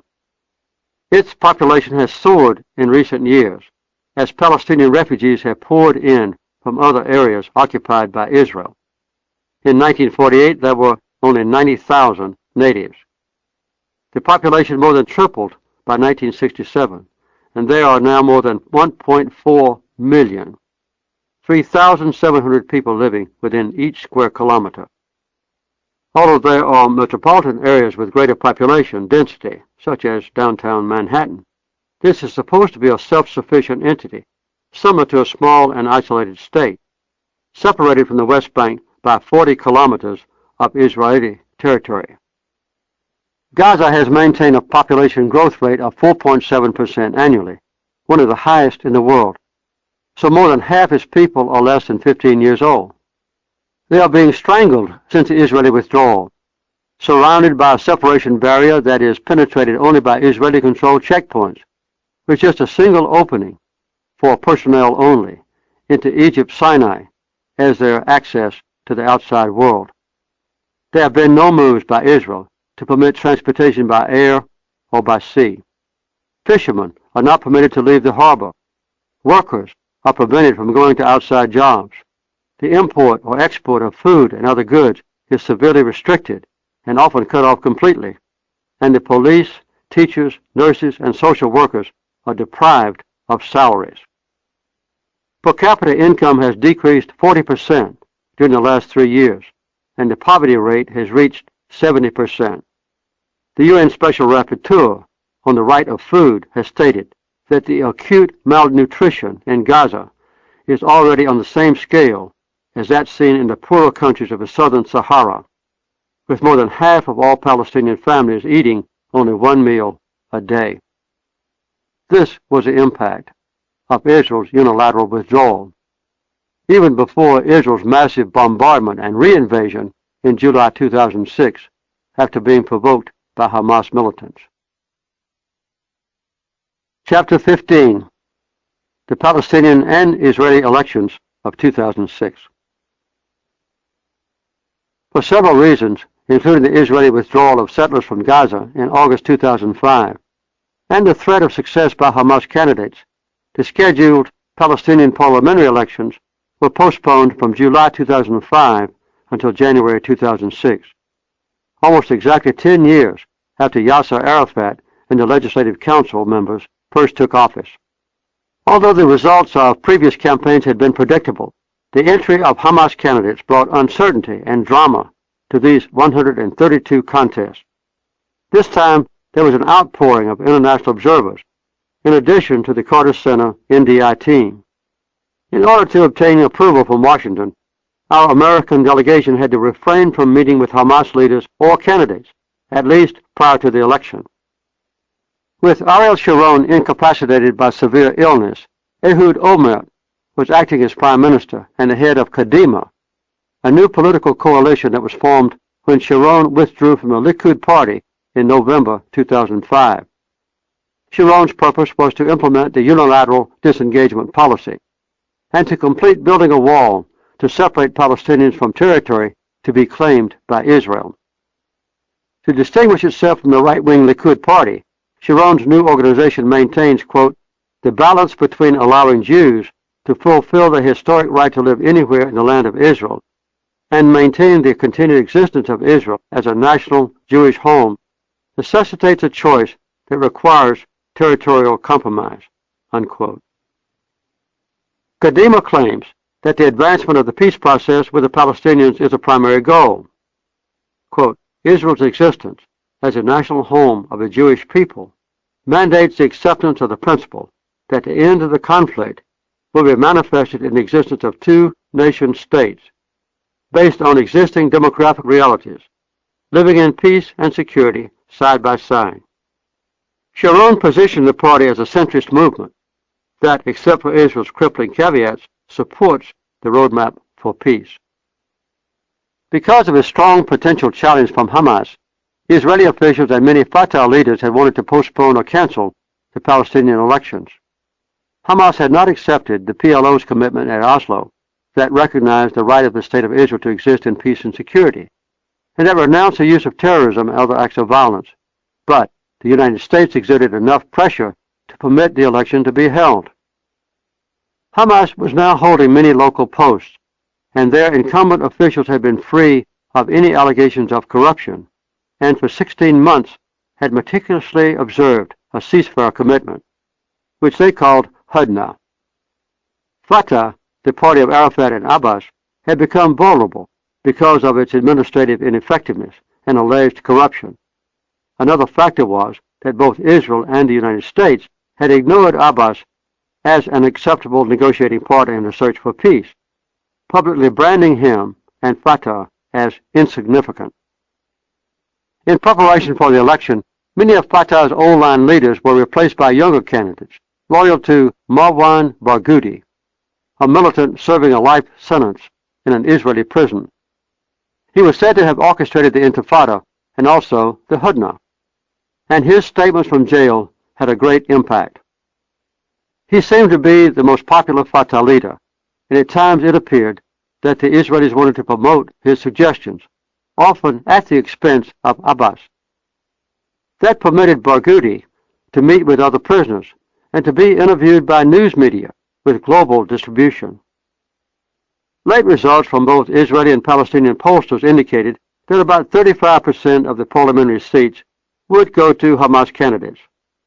Israel had announced that without a dramatic moderation of its policies, even this involvement by Hamas would preclude any initiation of substantive peace talks between Israelis and Palestinians, already absent for the past 5 years, and could terminate humanitarian aid and other funds that had been channeled through the Palestinian government.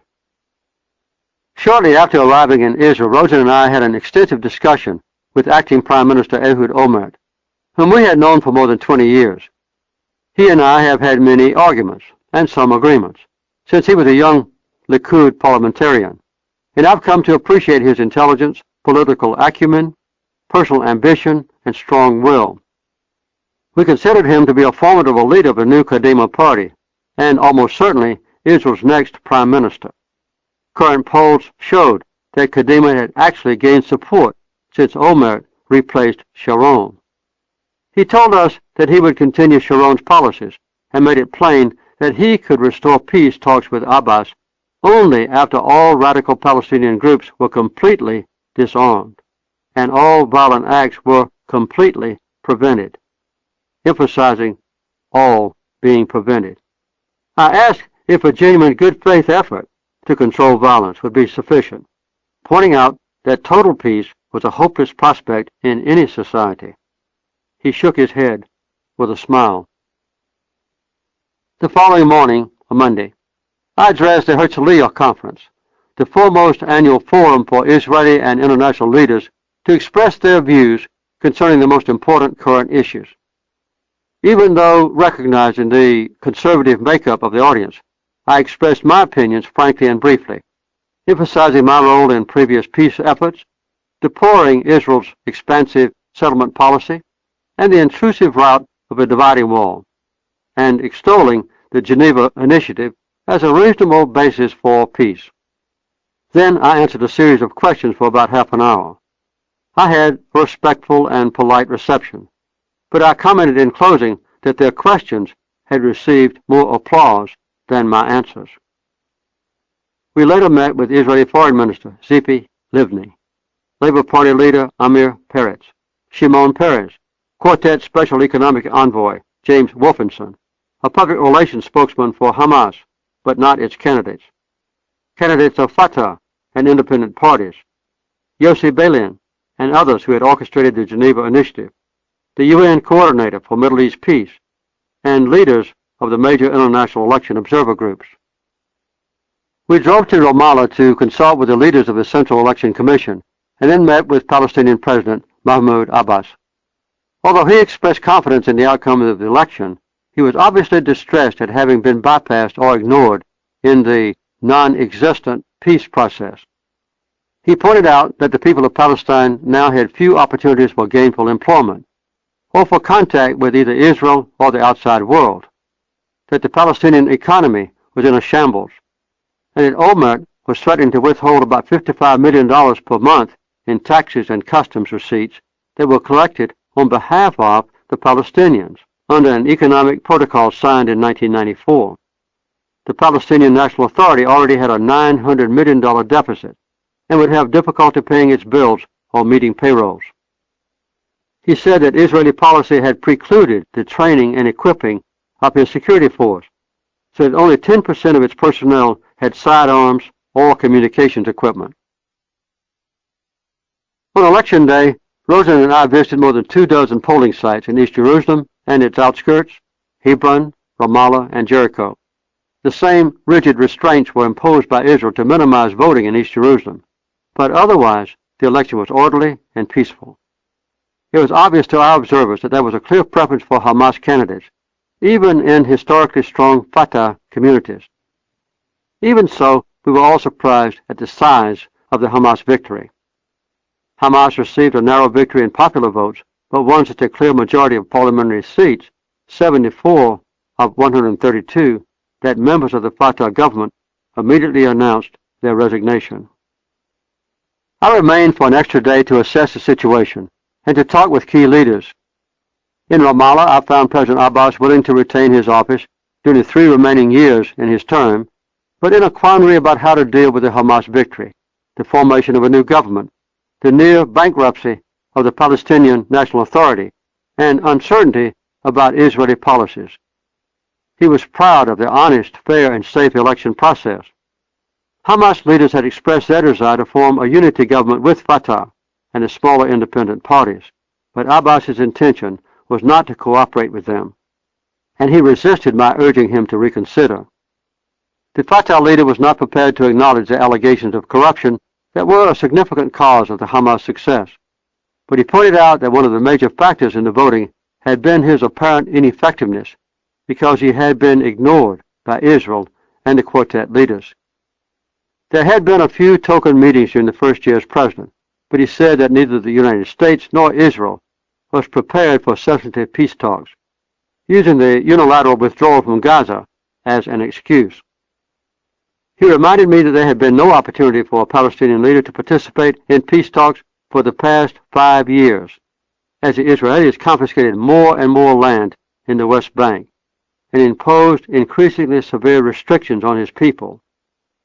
Israel had taken more control of the consumer and production sectors of the area's economy, making it an exclusive market for many Israeli products, even among the local Palestinian citizens, who could not sell their own products in Israel, Jordan, or other places. Abbas said that despite the conduct of exemplary democratic elections, the Palestinians had never had an opportunity to forge a viable government. Their economic system had been forced back into the pre-industrial age, and their territory broken into ever smaller fragments. Abbas informed me that there were not enough funds available to meet his February payroll for police, teachers, nurses, and other service providers, and any reduction in their income because of the election results would be disastrous. Although I had had no direct contact with Hamas since Arafat's election as president, and had pledged to refrain from meeting with them until after this recent election, I decided that it was time for me to consult with them again.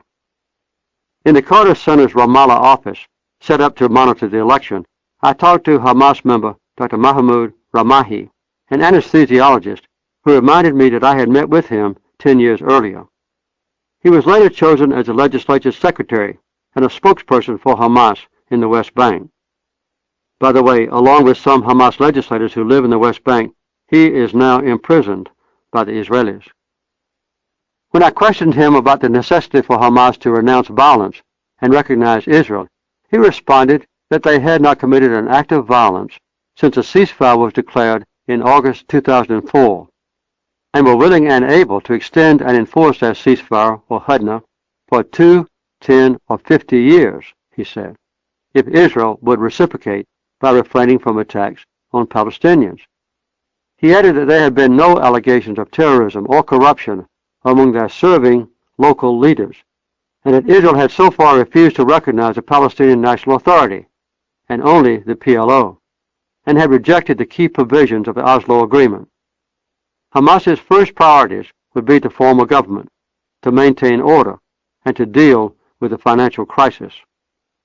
He also asked me, where is the Israel you would have us to recognize?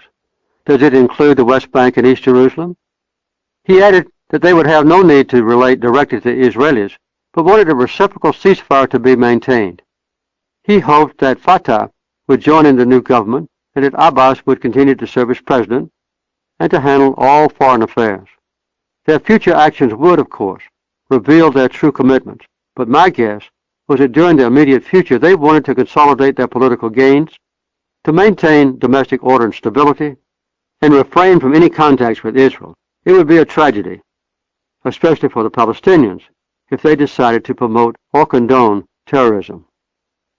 During the next few weeks, Hamas attempted unsuccessfully to induce Fatah members to take some of the cabinet positions, and finally proposed its own list, which President Abbas accepted.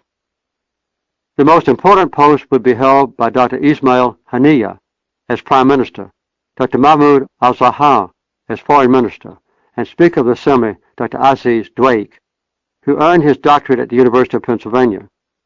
A post-election public opinion poll indicated that 73% of Palestinians expressed their support for the two-state peace process with Israel, but most felt that Hamas should refrain from recognizing Israel until some of the final status issues were resolved. Only 1% of the people were in favor of Hamas's imposing Islamic law in Palestine. Equally encouraging was the result of a March 2006 opinion poll by the Truman Research Institute at Hebrew University, revealing that 62% of Israelis favored direct talks with Hamas. The January 2006 election of a Hamas government raised a large and unresolved question of whether Palestinians would continue their policy of rejection of Israel, pending a total restoration of their homeland. As president and head of the PLO, Mahmoud Abbas has made it clear that there is still an opportunity to find a path to permanent peace in the Holy Land through direct talks with Israel. Palestinian Prime Minister Haniyeh announced that his Hamas government was, quote, ready for a dialogue, unquote, with the members of the quartet, expressing approval for direct Omar-Abbas peace talks, and said that Hamas would change its rejectionist position if a satisfactory agreement could be consummated and approved by the Palestinian people. Such Palestinian approval of a final peace agreement was an important facet of the Camp David Accords. Although there was still a wide difference in the prerequisites for talks, news analysts welcomed what seemed to be a more moderate Palestinian position. The U.S. response was that Hamas must first recognize Israel, renounce violence, and agree to honor previously negotiated agreements. Israel's response, delivered by its defense minister, was that all 74 Hamas members of the parliament would be targeted for assassination in case of another violent attack on Israelis by any Palestinian. Some Palestinian intellectuals tell me that a Hamas-influenced PLO could be more capable of modest compromises on such cardinal issues as Jerusalem, Palestinian refugees, and Jewish settlements in the West Bank. With a single-mindedness amounting to tunnel vision, Palestinians see the restoration of their rights defined by international law as a key to peace throughout the broader Middle East, including the Gulf states. It should be remembered that Mahmoud Abbas is not only the president of the Palestinian National Authority, with substantial authority under Palestinian law, but the undisputed leader of the PLO, the only Palestinian entity recognized by Israel or the international community. He has publicly endorsed the international community's roadmap for peace without equivocation, and has been eager to negotiate with Israel since first becoming prime minister 3 years before being elected president. It is certainly possible that the path of the Palestinians is leading to a dead end, and that even their Arab allies will tire of actively supporting the Palestinian cause. Martin Luther King Jr. once said that nothing would hurt the black cause in America more than for whites simply to grow bored with it. Nor is Palestinian willingness to resort to violence likely to be any more fruitful in the future than it has been in the past. It must be noted that by following policies of confrontation and inflexibility, Palestinians have alienated many moderate leaders in Israel and America, and have not regained any of their territory or other basic rights. The fate of all Palestinians depends on whether those in the occupied territories choose to pursue their goals by peaceful means or by continued bloodshed. A genuine move toward peace might bring rich dividends by arousing support in the United States and other nations. At about the same time as the Hamas government was formed late in March 2006, a small turnout of Israeli citizens divided their support, so that among the 120 seats in the Knesset, the new Kadima party had a disappointing 29 seats, Labor 20 seats, Likud 12, Shas 12, and minor parties shared the other 47. At one time, Kadima had been expected to gain 43 seats, based on its pledge of a unilateral expansion to the Great Wall. The results showed an electorate more divided concerning the acceptance of this plan than had been expected, but they indicated some lack of confidence in Olmert as Israel's prime minister. No Arab Israeli members are included among the 25 members of the cabinet. Chapter 16. The Wall as a Prison. With increasing control of East Jerusalem, with relative security from the wall surrounding what is left of the West Bank, and with thousands of remaining settlers east of the wall protected by a strong occupying force, there is a temptation for some Israelis simply to avoid any further efforts to reach a peace agreement, based on the quartet's roadmap or good faith negotiations on any other basis. In this diplomatic vacuum, Israeli leaders have embarked on a series of unilateral decisions, bypassing both Washington and the Palestinians. Their presumption is that an encircling barrier will finally resolve the Palestinian problem. Utilizing their political and military dominance, they are imposing a system of partial withdrawal, encapsulation, and apartheid on the Muslim and Christian citizens of the occupied territories. The driving purpose of the forced separation of the two peoples is unlike that in South Africa, not racism, but the acquisition of land. There has been a determined and remarkably effective effort to isolate settlers from Palestinians so that a Jewish family can commute from Jerusalem to a highly subsidized home deep in the West Bank on roads from which others are excluded without ever coming in contact with any facet of Arab life. Withdrawal from Gaza was the first unilateral step, leaving a tiny and non-viable economic and political entity, circumscribed and isolated, with no dependable access to air, sea, or even other Palestinians. The future prospects for the West Bank are even more dismal. Especially troublesome is a huge dividing wall in populated areas and an impassable fence in rural areas. The status of this barrier is a key to future peace in the Middle East. The original idea of a physical obstruction was promoted by Israeli moderates as a means of preventing intrusive attacks after the withdrawal of Israel's occupied forces. The first barrier, surrounding Gaza, proved that this was a valid premise, in that there was a substantial decrease in cross-border raids. The plan was to continue construction of the barrier along the border between Israel and the West Bank. But instead, the governments of Ariel Sharon and Ehud Olmert have built the fence and wall entirely within Palestinian territory, intruding deeply into the West Bank to encompass Israeli settlement blocks and large areas of other Palestinian land. It is projected to be at least 3.5 times as long as Israel's internationally recognized border, and already cuts directly through Palestinian villages, divides families from their gardens and farmland, and includes 375,000 Palestinians on the Israeli side of the wall, 175,000 of whom are outside Jerusalem. One example is that the wandering wall almost completely surrounds the Palestinian city of Qalqiliyah with its 45,000 inhabitants, with most of its citizens' land and about one-third of their water supply confiscated by the Israelis. Almost the same encirclement has occurred around 170,000 citizens of Bethlehem, the birthplace of Jesus. To construct the wall, first a wide swath must be bulldozed through communities before the wall can be built. In addition to the concrete and electrified fencing materials used in the construction, the barrier includes 2-meter-deep trenches, roads for patrol vehicles, electronic ground and fence sensors, thermal imaging and video cameras, sniper towers, and razor wire, all on Palestinian land. The area between the segregation barrier and the Israeli border has been designated a closed military region for an indefinite period of time. Israeli directives state that every Palestinian over the age of 12 living in the closed area has to obtain a permanent resident permit from the civil administration to enable them to continue to live in their own homes.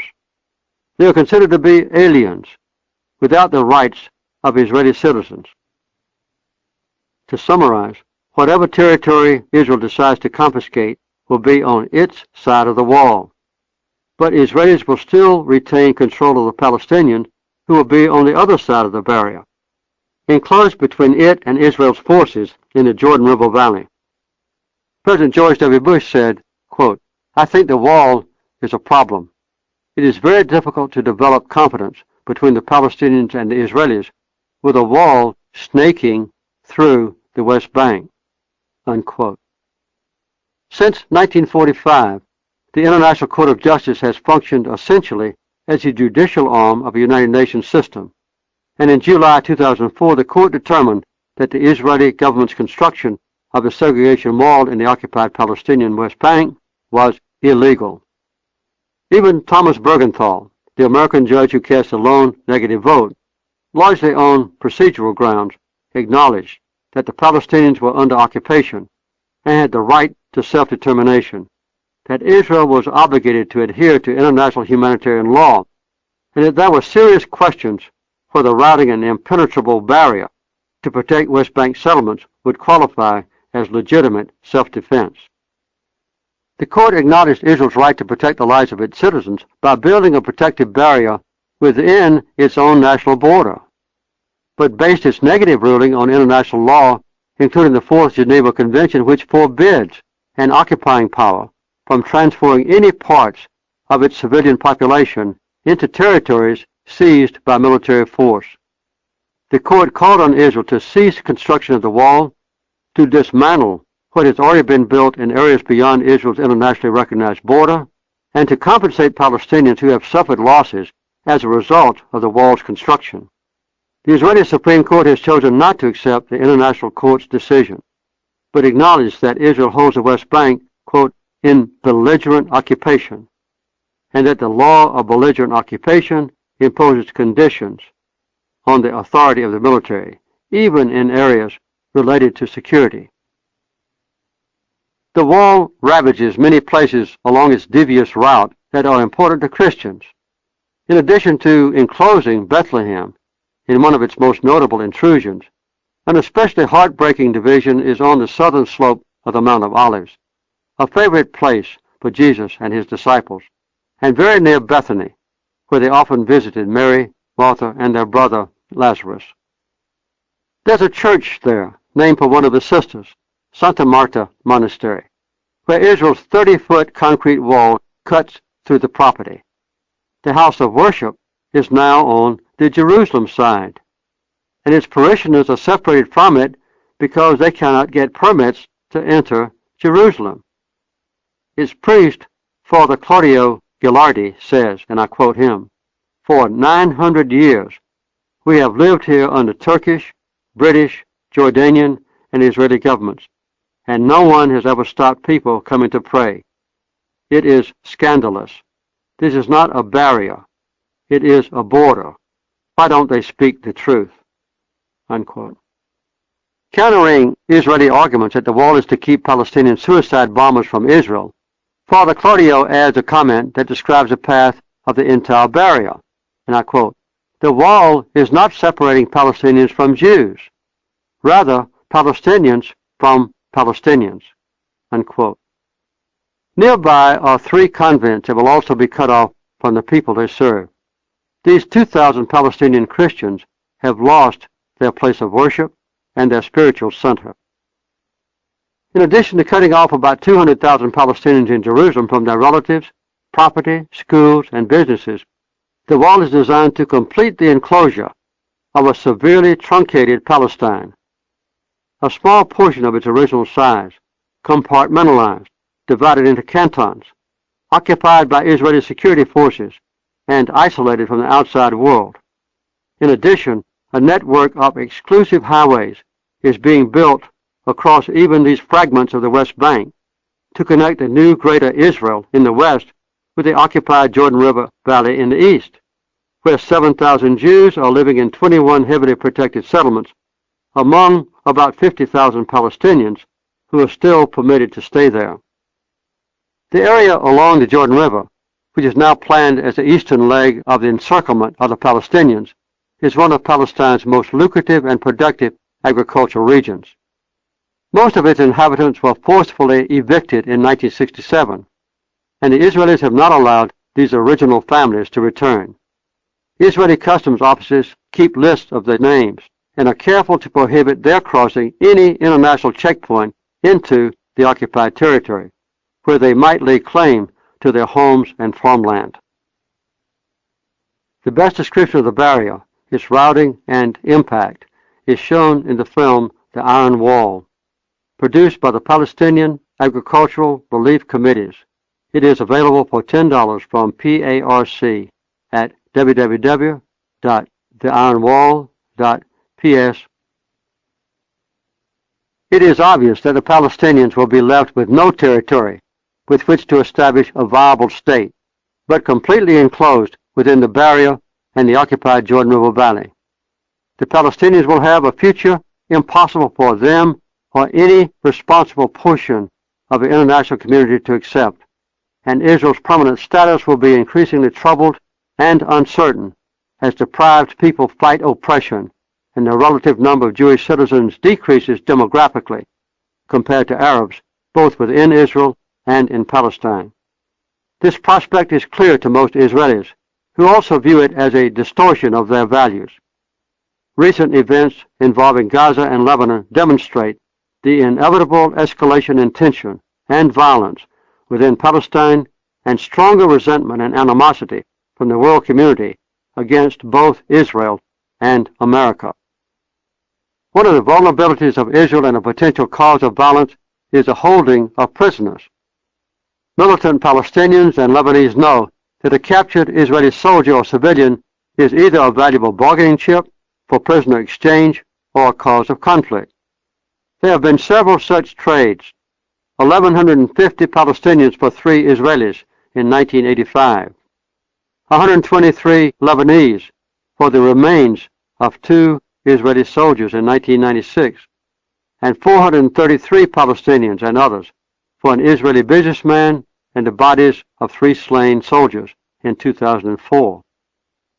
International human rights organizations estimate that since 1967, more than 630,000 Palestinians, about 20% of the total population, in the occupied territories have been detained at some time by the Israelis, arousing deep resentment among the families involved. Although the vast majority of prisoners are men, there are a large number of women and children being held. Between the ages of 12 and 14, children can be sentenced for a period of up to 6 months, and after the age of 14, Palestinian children are tried as adults, a violation of international law. In addition to time in jail, the pre-trial periods can be quite lengthy. Under special Israeli laws governing the period before sentencing, Palestinian detainees can be interrogated for a total period of 180 days and denied lawyer visits for intervals of 90 days at a time. So-called administrative detention is indefinitely renewable under military regulations. Confessions extracted through torture are admissible in Israeli courts. Accused persons usually are tried in military courts in the West Bank and then incarcerated in prisons inside Israel. This means that both family visits and access to lawyers are prohibited during the frequent and extended times of tight travel restraints. The Fourth Geneva Convention prohibits this policy, stating, quote, "Protected persons accused of offenses shall be retained in the occupied country, and if convicted, they shall serve their sentences therein." The cycle of violence erupted once more in June 2006, when Palestinians dug a tunnel under the barrier that surrounds Gaza and attacked some Israeli soldiers, capturing one of them. They offered to exchange the soldier for the release of 95 women and 313 children, who are among some 8,500 Palestinians in Israeli prisons. Israel rejected any negotiations and, in an attempt to rescue the soldier and to stop the firing of homemade rockets into Israeli territory, invaded parts of Gaza, bombing government buildings and destroying connecting bridges and the power station that provides electricity and water. There were heavy casualties, and Gaza was even more isolated.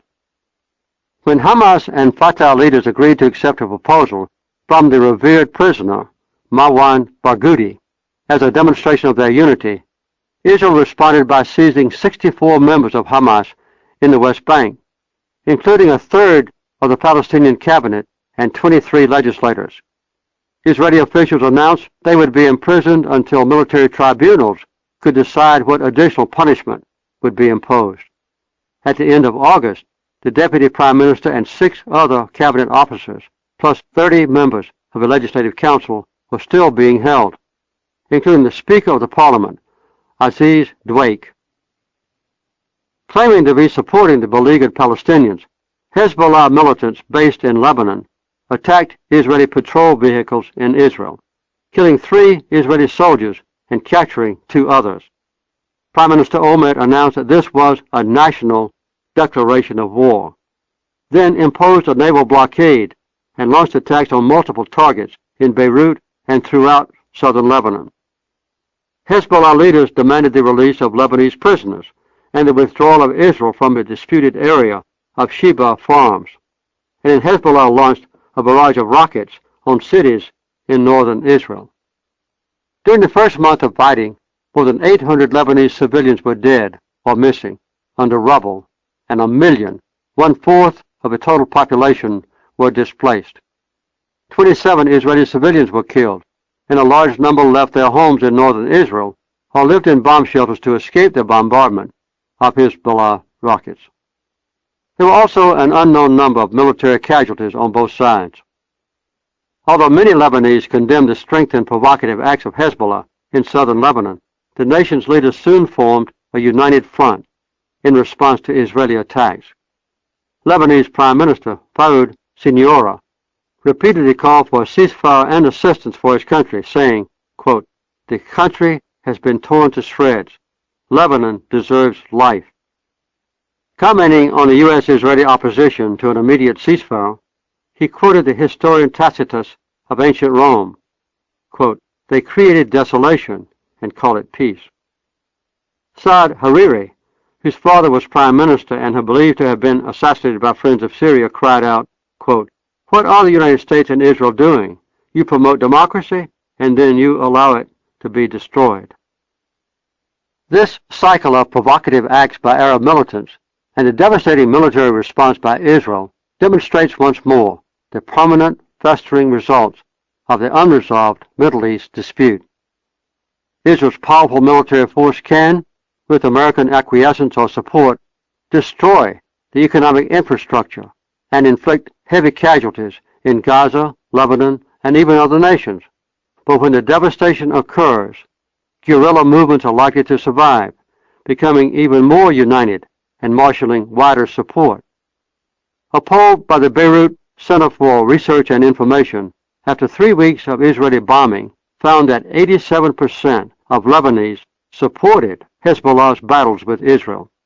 This included 80% of Lebanese Christians, who are normally inclined to be friendly with Israel and politically opposed to militant Muslims. For 5 weeks, the United States government strongly supported Israel, encouraged their bombardment of Lebanon, and blocked the efforts of France and other nations to impose an immediate ceasefire.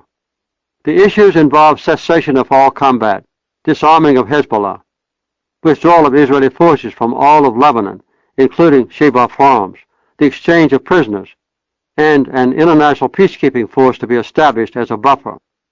Finally, on August 11th, the United Nations Security Council passed Resolution 1701, which provided that combat should cease and that 15,000 Lebanese troops and an equal number from the international community would be deployed in southern Lebanon as both Israeli and Hezbollah military forces withdrew. The key issues of prisoner exchange, Israel's occupation of Sheba Farms, and the disarming of Hezbollah were postponed, while Israel continued its pounding of the Palestinians in Gaza. While the world's attention was focused on the Israel-Lebanon conflict, more than 200 Palestinians, 44 of them children, were killed in Gaza, while 3 Israeli soldiers lost their lives. What were the causes and results of the Israeli-Lebanese war? The conflict began when Hezbollah militants attacked 2 Israeli vehicles, killing 3 soldiers and capturing 2 others. Their announced goal was to give support to the Palestinians under attack in Gaza, to force Israel out of the disputed area, and to exchange the captured soldiers for some of the Lebanese prisoners, as had been done in previous times in the past. Israel rejected these demands, surprisingly declared that it had been assaulted by the entire nation of Lebanon, and launched an aerial bombardment that eventually produced 7,000 targets throughout the country. Hezbollah responded by firing almost 4,000 rockets into northern Israel. Who were the losers and winners? Although both sides claimed victory, it is obvious that the greatest losers were the Lebanese and Israeli families, who lost lives in aerial strikes from bombs, missiles, and rockets. Many areas of Lebanon were devastated. There were wide-ranging recriminations in Israel against its government leaders, who wrought such great destruction and still failed to subdue the Hezbollah militants. American leaders were condemned almost universally for overtly encouraging and supplying weapons for the Israeli attack and for delaying a ceasefire that could have ended the carnage. Although condemned at first by moderate Arabs for precipitating the confrontation with Israel, Hezbollah gained almost universal Arab support and a propaganda victory for defending Lebanon, withstanding the Israeli ground and air attack, and subsequently providing massive sums for repairing damage. Israel's outgoing head of military intelligence, Brigadier General Yossi Kupawasa, stated that the Hezbollah leader, Sheikh Hassan Nasrallah, had played brilliantly on the sense of honor that is so important for many Arabs and Muslims. His message, said Kupawasa, was, quote, to regain lost pride by readiness to sacrifice, readiness to suffer, unquote. Tragically, this conflict was just another in a repetitive cycle of violence that results from the absence of a comprehensive settlement in the Middle East, exacerbated by the almost unprecedented 6-year absence of any real effort to achieve such a goal. Temporary ceasefires and international peacekeeping forces in Lebanon and other troubled areas are just band-aids. The root causes of the conflict, occupation of Arab land, mistreatment of the Palestinians, and acceptance of Israel within its legal borders are yet to be addressed. In fact, Israeli Prime Minister Ehud Olmert authorized construction bids in September for another 690 homes in the occupied West Bank, despite criticism from the White House and leaders of his own government. He also rejected an offer from UN Secretary General Kofi Annan to negotiate an exchange of prisoners. Leaders on both sides ignore strong majorities that crave peace, allowing extremist-led violence to preempt all opportunities for building a political consensus. A major impediment to progress is Washington's strange policy that dialogue on controversial issues is a privilege to be extended only as a reward for subservient behavior and withheld from those who reject U.S. demands. Direct engagement with Palestinian leader Mahmoud Abbas and government leaders in Damascus will be necessary if negotiated settlements are to be achieved. Failure to address the issues and other key leaders risks the creation of an arc of even greater instability, running from Jerusalem through Beirut, Damascus, Baghdad, and Tehran. A survey by the Pew Center's Global Attitudes Project, released in June, found that Muslim opinions about the West had worsened drastically, with the Israel-Palestinian issue having become the principal fault line in world conflict. A notable and promising development concealed by the conflict in Lebanon was the agreement between Palestinian leaders of Fatah, Hamas, and some smaller groups to adopt the, quote, National Conciliation Document, unquote, that was forged by Marwan Barghouti and other Palestinian prisoners. There is a good prospect that this will lead to a unity government, including representatives from the major parties, which would also meet the international community's conditions for lifting the embargo that has been placed on the Palestinian people. This would include the acceptance of a two-state solution, recognition of Israel, and a long-term ceasefire by Hamas if reciprocated by Israel.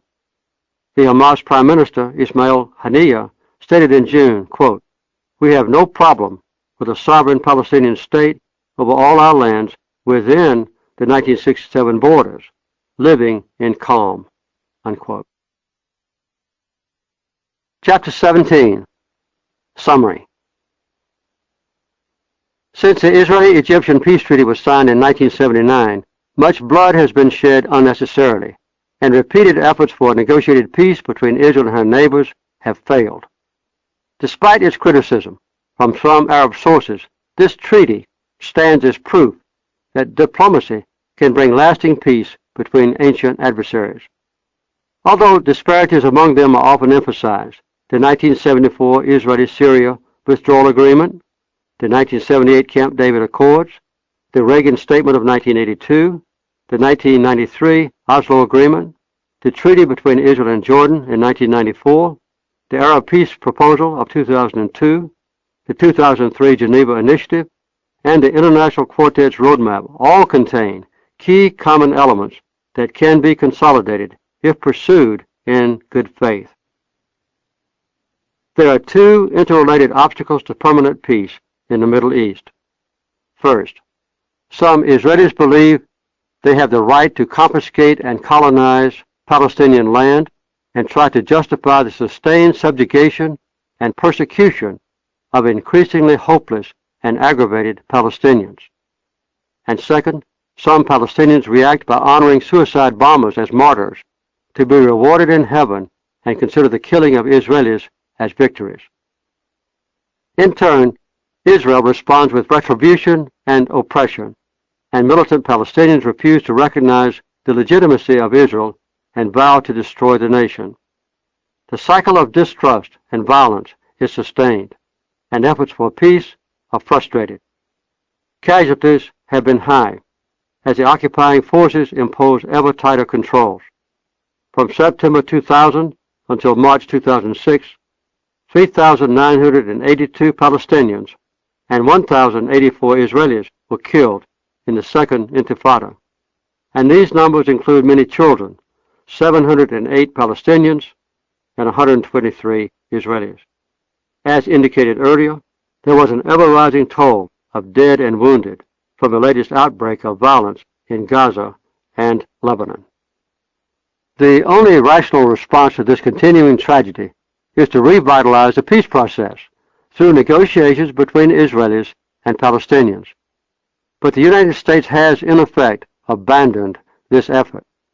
It may be that one of the periodic escalations in violence will lead to strong influence being exerted from an international quartet to implement its roadmap for peace. These are the key requirements. A. The security of Israel must be guaranteed.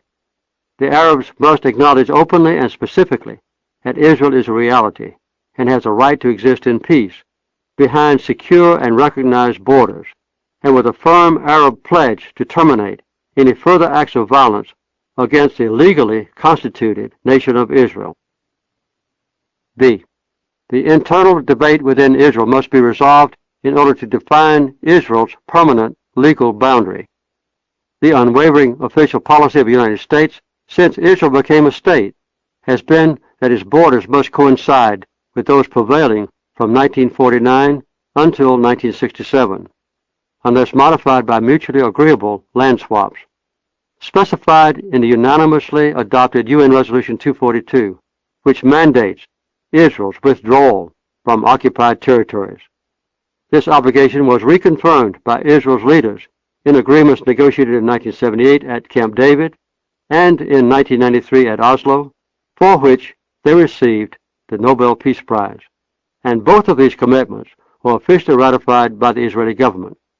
Also, as a member of the International Quartet that includes Russia, the United Nations, and the European Union, America supports the Roadmap for Peace, which espouses exactly the same requirements. Palestinian leaders unequivocally accepted this proposal, but Israel has officially rejected its key provisions with unacceptable caveats and preconditions. Despite these recent developments, it is encouraging that Israel has made previous commitments to peace, as confirmed by the Camp David Accords, the withdrawal of its forces from the Sinai, the more recent movements of settlers from Gaza, and its official endorsement of pertinent United Nations resolutions establishing its legal borders. After the Six-Day War in 1967, Israeli military forces occupied all of the territory indicated on Map 4, but joined the United States and other nations in supporting United Nations Resolution 242, which is still the binding law that condemns the acquisition of land by force and requires Israeli withdrawal from occupied territories. C. The sovereignty of all Middle East nations and sanctity of international borders must be honored. There is little doubt that accommodation with Palestinians can bring full Arab recognition of Israel and its right to live in peace, with an Arab commitment to restrain further violence initiated by extremist Palestinians. The overriding problem is that for more than a quarter century, the actions of some Israeli leaders have been in direct conflict with the official policies of the United States, the international community, and their own negotiated agreements, regardless of whether Palestinians had no formalized government, one headed by Yasser Arafat or Mahmoud Abbas, or one that Abbas as president and Hamas controlling the parliament and cabinet. Israel's continued control and colonization of Palestinian land have been the primary obstacles to a comprehensive peace agreement in the Holy Land. In order to perpetuate the occupation, Israeli forces have deprived their unwilling subjects of basic human rights. No objective person could personally observe existing conditions in the West Bank and dispute these statements.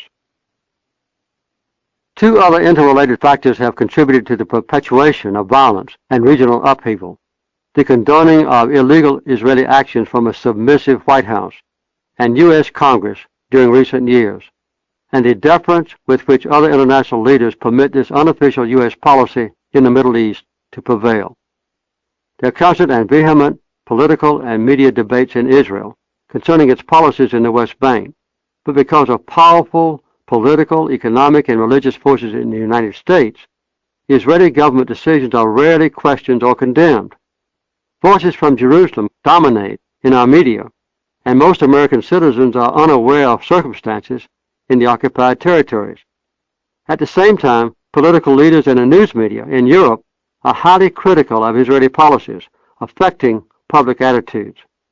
Americans were surprised and angered by an opinion poll published by the International Herald Tribune in October 2003 of 7,500 citizens in 15 European nations, indicating that Israel was considered to be the top threat to world peace, ahead of North Korea, Iran, or Afghanistan.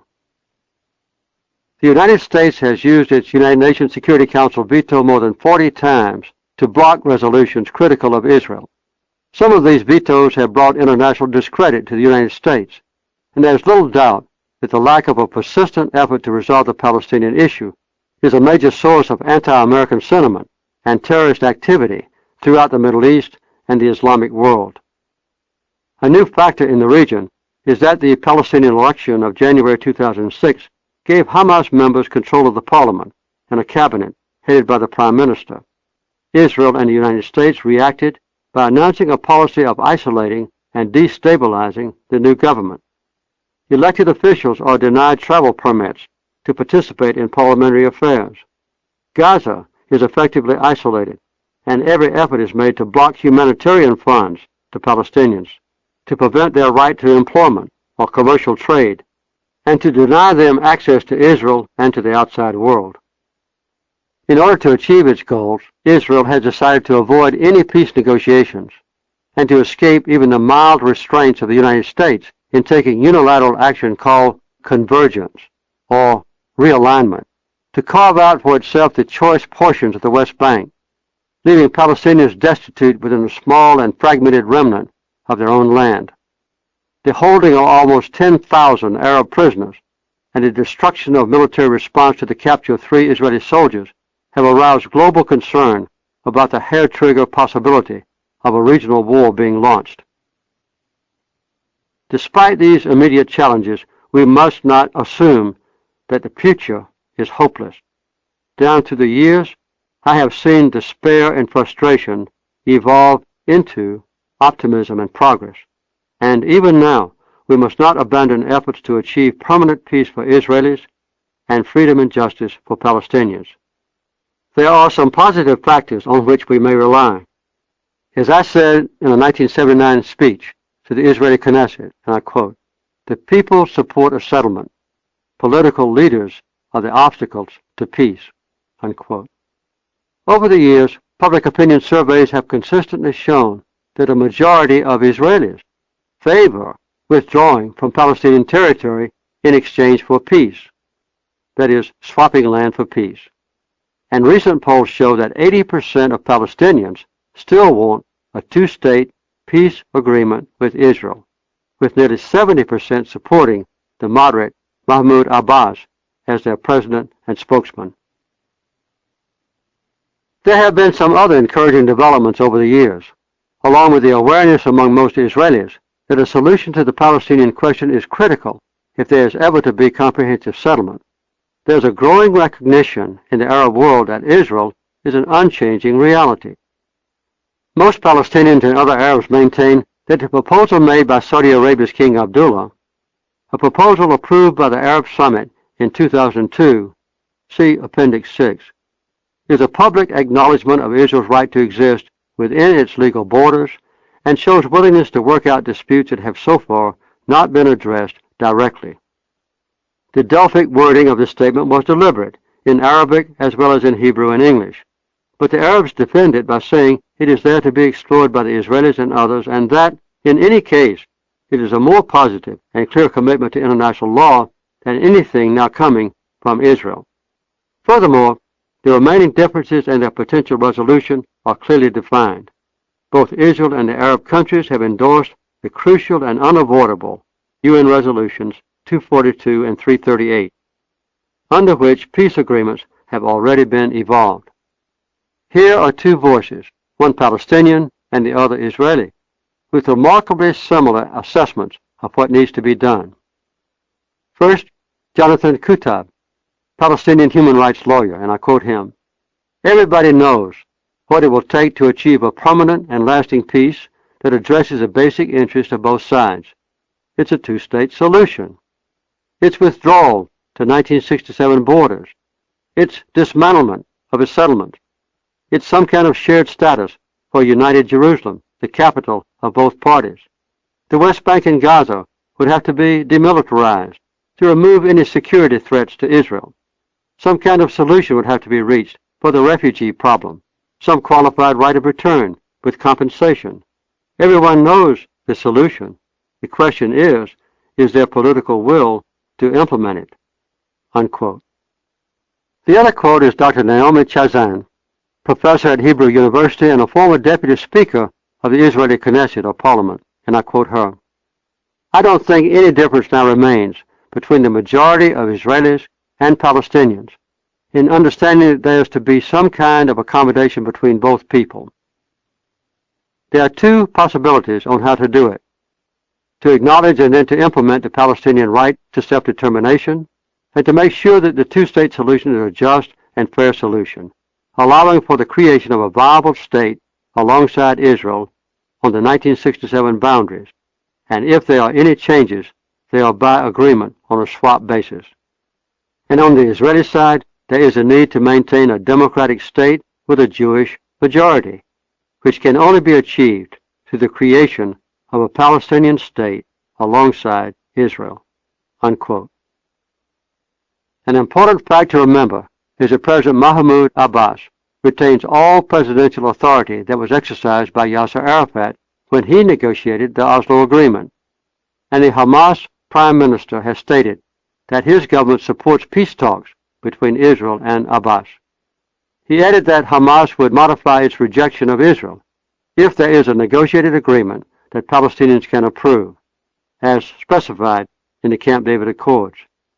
It is imperative that the general Arab community and all significant Palestinian groups make it clear that they will end the suicide bombings and other acts of terrorism when international laws and the ultimate goals of the roadmap for peace are accepted by Israel. One promising development came in May 2006 when Marwan Barghouti, the most popular and influential leader of Fatah, joined forces in an Israeli prison with Abed al-Halak Hatashi, a trusted spokesman for Hamas, in endorsing a two-state proposal that would unite the two Palestinian factions. Their influence is enormous. The prisoner's proposal called for a unity government, with Hamas joining the PLO, the release of all political prisoners, acceptance of Israel as a neighbor within its legal borders, and an end to violent acts within Israel, but not in Palestinian territory. It endorsed the key UN resolutions regarding legal borders and the right of return.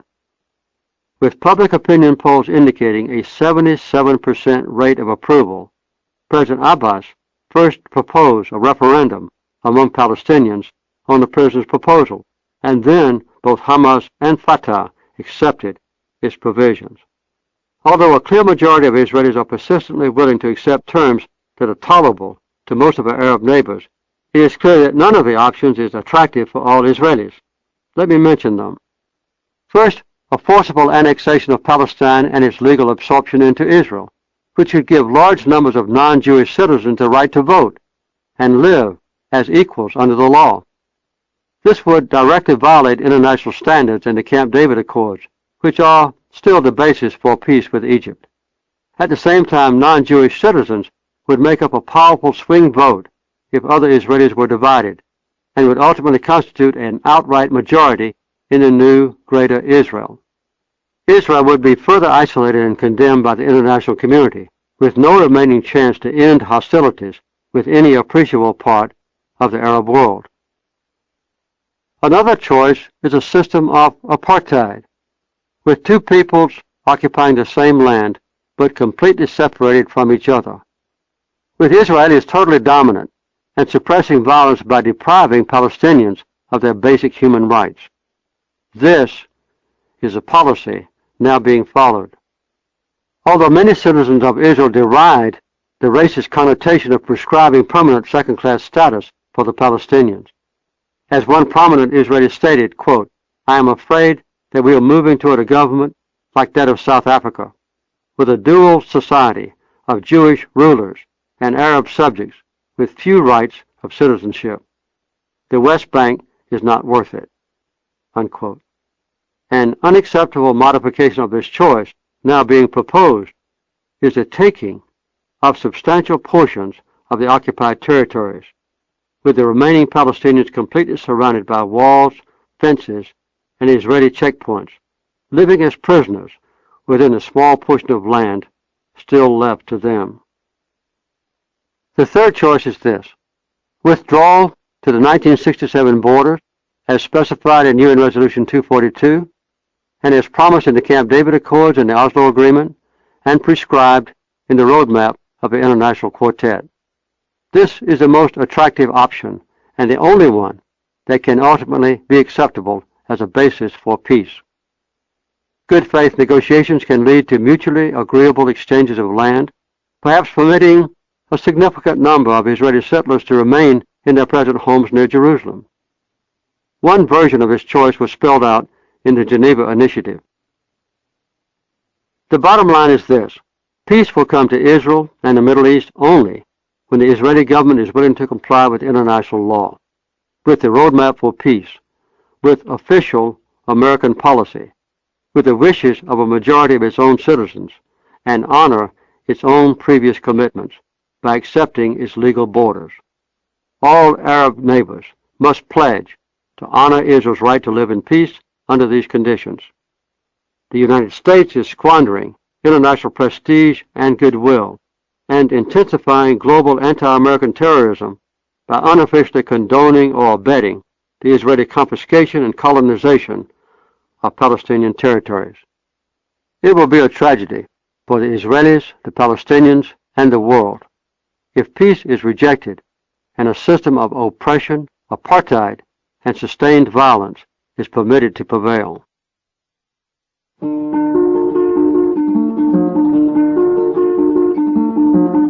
Palestine, Peace, Not Apartheid was written and read by Jimmy Carter.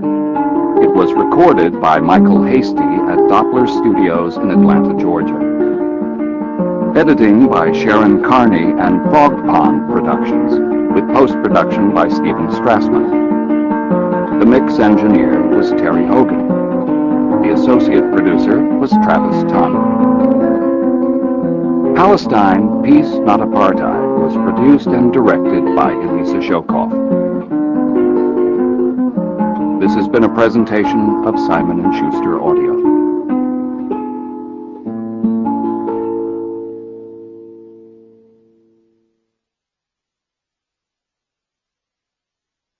Audible hopes you have enjoyed this program.